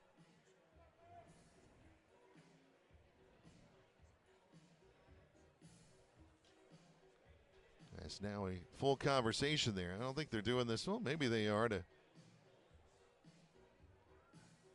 give a little bit of time, possibly, for things to stir in the Hillsboro bullpen. I mean, again, at this point, it sure seems like you're committed to Savino as many pitches as you need. With things where they are, you're already down 3. He's only thrown 17 pitches in the inning.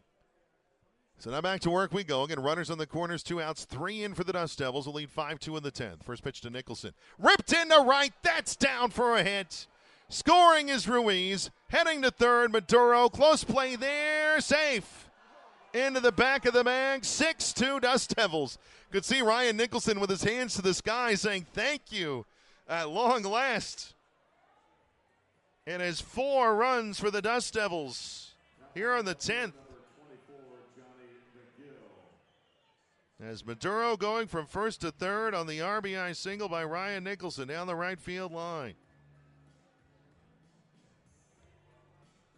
Now it's a little shorter in an automatic runner situation, but Johnny McGill is the 8th man of the plate. Harold Cole is the automatic runner. Is that considered batting around? Who knows these days? First pitch to McGill, a fastball for strike 1. There is no action in the Tri-City bullpen, so Fulton Lockhart has the 10th, and he now has it with a 4-run lead. One swing from Johnny McGill could make really all of that moot. The 0-1 swing and a foul tip of the plate for strike 2. McGill is 0 for 3 with a walk. He has struck out, flown out to center, grounded out to first. The walk came in the 7th.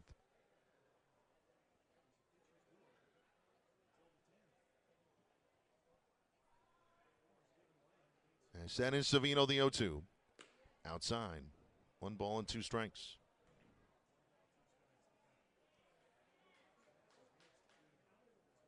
So the Dust Devils played 9 innings, scored 2 runs. And here in the 10th, they have 4 runs. The 1-2. McGill takes it. Close, but no, just high. 2 balls and 2 strikes. I think Castillo wanted an appeal. Ricardo Capois, though, the home plate umpire, does not have to grant the appeal, and did not in that case. It is Maduro at third, Nicholson at first.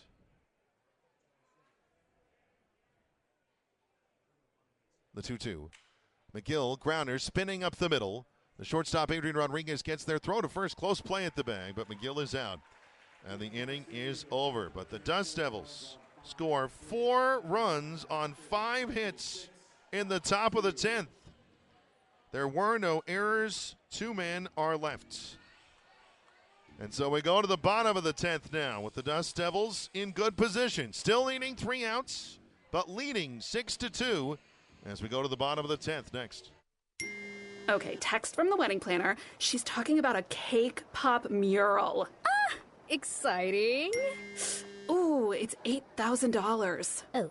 I don't know, we're trying to save for a house. Well, you only get married once. Or twice. 3 times tops. There's a lot of bad money advice out there. For knowledge you can trust, come to Gisa Credit Union. Whether it's saving for the wedding or everything that comes after, we can help get you where you want to be. Find a healthier approach to money at Gisa. Love watching the future of baseball? With the Bally Sports Live app, you can stream every minor league baseball game and follow baseball's top prospects anytime, anywhere. Experience minor league baseball like never before. Dive in with real-time enhanced stats, track your favorite players, and play bingo along with every pitch. And the best part? It's completely free. Download the Bally Sports Live app on your phone or connected device to start watching now.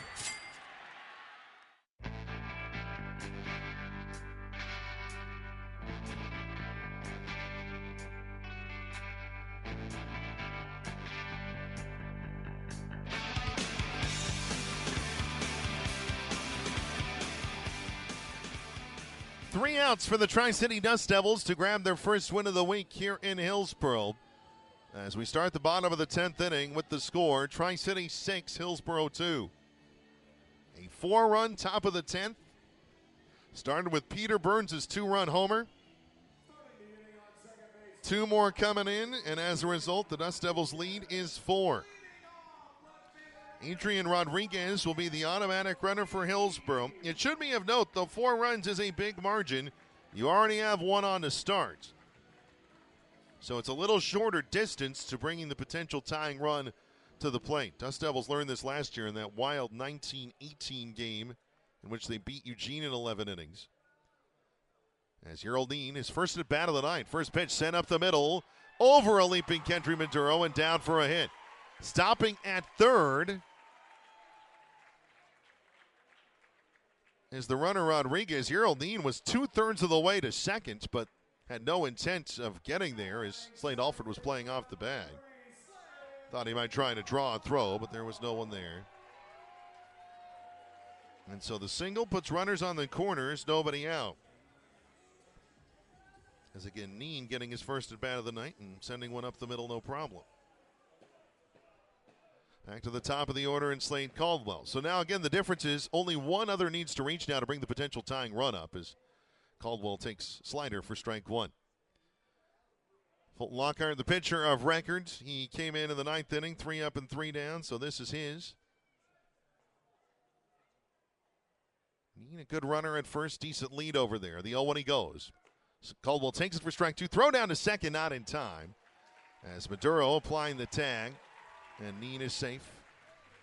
Yeah, it was strike 2, the pitch. As Neen grabbing the steal. Again, a man who had a lot of time here at the start of the year. Stolen base number 21 for Hillsboro this season. Second and third, nobody out the pitch. Caldwell pops it foul, high in the air.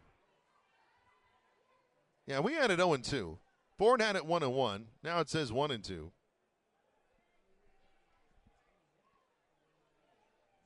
All this to say, Lockhart has 2 strikes.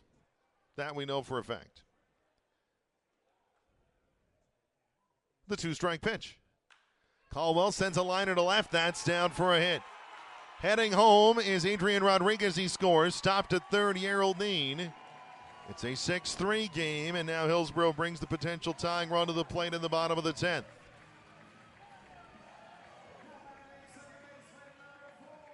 So back-to-back hits to start the inning for the Hops.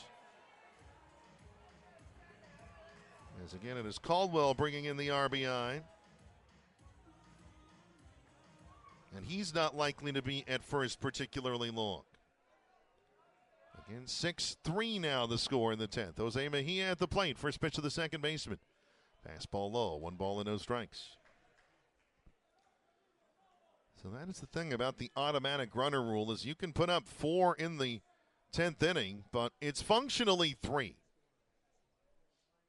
Because you have that runner in scoring position already. The 1-0. He takes it low and outside. 2 balls and no strikes. Stay to appeal. Answer no, so it's 2-0.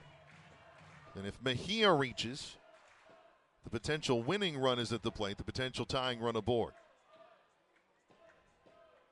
The 2-0. Swing and a miss. 2 balls and a strike. As Mejia, his first time up, threatened a 2-run homer. Was caught on the warning track by Johnny McGill at left. He has since walked, struck out looking, and grounded out to second. Pickoff throw over to first. Back safely is Slade Caldwell. Dust Devils would love a hard grounder up the middle. They would trade 2 outs for a run in a heartbeat in this situation. As Neen wandering up and down the line, trying to distract Lockhart. The 2-1. Mejia takes it low, ball 3. 3 balls and a strike. So despite all the work in the top of the 10th, this is getting a little dicey for the Dust Devils now. I think they would even trade a run for an out right now. Get something, anything on the board. The 3-1. Mejia lines it through the right side. Mean will score. Caldwell heading for third. Strong throw by Ruiz, but Cole didn't get it. It bounces around. Caldwell's going to score. It's 6-5. If Cole's able to get the tag down, might have had Caldwell at third. But I think all of that ended up just a little bit rushed.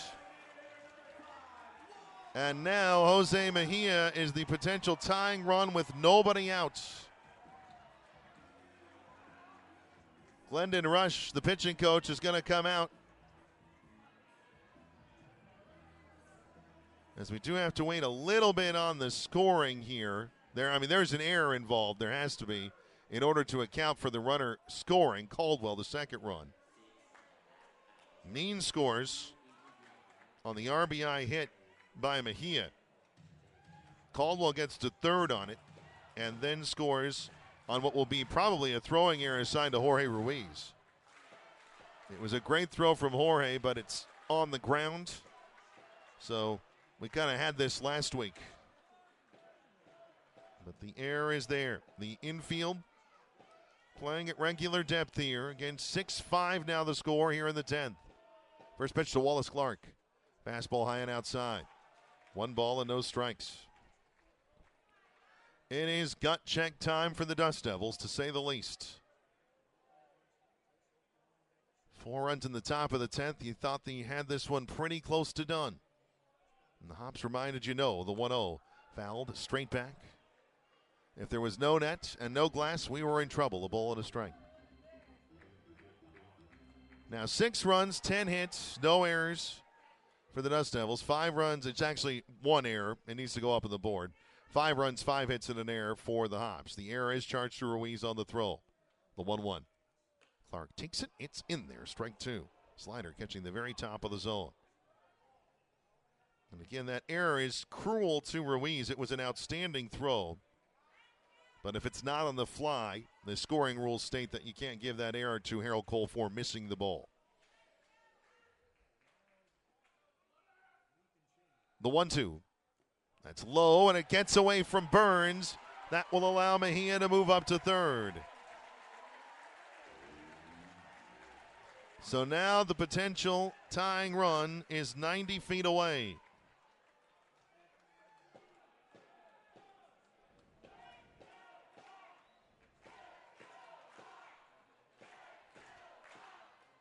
So that'll be a wild pitch. It was in the dirt, I believe. And now the infield comes in. 2-2 the count to Clark. The pitch from Lockhart. Broken bat looper. Going to stay on the infield. Caught by Adrian Placencia. 1 out. Plasse went back a couple steps initially. Just kind of hanging there in the air. And then came back in and they make the catch. So the infield will still stay in. With 1 out. Desperately trying to prevent the tying run from scoring. Dust Devils 6, Hops 5. 1 out, bottom of the 10th, runner at third.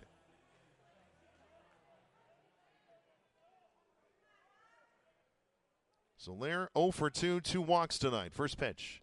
Low, Peter Burns sprawling to knock it down. 1 ball and no strikes. There is no action yet in the Tri-City bullpen. There is a righty throwing for Hillsboro, as they now getting ready to prepare for a potential 11th inning. Lockhart set. The 1-0. Fastball, it's in there, strike 1. Obviously, if you're Lockhart, you're looking for a strikeout or a pop out, something, anything on the infield, or very shallow in the outfield to hold the runner Jose Mejia at third.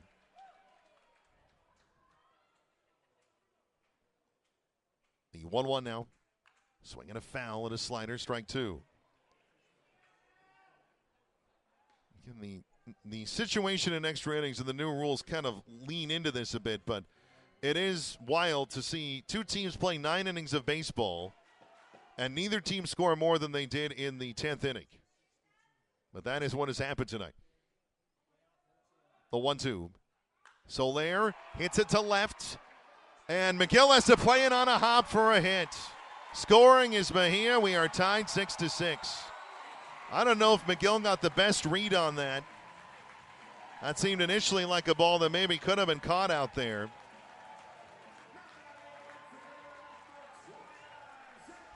Tri-City with 4 in the top of the 10th, and Hillsboro has answered it completely. Yacel Soler is first hit of the night, tying the game.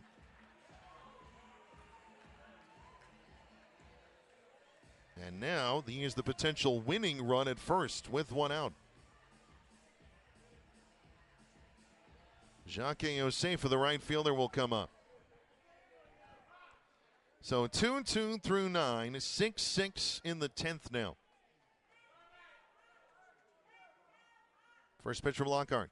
Josefa takes a fastball, missing just outside apparently. 1 ball and no strikes. There is now action in the Tri-City pen. It is right-hander Benny Thompson getting loose. We saw him run out to the bullpen a few innings ago.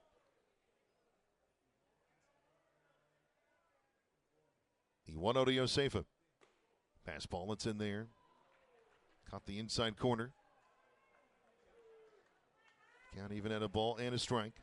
Josefa 0 for 4. He has struck out twice. He has popped out twice, alternating them throughout the night.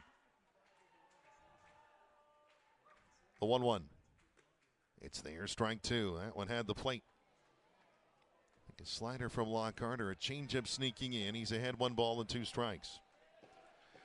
Catcher Kenny Castillo waiting on deck for the Hops in their navy blue jersey, light blue letters and numbers, white trim, white pants. The 1-2. Swing and a miss, strike 3. Got him with that changeup. So Fulton Lockhart a strikeout. Now 2 outs in the 10th. Dust Devils 6, Hops 6. And Kenny Castillo comes up. Again, a worrisome bat. Man with major power standing in. In the bottom of the 9th, he came up and led it off and hit a fly ball that looked like it might go for a walk-off homer. Caught on the warning track. First pitch to him outside. 1 ball and no strikes. That was against Lockhart. First batter he faced. So he's made a full lap through the order now. 3 strikeouts before that deep fly out. Castillo 0 for 4 on the night. The 1-0. Fastball, it's in there, strike 1. Lower part of the zone at 95 miles an hour. But Lockhart now at 37 pitches.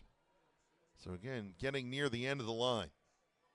Dan Billardello and crew desperately hoping he can get it to the 11th as Castillo calls time. In the 11th, if the Dust Devils can get it there, it would be Johnny McGill as the runner at second, and Harold Cole, the only man not to bat in the 10th, would get his first at bat of extra innings. The 1-1. Castillo chops it foul. Third base side. That'll spin out toward Mark Reed, the Hops manager. So Lockhart ahead, 1 ball and 2 strikes.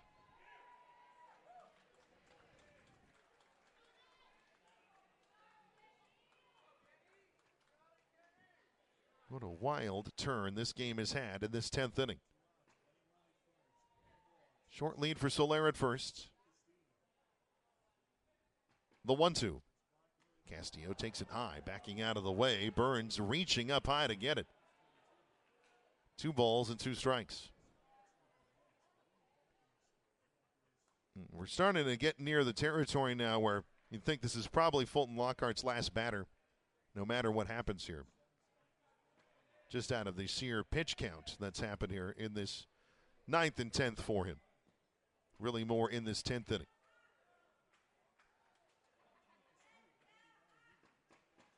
The 2-2. Castillo takes it inside, ball 3. So the count full now with 2 outs. That will allow Yacel Soler to get a head start from first. That changes the complexion, really, of what a hit can do in this situation now. Soler will go. He does the pitch. Swing and a miss, strike 3. Fastball at 97 below the zone. Castillo goes after it and is down on strikes to end the inning. But Hillsboro matches Tri-City's 4 in the top of the 10th with 4 of their own. They do it on 4 hits, all singles. There was an error. 1 man is left, and we will play an 11th inning. With the score now, Tri-City 6, Hillsboro 6. What else is in store for Dust Devils baseball? No matter your industry, old or new, Crown Paper and Janitorial is proud to support the community. With our expertise, we can help provide a clean, safe, and healthy environment. Whether you need a consultation for your sustainability objectives or simply have a nasty stain on the carpet, we are here to help. To contact us or to learn more, visit crown.walterenelson.com. Hey, it's Eric the Peanut Guy with your Tri-City Dust Devils. I can't believe our 25th anniversary season is coming to a close. Come out Thursday, September 3rd for the wall calendar giveaway thanks to Parkview Estates and fireworks thanks to Roto-Rooter. CPC Co. is bringing out the world-famous Superstars Friday night, and Saturday is the final fireworks show of 2026 thanks to CO Energy. Tickets at DustDevilsBaseball.com. Dust Devils Baseball, a Tri-Cities tradition for 25 years.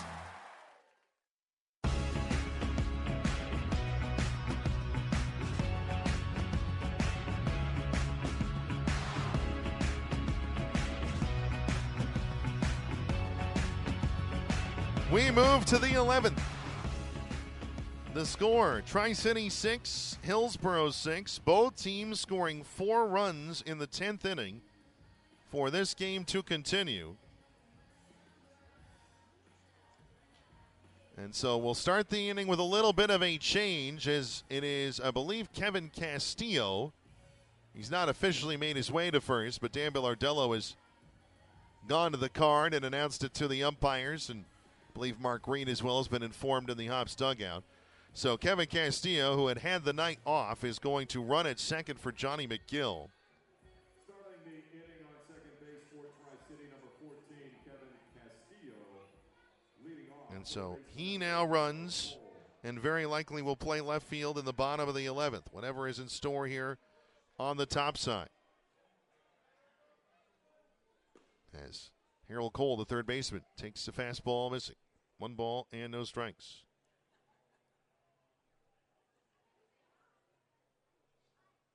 Once again, Kevin Castillo, the automatic runner, in a 6-6 tie. The 1-0 to Cole. Swing and a miss at his slider. A ball and a strike. Should let you know there's a new man on the mound, a right-hander taking the hill. Augie Mojica on the mound now for Hillsboro. First time the Dust Devils have seen Mojica. The 1-1. Cole takes it inside. 2 balls and no strikes. Again, Harold was the automatic runner in the 10th, the final out of the 9th. So he scored on Peter Burns' 2-run homer, which gave the Dust Devils a 4-2 lead at the time. That felt like a huge moment. Tri-City would score 2 more, and it wasn't enough. The 2-1, that's deep and high and out to left and gone. Harold Cole, a 2-run homer. And it's the Dust Devils 8, the Hops 6 in the 11th.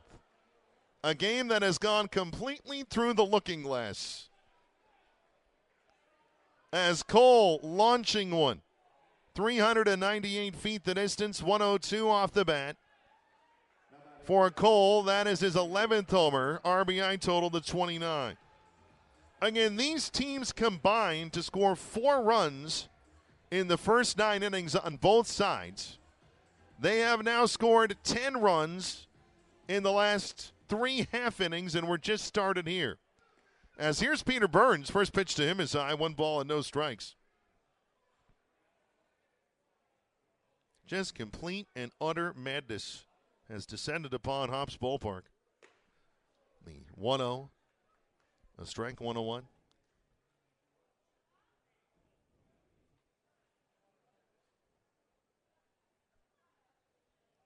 So the Dust Devils again have the lead. Can they keep it is the question now, as Ricardo Capois will send the ball out.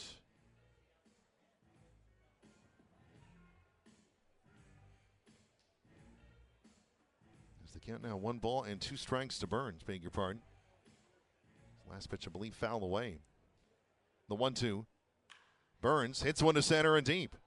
Caldwell going back. This one's going to stay in the yard, and he makes the catch for the first out of the 11th.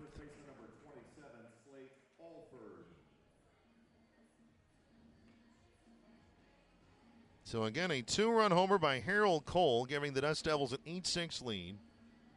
Now 1 out in the 11th.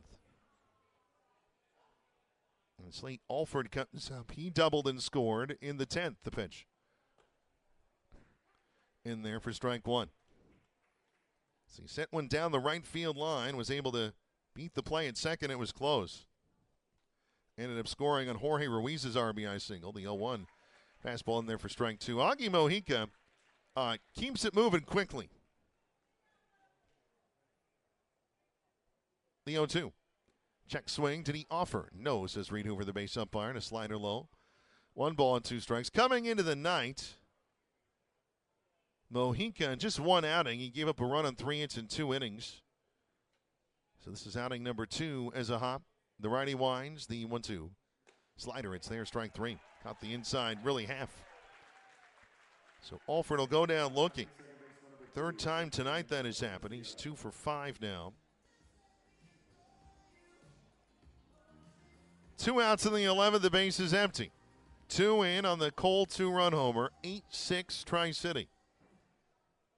And Adrian Placencia comes to the plate. First pitch, just inside, 1 ball and no strikes. I'm sure folks around the Northwest League are wondering what on earth is going on here in Hillsboro right now. The 1-0, Placencia pops it foul over the roof line, bringing the count even at a ball and a strike. And we started half an hour before both games around the Northwest League. They are in the bottom of the 8th at the moment. The 1-1 outside, 2 balls and a strike. Spokane leads Vancouver 5-1. The Canadians with 2 on, nobody out in the bottom of the 8th. Meanwhile, Everett has extended their lead. Bottom of the 8th there, 11-0 to the Aqua Sox. The 2-1.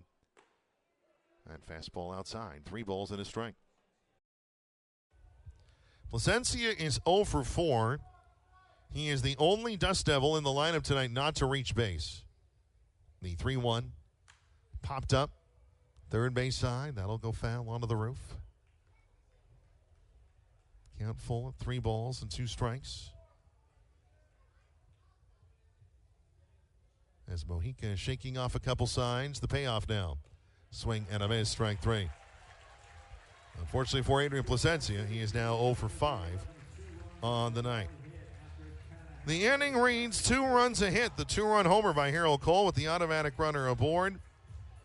No errors, nobody left. And Benny Thompson now will come in to try to lock down the save for Fulton Lockhart. As we go to the bottom of the 11th, the score, the Dust Devils 8, the Hops 6. The Hampton Inn Suites Pasco Tri-Cities Hotel provides a home away from home retreat while you stay in Washington. Wake up to a free hot breakfast after a restful sleep on a clean and fresh Hampton bed. Plan your next adventure using the free Wi-Fi in your room or throughout the hotel, and unwind in their indoor saltwater pool and hot tub. They're close to the track center for meetings, concert, and sporting events. Visit Giesa Stadium to watch the Tri-City Dust Devils. For reservations, call 509-792-1660 or stop by 6826 Burden Boulevard in Pasco. After my wife died, I felt like I lost everything, including my love of fishing. But one day, my granddaughter called, and I realized I still had a lot to look forward to. I got referred to a psychiatrist who explained depression can happen to anyone. Getting help doesn't make me weak. It makes me stronger. I just wish it made me better at fishing. Mental health care is working for Diego. See what it can do for you at mentalhealthcareworks.org. A message from the American Psychiatric Association Foundation.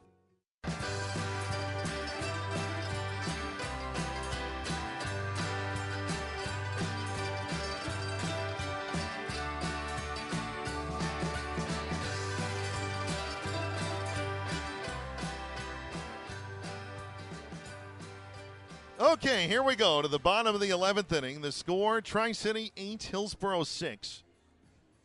And Benny Thompson, the right-hand reliever, takes over for the Dust Devils. In fact, it has been all righties for the Dust Devils tonight. All 6 pitchers that have taken the mound from the right-hand side. Fulton Lockhart done. He goes 2 innings. He gives up 4 runs, 2 earned on 4 hits, as there was an error involved in one of the runs and an automatic runner as well. He is still the pitcher of record for the Dust Devils. Thompson is coming in for the save. Automatic runner at second. Chris Katz at the plate. First pitch, a swing and a miss at a fastball. No balls and a strike. Thompson coming into the ball game, 3-4, an ERA of 5.64. This is appearance number 38 for him. He's going for his 4th save in 5 tries. The 0-1 coming to Katz. Fastball inside corner, strike 2. Actually, maybe catching the lower part of the zone. And maybe on that. As the man at second is Kenny Castillo, the catcher, the final out of the 10th. The 0-2 from Thompson. It's high, 1 ball and 2 strikes.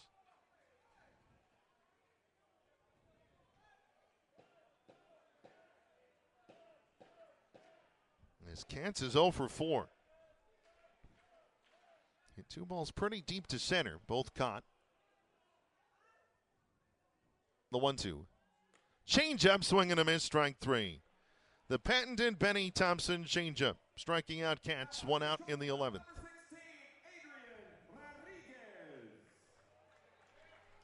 We'll bring Adrian Rodriguez to the 4. He is 0 for 3 tonight. He has scored twice.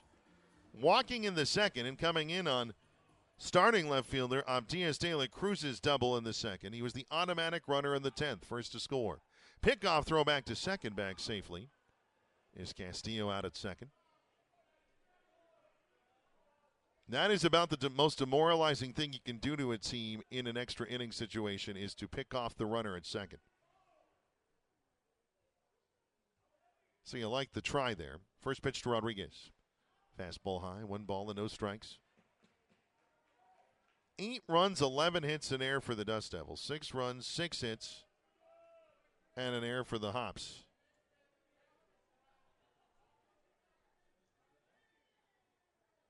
One 1-0 the count. Thompson holding the pitch. It's low, 2 balls and no strikes. Of course, a 2-run game, so the potential tying run is at the plate in Rodriguez. If he were to reach, he'd be the potential run on board. The winning run would come to the plate potentially. Not that you need me to run through these scenarios. We just did it an inning ago, but on a larger scale. The 2-0 fastball there, strike 1. As with this going to an 11th inning, this game has gone over the 3-hour mark.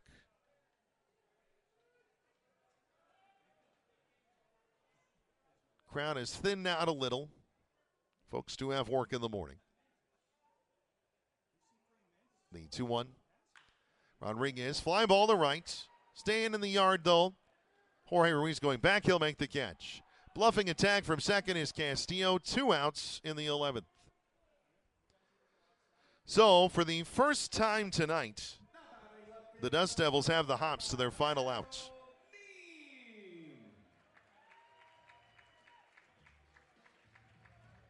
So, while noting that, the Hops still have the potential tying run at the plate.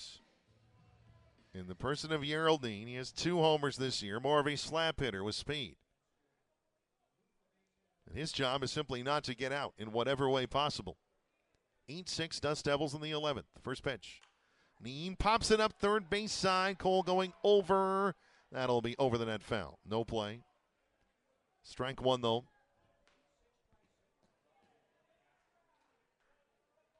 As Neen, an RBI single, a stolen base, and a run scored in his only at bat, he took over for Abdias De La Cruz, beg your pardon, De La Cruz, in the bottom of the 8th. Scored the tying run in that inning, the 0-1.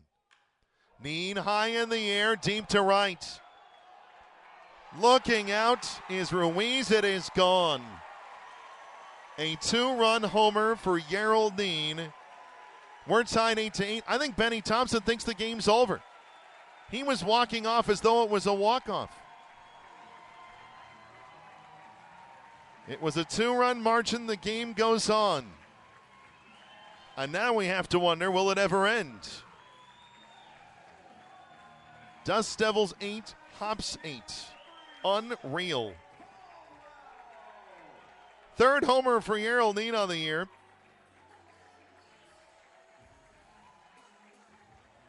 RBI total to 22. That ended up low and in. That's not a place you want to go with the lefty. They can turn on it. Here's Slade Caldwell. First pitch to him. A big swing and a miss. 0-1.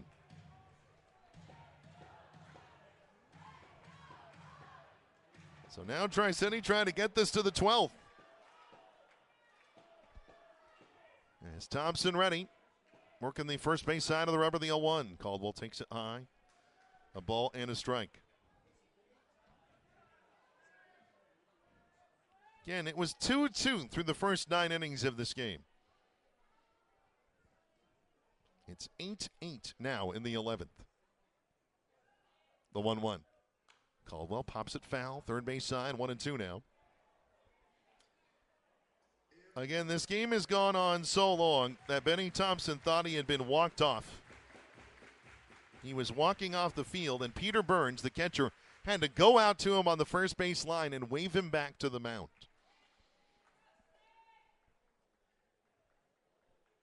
I would say hilarity in Hillsboro, but I'm not finding it that funny. The 1-2. Caldwell takes the changeup, a called strike 3, and we will play on. The inning for Hillsboro. It looks really exactly like the top side. 2 runs, a hit, no errors, and nobody left. And so we will play to the 12th. The score, Tri-City 8, Hillsboro 8. Who has the opportunity and the availability still to pitch? Who will hit? None of us knows. The 12th is next. Living a healthy life is built on a foundation of good habits. Nourishing food, plenty of sleep, regular exercise, and for women, getting a breast cancer risk assessment by age 25 and annual mammograms starting at 40. At Inland Imaging, we've doubled the capacity of our Kennewick Center to make it twice as easy to take care of your health. Schedule your annual screening today. Call 509-374-4030 or visit inlandimaging.com/scheduling-TC. Who's on first? At Tri-Cities Community Health, you come first. Your local community health center for over 40 years, our experienced team of medical, dental, and behavioral health specialists provide personalized care tailored to your individual needs. TCCH pharmacies are located in Pasco, Kennewick, and Richland, offering free prescription delivery. You'll always receive the highest level of care in a timely manner, regardless of your financial situation. Our teamwork means better care and better health, and the ultimate winner is you. Make Tri-Cities Community Health your home base for all of your healthcare needs. Go to mytcch.org to schedule an appointment or learn more.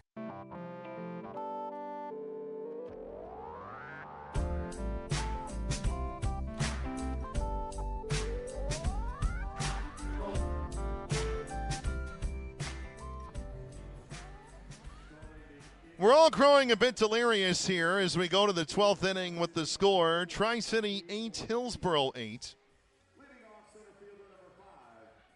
And Hayden Alvarez, the leadoff man, will step in for the Dust Devils. Capri Ortiz has taken over for Adrian Placencia, so he's going to run at second. Again, would just take over his usual position these days.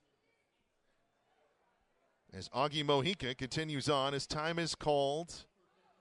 Pitch timer ran out on Augie Mojica, so it's 1-0 before Alvarez sees a pitch. Again, Capri Ortiz is in to run at second. I'm just going to go ahead and mark him in as the second baseman for the 12th. The 1-0. Bunt by Ramirez, I should say Alvarez. It's pop foul, first base side. So the count is 1 ball and 1 strike, even though that was the first pitch. And this thing has gone utterly and completely sideways a couple of different times.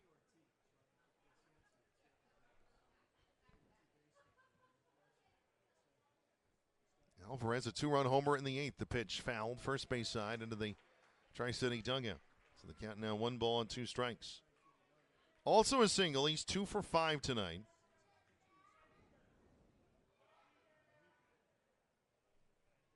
Dust Devils looking to put runs on the board. They've put up multiple runs in 2 extra innings, and it has not been enough. Maybe an odd number would do it, even just 1. I think if you're Tri-City, you want as many runs as you possibly can and just hope to hold on for dear life. The 1-2. Alvarez takes it low. 2 balls and 2 strikes.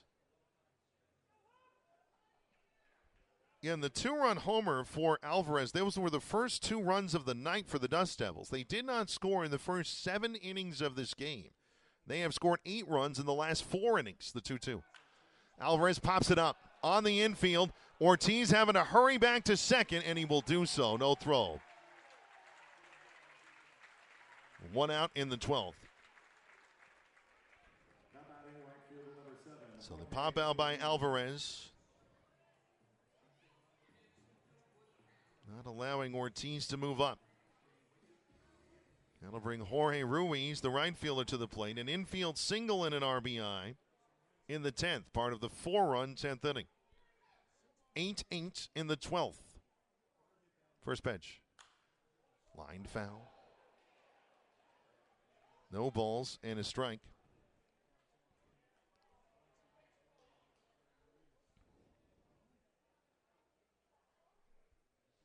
As for Ruiz, that infield hit was the first one of the night. He's 1 for 5. Had 2 hits last night. The pitch. That's outside. Ortiz breaking for third, and he's out. Capri Ortiz is caught stealing. I have to think that that was his own thought there. But now 2 outs for the Hops. 2-5, the caught stealing. That's simply something in that moment that cannot happen. So Ruiz has to restart it now. The 0-1 foul to the third base side, strike 2. If the Dust Devils do not score, the potential winning run will be at second with nobody out. That is why in that moment, you just, even with the great speed of Capri Ortiz, that is simply a risk you cannot take. The 0-2, it's a fastball high. 1 ball and 2 strikes.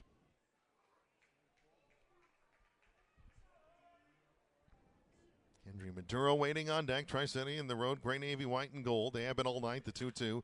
Ruiz pulls a grounder to second. Handled by Jose Mejia. His throw to first in time, and the inning is over.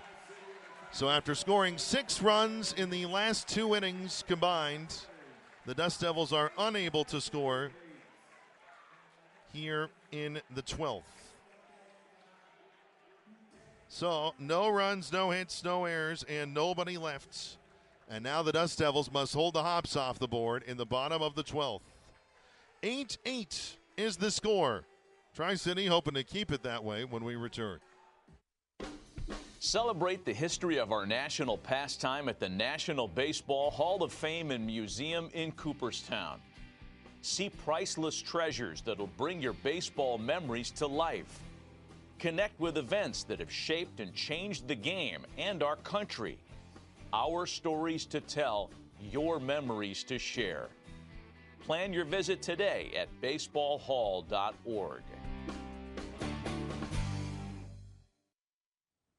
Now. We tend not to think about now. We dream about tomorrow, relive yesterday. But right now in front of us is victory over cancer. Right now, cancer research funded by the V Foundation is leading to better treatments and saving lives. Victory over cancer is there for the taking by you, because today's cancer research is tomorrow's victory. Learn more at v.org. Don't give up. Don't ever give up.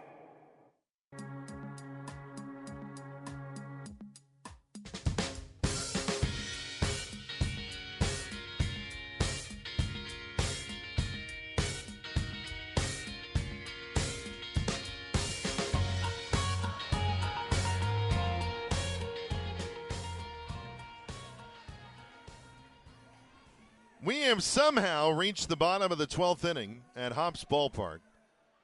The score, the Dust Devils 8, the Hops 8. Capri Ortiz remaining in the game as the second baseman. He was the pinch runner in the top of the inning, was caught trying to steal third. And so Slade Caldwell, a man with great speed, is the automatic runner to begin the 12th. Tri-City is up against it. They have to hold the Hops off the board. Jose Mejia, the second baseman, up. First pitch to him, a fastball. Top of the zone for strike 1. What's left of the crowd getting on the case of Ricardo Capois, the home plate umpire. Thompson set, checking Caldwell. A base stealing threat even of third. The 0-1. Inside, a ball and a strike. So you can make the argument in this scenario, if you weren't coming to face the three-man in the order, of course that's Wallace Clark, who was not originally in the lineup, of just walking Mejia to set up forces at both bases. The 1-1. Mejia high in the air, left center field, playable. Hayden Alvarez will make the catch, tagging and bluffing the tag as the throw is a little off the line, but Cole able to hold it there. Boy, if Caldwell goes, he probably reaches third easily. But with the play in front of him, decided that it would be better to hold where he was. That may be the right decision, but the Dust Devils will take it gladly. One out in the 12th, an 8-8 tie. And Wallace Clark, who has been a Dust Devil killer despite having a rough year, getting his second at bat. He popped out his first time up. First pitch. Fastball just inside, 1-0. That at bat came in the 10th inning as Clark ran for J.D. Dix, who was the DH coming into the game. Both are switch hitters, so functioning in same roles largely. Pickoff throw back to second as it bounces away momentarily from Kendry Maduro, but not far. Caldwell no even thought of going to third.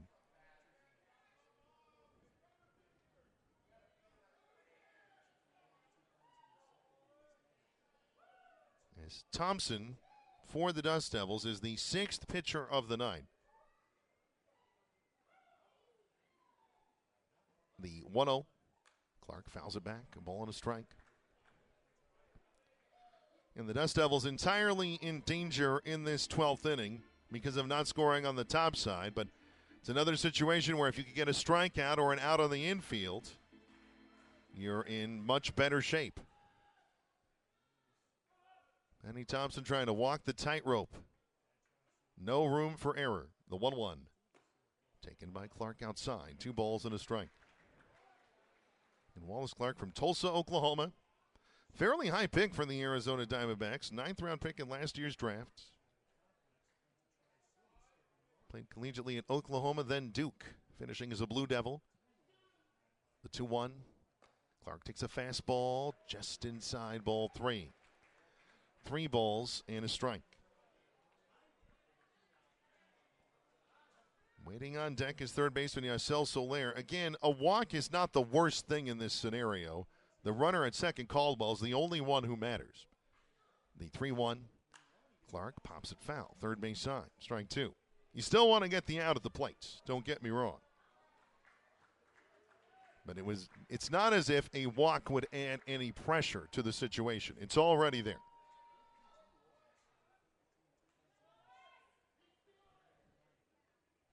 As Benny Thompson set of the stretch, checking Caldwell at second. The 3-2. Foul back. And Tordes, if there was no net or glass. Thompson and Clark digging in here. And I'm going off of memory here, but I think the Dust Devils in the high A era have maybe played 1 12-inning game. Longest they went was 11 innings last year.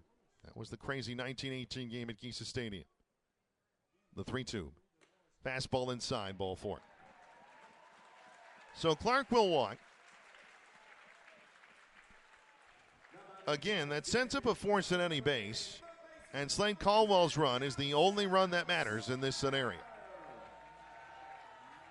But what this does do is it brings up a man with a very powerful bat in the person of Yacel Soler, who singled to left in the 4-run bottom of the 10th, matching Tri-Cities on the top side.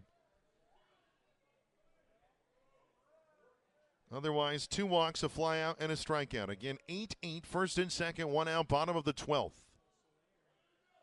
First pitch to Soler. Hit high and deep to left center. Alvarez going back to the track, to the wall. It is gone. A walk-off 3-run homer for Yacel Soler with the very first home run in this ballpark back in April. It was a walk-off homer. And the final score tonight in 12 innings at Hops Ballpark, Hillsboro 11, Tri-City 8. To say that is a killer for the Dust Devils, I think, is probably too soft, honestly.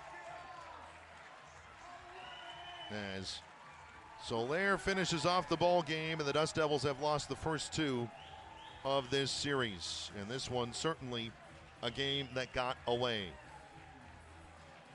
With that, Tri-City now falls to 6th place in the Northwest League. Hillsboro hopping a game ahead of them at 26-30 in the second half. Tri-City has fallen to 25-31. Dust Devils 60-62 overall on the year. Hillsboro moving to 58-64. Dust Devils will still try to bounce back tomorrow. They could still win this series if they win the last 4. And what a wild game this was here west of Portland tonight. But again, the final in 12 innings. The Hillsboro Hops 11, the Tri-City Dust Devils 8. We'll come back with probably an abbreviated postgame show, to be honest with you. We'll get to the final totals. We'll quickly talk through this one and tee up tomorrow's Game 3. Once more, the final in 11. Hillsboro 11, should say in 12, beg your pardon. Hillsboro 11, Tri-City 8, in the postgame show next. Hey, it's Eric the Peanut Guy with your Tri-City Dust Devils. I can't believe our 25th anniversary season is coming to a close. Come out Thursday, September 3rd for the wall calendar giveaway thanks to Parkview Estates and fireworks thanks to Roto-Rooter. CPC Co. is bringing out the world-famous Superstars Friday night, and Saturday is the final fireworks show of 2026 thanks to CO Energy. Tickets at DustDevilsBaseball.com. Dust Devils Baseball, a Tri-Cities tradition for 25 years. Living a healthy life is built on a foundation of good habits. Nourishing food, plenty of sleep, regular exercise, and for women, getting a breast cancer risk assessment by age 25 and annual mammograms starting at 40. At Inland Imaging, we've doubled the capacity of our Kennewick Center to make it twice as easy to take care of your health. Schedule your annual screening today. Call 509-374-4030 or visit inlandimaging.com/scheduling-TC. Everybody knows you shouldn't retire until you're 65. Buying a house? 20% down or nothing, bud. It's easy. Put your money into savings and never touch it. There's a lot of questionable money advice out there. For financial knowledge that can help you reach your version of success, come to Gisa Credit Union. We can walk you through everything you need to feel confident about your finances. There's a healthier approach to money. Find it at Gisa Credit Union. Gisa is an equal opportunity lender. No matter your industry, old or new, Crown Paper and Janitorial is proud to support the community. With our expertise, we can help provide a clean, safe, and healthy environment. Whether you need a consultation for your sustainability objectives or simply have a nasty stain on the carpet, we are here to help. To contact us or to learn more, visit crown.walterenelson.com. Who's on first? At Tri-Cities Community Health, you come first. Your local community health center for over 40 years, our experienced team of medical, dental, and behavioral health specialists provide personalized care tailored to your individual needs. TCCH pharmacies are located in Pasco, Kennewick, and Richland, offering free prescription delivery. You'll always receive the highest level of care in a timely manner, regardless of your financial situation. Our teamwork means better care and better health, and the ultimate winner is you. Make Tri-Cities Community Health your home base for all of your healthcare needs. Go to mytcch.org to schedule an appointment or learn more. Call Abadan today for your business technology needs. From copiers to high-capacity print production, Abadan has you covered. Find out why they've served the Mid-Columbia since 1953. Call 509-946-2033. Abadan. Feel connected. Time now for the Tri-City Dust Devils postgame show. With the final totals and a recap of the game, once again, here's Doug Taylor. Boy, not really sure what to say about this one. In 12 innings, the final score tonight, the Hillsboro Hops 11, the Tri-City Dust Devils 8. And this is now the post-game show live on the MILB app and at DustDevilsBaseball.com. After giving it some thought in the break, we will go ahead and do the full post-game show just to give my voice a break, quite honestly. Let's get to the final totals now. For the Hops, 11 runs, 8 hits, 1 error, 7 runners left on base. For the Dust Devils, 8 runs, 11 hits, 1 error, 6 runners left on. The winning pitcher for Hillsboro is Augie Mojica. He goes 2 innings. He gives up 2 runs, 1 earned on a hit. That was a 2-run homer by Harold Cole in the 11th inning. No walks, 2 strikeouts. It's his first decision as a Hop. He's 1-0. Benny Thompson takes the loss for the Dust Devils. An inning and a third. He ends up giving up 4 runs, 3 earned on 2 hits, a walk and 2 strikeouts. He gave up 2 home runs, including 1 with Hillsboro down to their final strike, I believe it was, in the 11th. And the winning home run as well, given up by Thompson. It was just a very strange game indeed. Got even stranger, really. It was actually a very typical game for these two teams until we got to extra innings. And then it was very much not. Benny Thompson taking the loss, a blown save as well. He falls to 3-5. There was no save, and this was a game clearly that could not be saved, as it turned out. The official attendance paid to see this one, 2,045. We did not have that many at the end of this one. And again, what a wild game it ended up being. We played it in 3.5 hours on the nose. We started at 6:39, ended at 10:09. And weather at first pitch, and let's just be thorough. We're here. Why not? Just want to get you a proper reading. As at Hillsboro Airport, not far from here, 81 degrees at first pitch, a wind out of the southwest at 8 miles an hour. It was a nice and lovely day here. And it was an entertaining baseball game, a thrilling game in moments. Dust Devils had several opportunities to get it across the line, and unfortunately could not. Again, the final in 12, Hillsboro 11, Tri-City 8. One last break, I promise you. And when we come back, we'll recap this game as quickly as we can. We'll look at the scoreboards, talk about tomorrow night's Game 3.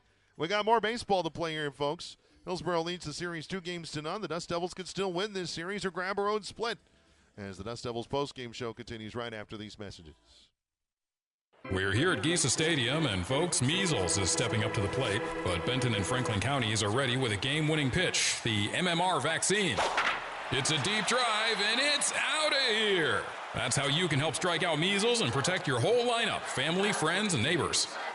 Don't let measles score. Stay in the game. Make sure your vaccinations are up to date. Strike 3.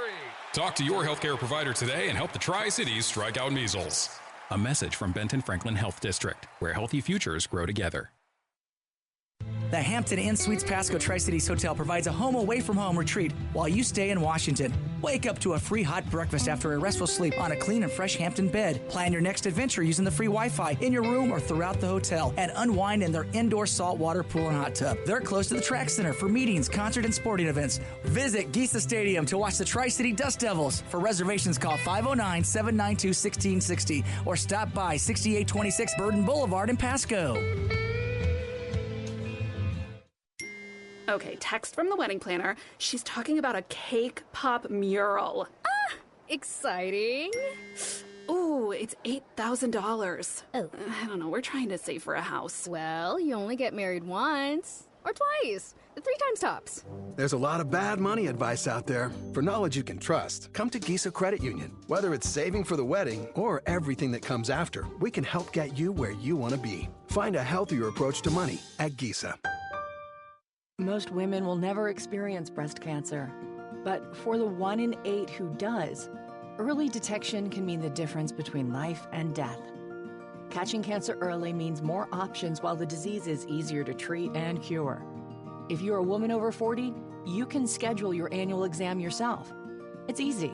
Just call Inland Imaging at 509-374-4030. Don't put it off. Call to schedule your screening mammogram today. We take a lot of pride in the success of our Tri-City Dust Devils, just like the folks at CO Energy, an independent franchise of Pacific Pride. With quality gasoline, non-ethanol premium, and diesel fuel, Pacific Pride's 24-hour fully automated fueling stations are modern, clean, and well-lit, and the frequent fueler's special access card provides security, control, and itemized billing. No lost receipts, no unauthorized purchases, no guesswork. Just hundreds of convenient Pacific Pride sites throughout the U.S. At Pacific Pride, we fuel the winners, and your company can join the team. So get a handle on your commercial fueling needs with Pacific Pride. Open your account today at CO Energy, an independent franchise of Pacific Pride, with offices in Pasco, Spokane, Yakima, and surrounding areas.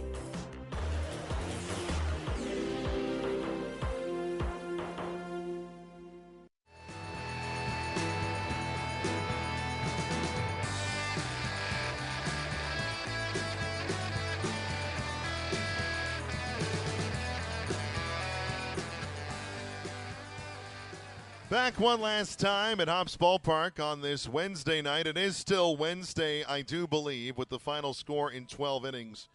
Hillsboro 11, Tri-City 8. Boy, let's do this as quickly as we can. As the Dust Devils sending Dylan Jordan to the mound, Mason Marriott the starter for Hillsboro. Hops getting on the board in the bottom of the second. A two-out walk to Adrian Rodriguez. Then following him, Abdias De La Cruz, the left fielder, a double to the warning track. 1-0 in favor of Hillsboro. That score would stay all the way to the top of the 8th inning. Dust Devils had a couple opportunities, could not get runners across. In the top of the 8th inning, they would. With one out, after Slade Alford began the inning with a bloop single to right center, Hayden Alvarez went down the left field line fair for his first home run as a Dust Devil and at the high A level. Two-run shot. Gave the Dust Devils a 2-1 lead. Tri-City got very good bullpen performances from Zach Render and Kyle Roach tonight. 3 scoreless and hitless innings. A combined no walks, 4 strikeouts. Dylan Jordan, to his credit, he had 5 walks. So it was a bit of a fight. Had to throw more than a few pitches, certainly more than he wanted to get through 4 innings, 88 in total. But he gave up just the run on the hit. That was it. And was able to strand runners outside of that. And again, the Dust Devils led 2-1 going to the bottom of the 8th. So you felt pretty good about where Tri-City was. Certainly felt like you had a decent chance to get it across the line. Bottom of the 8th, Sam Takoyan coming in. Quite possible he was trying to get the 8th inning and maybe the 9th, or maybe it was going to be him for the 8th and Fulton Lockhart for the 9th either way. Either way, in the bottom of the 8th, the Hops tie the game. A leadoff walk to Abdias De La Cruz. So he made his way aboard. Then a sac bunt by Slade Caldwell moved him to second. On the play, De La Cruz slid into second. Seemed like a clean cut on the way. And he was not able to continue in the game. He was pulled. Gerald Neen came in to play left field, and that would be a development as we went on. And so Neen, good runner at second. With 2 outs, J.D. Dix at the plate. And he would double off the wall left of center. He almost hit it out to give the Hops what would have been a 3-2 lead at the time. But it stayed in the park. It was a 2-2 tie. Dix would get pinch run for by Wallace Clark. The inning would continue, but Tri-City would find a way to the other side. They got it to the 9th, tied 2-2. Neither team scored in the 9th inning, so we played extra innings. And the Dust Devils in the top of the 10th got off to a flying start. As Harold Cole was the automatic runner, Peter Burns the first batter, 2-run homer out to right, 4-2 Dust Devils. On one swing, things were looking great. Slade Alford then doubled down the right field line. He would get in scoring position a couple of different ways. And Jorge Ruiz would bring him in with a 2-out infield single. So that put another run across. It was 5-2. Then 2 more hits would pull through. Ryan Nicholson an RBI single. That made it 6-2. So the Dust Devils feel like they're in amazing shape. All they got to do is get 3 outs and not give up 4 more runs. Unfortunately for the Dust Devils, it was not to be. Hillsboro would score 4 runs as they laced together 4 hits in the 10th with the automatic runner ahead. And so they had the game tied with 1 out in the 10th. So the winning run, the potential winning run, was aboard with 1 out in the 10th for Hillsboro. But a couple of outs, Fulton Lockhart able to hold the line there. So it was a 6-6 tie going to the 11th. And there the Dust Devils again. Automatic runner on board. Harold Cole, the only guy who didn't come to the plate in the 10th inning, comes up. He swats one out over the wall for a 2-run homer. 8-6 Dust Devils. So you feel like you're in, again, a good spot. But, of course, you're a little nervous because 4 wasn't enough in the 10th inning. The automatic runner aboard. Tri-City gets the first 2 outs. Yerel Neen to the plate. He had only homered twice all year for the Hillsboro Hops. Going back to the play-by-play because I want to be absolutely sure. I believe that was a 2-strike situation. I believe the Dust Devils had gotten Yerel Neen and the Hops to their final strike. I beg your pardon. It was an 0-1 count. So they got him to the final out, not to the final strike. And Neen gets a pitch from Benny Thompson, a little 0-in, and he turns on it, smacking it over the wall in right, over the bullpen as well. A no-doubter, and we were tied 8-8. That would take us to the 12th inning. Capri Ortiz would run at second for the Dust Devils. Guy with great speed, a guy who trusts his base-stealing abilities. But unfortunately in that inning, he would try to grab third, and he would get caught. There was already 1 out. A pop-out had left him there at second with 1 out. But you're still in a spot where you get a hit, you get him in, you put a run up, and again, you force the Hops to match you. But the caught stealing then made it nobody on. 2 out. Jorge Ruiz would ground out, and that would leave the Dust Devils in a very vulnerable position. Taking them to the 12th inning in an 8-8 tie, the potential winning run was at second. Benny Thompson getting an out to start the inning, and the runner holding, so that was a good start. Then Wallace Clark working a walk. That put 2 on, but again, the runner at second is the main worry there. The guy at first, not so much. Yeah, Soler coming up to the plate, though, was a worry, and he ended the ball game, hitting a 3-run homer deep and out to left center, and that ended this one after 3.5 hours.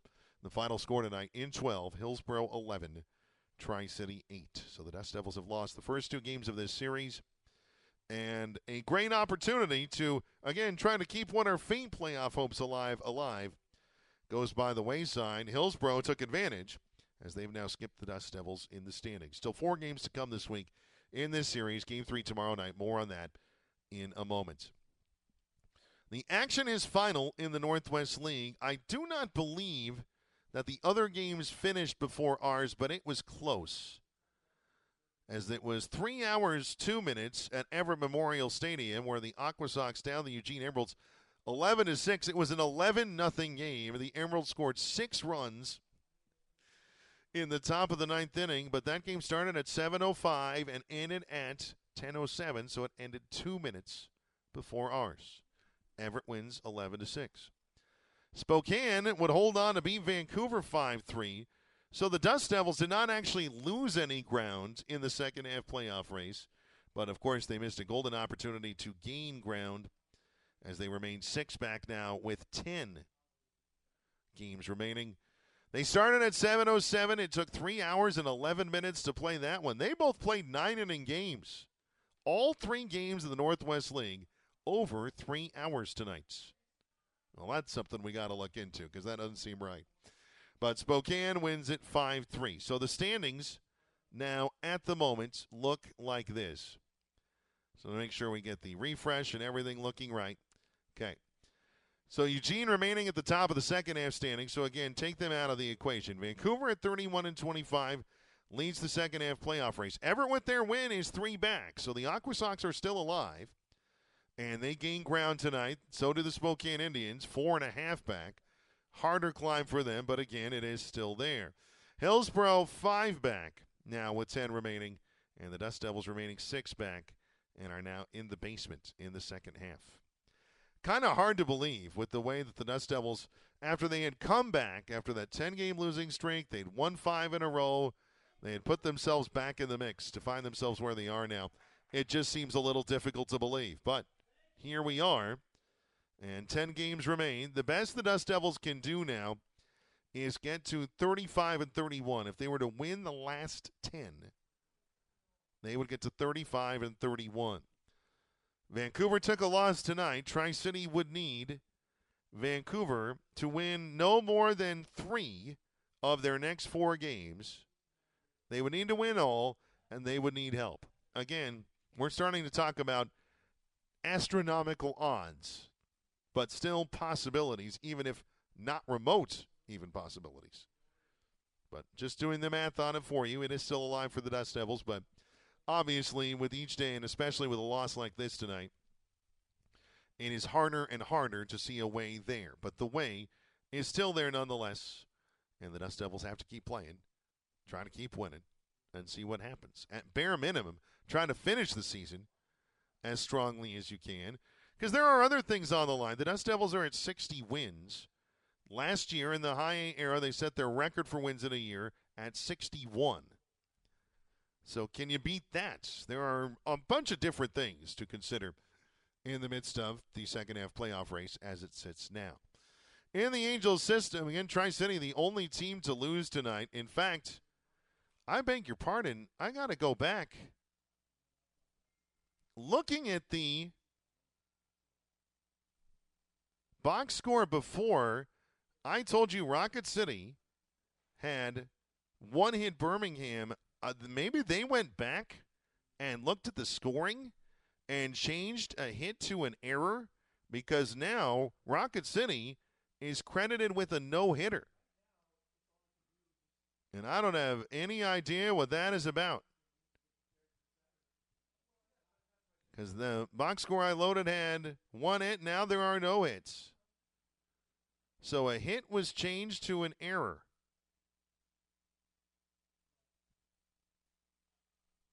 And that was a game that was in Birmingham. So the visiting scorer went back and changed a ruling. And that ended up giving Rocket City a combined no-hitter. Austin Gordon, 7 innings. No walks, 8 strikeouts. He's been really good of late for Rocket City. Lucas Malstead, who was with the Dust Devils at the very start of the year, 1 inning. Cam Manassi, an inning. Again, 8-0. I'm looking forward to hearing the story on that one and what on earth happened there. But as it sits now, a no-hitter for Rocket City tonight. Congrats to Joe Creasel and his team on that front. Rancho Cucamonga blew out Lake Elsinore 14-1. Not even going to go into the box score, but it was a lot. Not going to do it either for Salt Lake, who blew out Tacoma 16-1. So the Dust Devils fall 11-8 tonight. The rest of the Angels affiliates, a combined score of 38-2 in their favor. The Parent Club, they fell earlier today. It was a day game. Angels had the lead in the ninth, couldn't get it across the line. 4-3. The Guardians win that to sweep that series. The rest of the Major League scoreboard is yours. We're not even going to look at it. Tomorrow, Game 3 of this series. Same time frame, 6:15 pregame, 6:35 first pitch. Jefferson Vargas getting the start for the Tri-City Dust Devils. He's 3-10 on the year, a 6.47 ERA. The Hillsboro Hops do have a determined starter, but he is not currently on their roster, I don't believe. So might be coming up from Visalia. There may be a roster move coming for the Hops. I don't even remember who it is, and I'm not going to try to track it down now. By tomorrow night, we'll know, and that's what matters. So, again, pregame 6:15, first pitch 6:35. Hope you'll join us for that one. Thank you for joining us tonight and sticking this one all the way out. So much hope along the way, especially late. Isn't that baseball sometimes? Sometimes you're the team that wins a game improbably and wonderfully, and sometimes you're the team that loses it. And the Dust Devils tonight, unfortunately, the latter. In 12 innings, the final at Hops Ballpark, the Hillsboro Hops 11, the Tri-City Dust Devils 8. Until tomorrow night, this has been Dust Devils Baseball. Good night from all of us here in Hillsboro. Thanks for listening to Tri-City Dust Devils Baseball. For the latest news, schedule updates, and ticket information, go to our website at dustdevilsbaseball.com and follow our Facebook, Instagram, and Twitter page. Thanks again for listening, and be sure to join us next time for fun and fast-paced Dust Devils action.